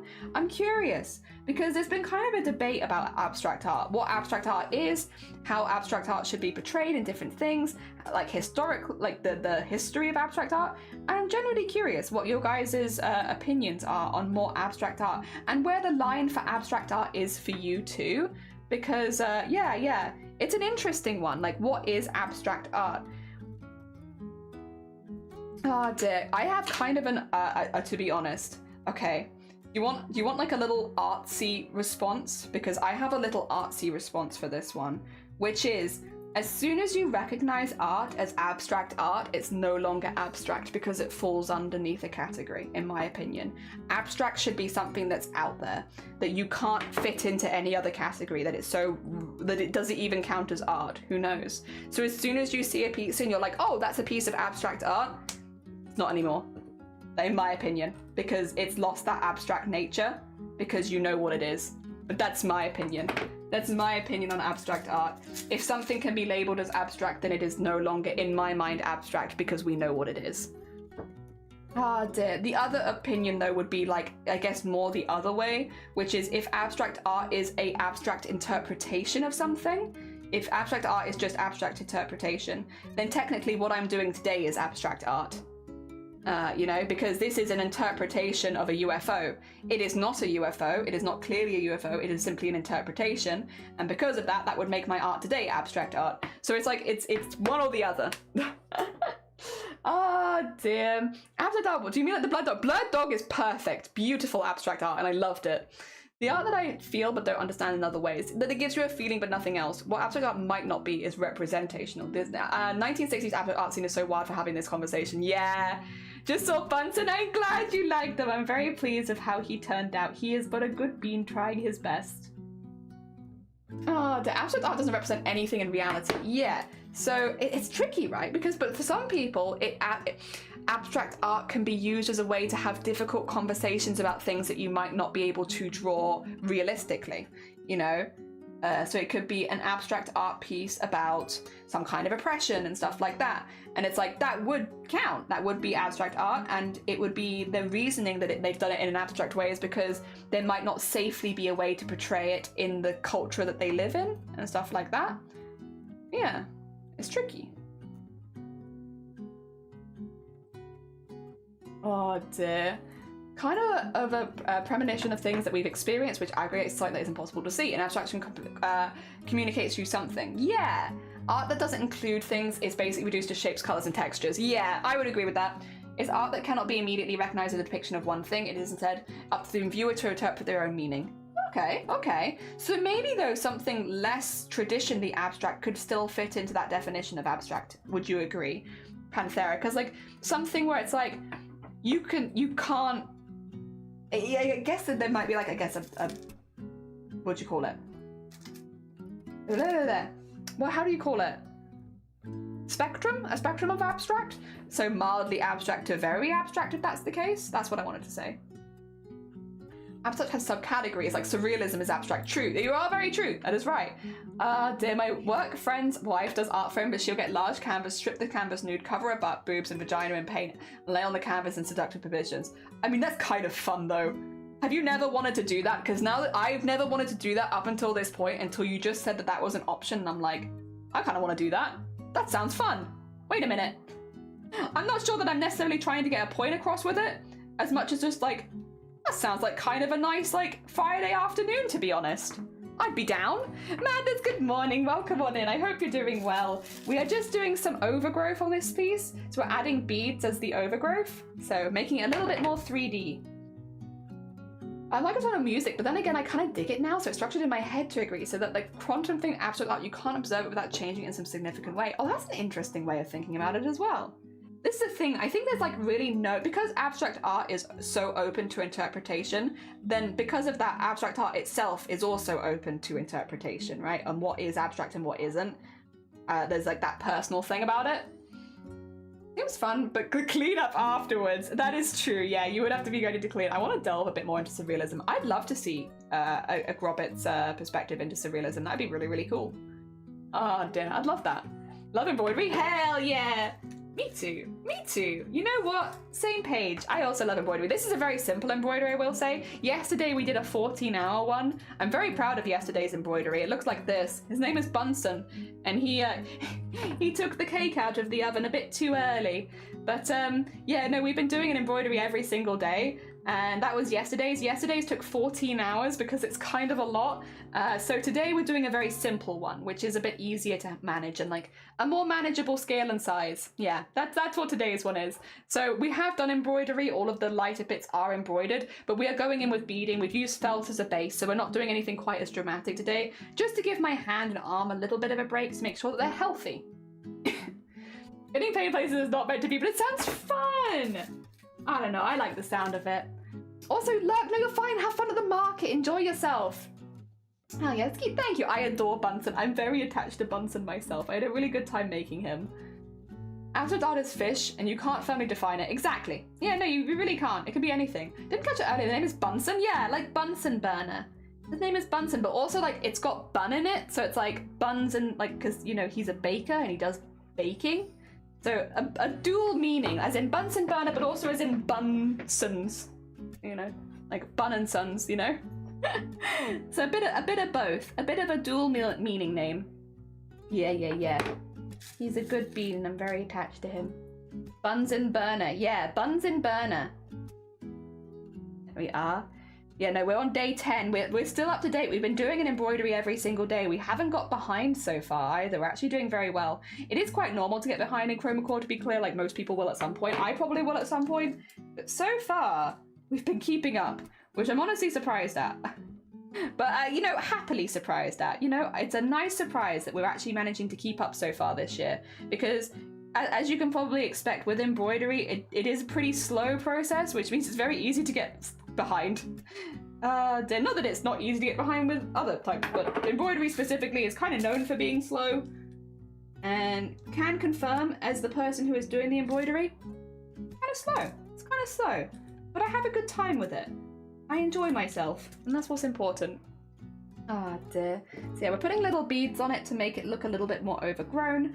And a little bit more mossy. And then I'm on a timer today because after this I'm going to go into the wilderness of Wales and I'm going to take a picture. I'm going to find a bramble bush or something and take a picture of the embroidery in the bush. We're going to go in places, we've got plans. So yes, it's going to be a bit of a weird one, but I'm enjoying myself thoroughly. And it means that I don't have to do quite as much today. Like, we're still doing an embroidery, and I think I'm still going to have a piece that I actually really like at the end of this, to be honest. Like, despite the fact that we are doing a lot less embroidery, I still am actually really digging this piece so far. I think it looks pretty good. I'm pretty happy. So yeah, that's kind of the plan. That's kind of what we're doing. And find a bramble bush, take a picture of it in said bramble bush. Once again, the reason we're on a timer is because the sun's going to go down and then I'm not going to be able to take pictures outside. So we're racing the sun right now. Oh dear. Oh, what's that song? There was a song from when I was younger. How'd it go? Your find is chasing the sun. Bam bam bam bam bam bam bam bam bam bam bam bam bam bam bam bam bam. Fine is chasing the sun. That's me today. Except I'm not chasing it with partying, I'm chasing it with embroidery. But you know, the vibes are not completely dissimilar. We are still in fact chasing the sun, it's just we're chasing it for embroidery photo shoot. Which I don't know if that's exactly what whatever it may be. Maybe abstract art is about challenging the established ways of reading art. Like abstract art is successful to me because it challenges or subverts my expectations of seeing an image. Ooh, sounds hard to look at though when described that way, like high contrast OP art. There's pleasant forms of art like Turner's late work. I mean, that was kind of a debate in the Chroma Core Discord was, does abstract art have to look good? Does it have to look nice? Should it be aesthetically pleasing, you know? Or should aesthetically pleasingness be a goal when making the art? You know, and I think it's tricky, right? Because if it has no reason for being there, if it's just like a random thing that you can put your own interpretation in, then it should look good. But if it means something, then, well, that kind of depends on what the meaning's going to be, right? It's an interesting one for sure. Again, I don't think necessarily you can be right or wrong in that kind of debate, which are kind of the fun ones to have, in my opinion. The ones where there is no clear, like, yes, that's the answer. I think that's kind of fun. It's a good conversation. Pleasing is like an option for emotion to provoke indeed. Yeah. It's like, should it be pleasing? Should that be a goal of the art? But then, yeah, like, you might find work ugly and someone else will call it moving. Yeah, because that's so specific to, like, you as a person, whether or not you're going to like it or not. It's difficult to have that as, like, a necessary part of abstract art, because how do you make sure that your work is pleasing to everyone? That's not generally how things go. Oh, dear. It's a really interesting one. They were having a debate about it in the Chroma Core Discord this week, because we had our abstract art prompt this week. Now, I will say my abstract art prompt was one that I didn't take quite as seriously and I just had fun with. We did like a watermelon color scheme and we had it all swirly whirly, and it was really, I really liked that piece, honestly, but it's not like a serious piece, nor is it meant to mean anything. Whereas one of the cadets for Chroma Core, one of the people that are like competing per se, did put a lot of meaning behind it, and they were like, they took studies from other abstract artists and they were like, this is the reason that I've done this like this, and it is because it is meant to represent something, and it is not meant to be aesthetically pleasing, because the thing that I am representing is not a happy thing, you know?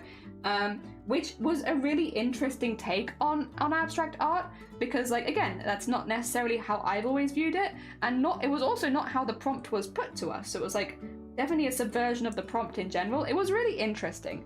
It was interesting to hear the argument and like why people would choose to do things one way or a different way. And again, I don't think there can be a right or a wrong in it per se.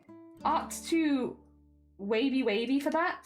But as much as I think both could maybe exist side by side, yeah, I thought it was interesting though. And again, it was also interesting to hear people that were very passionate about like people who have a lot of passion around art, arguing their point about why they believe this is in a certain way, which was also really, really cool. Because again, like, I don't often get to hear those kind of conversations. Not that they don't happen, but like they don't often happen in, like, I do embroidery, I do cosplay. Those kind of conversations just don't really happen here very often. Yeah, it's just not the vibe, I suppose. So it was really, really cool to listen to it and listen in and be like, huh, that's an interesting perspective that I had not considered before. And, you know, whether I agree or not, it's interesting to hear those kind of perspectives that you don't hear all the time. And I found it interesting. And they were also very well written, the arguments both ways, which meant it was very easy to digest as someone who maybe doesn't often indulge in that kind of thing. It was very cool. Very cool. Enjoyed it very much. Good debate. Again, I do feel pretty wishy-washy in the middle, and I also, again, with the opinion of if something qualifies as abstract art, then it has lost its abstractness. In my opinion, maybe not the most popular opinion on that one, but like, yeah, if you immediately look at an art piece and say that's abstract, it's like, well, is it then? Because you know what it is. Just with the very literal definition, I suppose, of abstract, it's like, if you can say that's an abstract piece, is it then? Is it abstract? Because you just put a label on it straight away. Clearly it can't have been that abstract if you knew exactly what it was. Oh dear, but that's a tricky one, because then how do you ever make abstract art? If that's the case. Tricky. Pleasing and ugly results in realism in doing so. Yeah. Oh yeah, if you want more information on Chroma, there it is. Dear. For me, I like the story behind the artwork, what the artist was feeling when situations happen around them. I agree. I am a sucker for a story, and I like reasons, and I like seeing those reasons portrayed in art. I think that's really, really cool. That being said, I am a massive contradiction to that. As an artist myself, because if you were to ask me what is the purpose of your art, I just want to make people smile. Like, my art has no deep purpose. It has, you know, while we do a lot of political stuff off stream, and I do like a lot of advocacy and stuff like that, my art has nothing to do with that, and never really has. So I don't use it as that kind of thing as a talking point, which means even though I do agree and I do like having a story alongside my art, I am an artist who never does that ever. I'm a bit of a hypocrite there, I'm afraid, where I don't do that. Not because I don't like it, it's just not the kind of art that I want to create. The kind of art that I want to create, I want people to look at and smile, and that's kind of all I want. I don't want anything deeper out of it. It doesn't mean anything, nor does it represent my emotional or physical well-being at the time. I just want people to look at my art and be like, yeah, I like that. Oh my god, is that a Ver, you have popped by right at the end. We're ending a little early today, but that being said, I'm still taking your name. I'm stealing your name. I'm putting it on the list. I'm giving you all the shoutouts. Hell yeah. How was your stream? I hope you had a really, really good one. Let's get you in here. Anyone who hasn't met Ver, by the way, very, very talented bean, does a lot of Pokemon and Nintendo stuff. I'm gonna make a bet. I wonder if they were, also Mint, good morning. I wonder if they were doing, it's like Nintendo? Oh, Sunset Hills. I actually don't know what Sunset Hills is.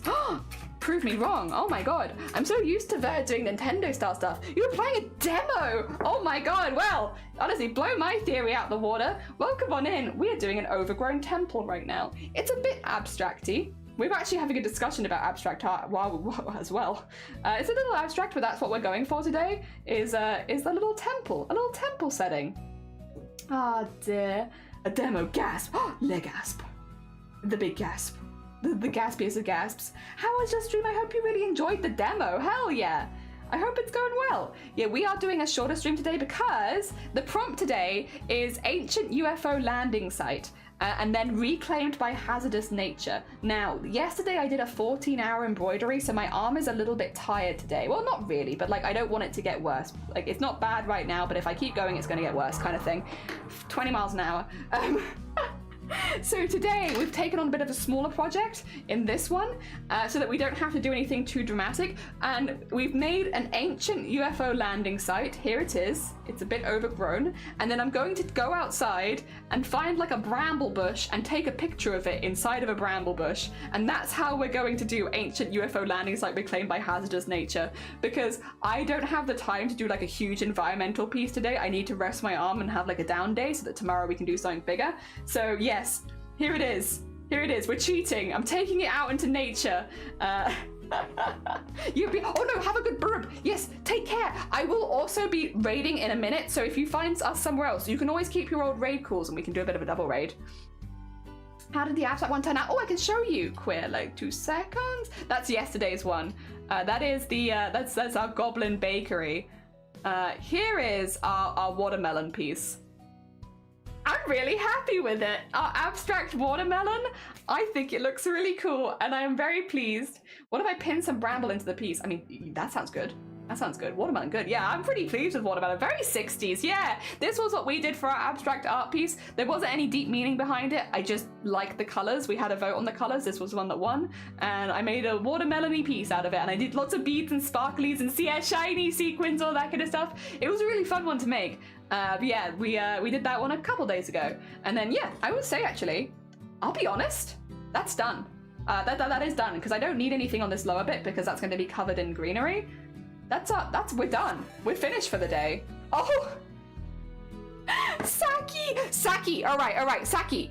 Hold on to your raid call. Get everyone who's come in with Saki. Keep your raid calls. Saki, we're actually just about to head out for the day. But thank you so much for raiding. Thank you for considering raiding us. I really, really appreciate it. And I will add your name to the list if it's not on there already. And oh no, you're already on there, so I don't need to re-add you. Let me do you the shout outs. Because by the way, anyone who hasn't checked out Saki before, another very, very talented artist who I'm assuming was making really, really amazing art today. They do beautiful things.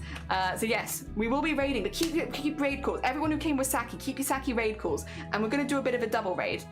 Oh dear, top tier brushes, thank you. Tomorrow we're going to come back and probably do a bigger embroidery and spend longer. 4 hours is not a very long stream for me, which is why we're getting raided. Because normally I do a minimum of 6 hours. Yeah, so I do really appreciate the raids. This is a bit of an unusual stream, but stick around because it gives us the opportunity to go to discover somebody else, and there will be lots of amazing people on at this time of day. I mean, honestly, if Saki had still been raiding, I might have raided into Saki or Ver. Maybe we would have gone to one of them. But no, instead we will find another bean, and we're going to send a lot of love to another bean. I think, oh, we've got some good options here. Oh, we've got some good options. Ooh. We could raid. Okay, I don't normally raid Andy, because Andy's normally, they are 7 hours in.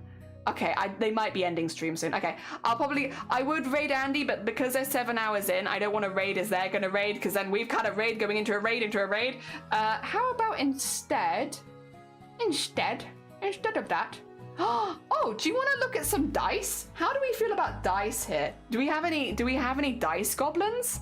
How many dice goblins have we got in this community? Because myself, I am a dice goblin.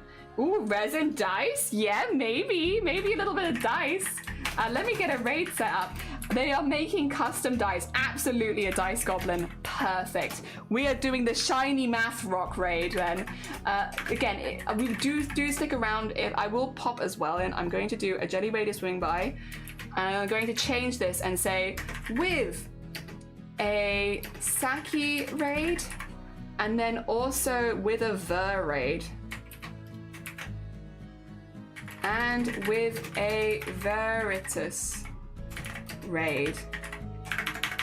Okay, so here is a raid call. You can pop your own emotes in it, but it means that they know that we have 3 people coming in with them together. Because, sorry, it took me a minute there. Yeah, grab that one, because at least then they know we're coming from a few different groups. Yeah, with a Saki raid and a Veritas raid. Yeah, so if you don't have a raid call from either Ver or from Saki, then you can take one of those ones. In the meantime, I'm gonna go into nature, and I'm not gonna touch grass, but I might touch brambles. And I'm gonna go take a picture of this in wildlife and get back to you on how it looks. Hopefully it looks good, because it's a nice easy one for me today. And then tomorrow, the prompt is meant to be connected to this one, so we might actually end up adding into this, but we'll see on that one. Hell yeah, you got your raid calls. See you tomorrow, everyone, and I'll pop the finished piece in the Discord later. Take care, have a lovely rest of your day. See you soon.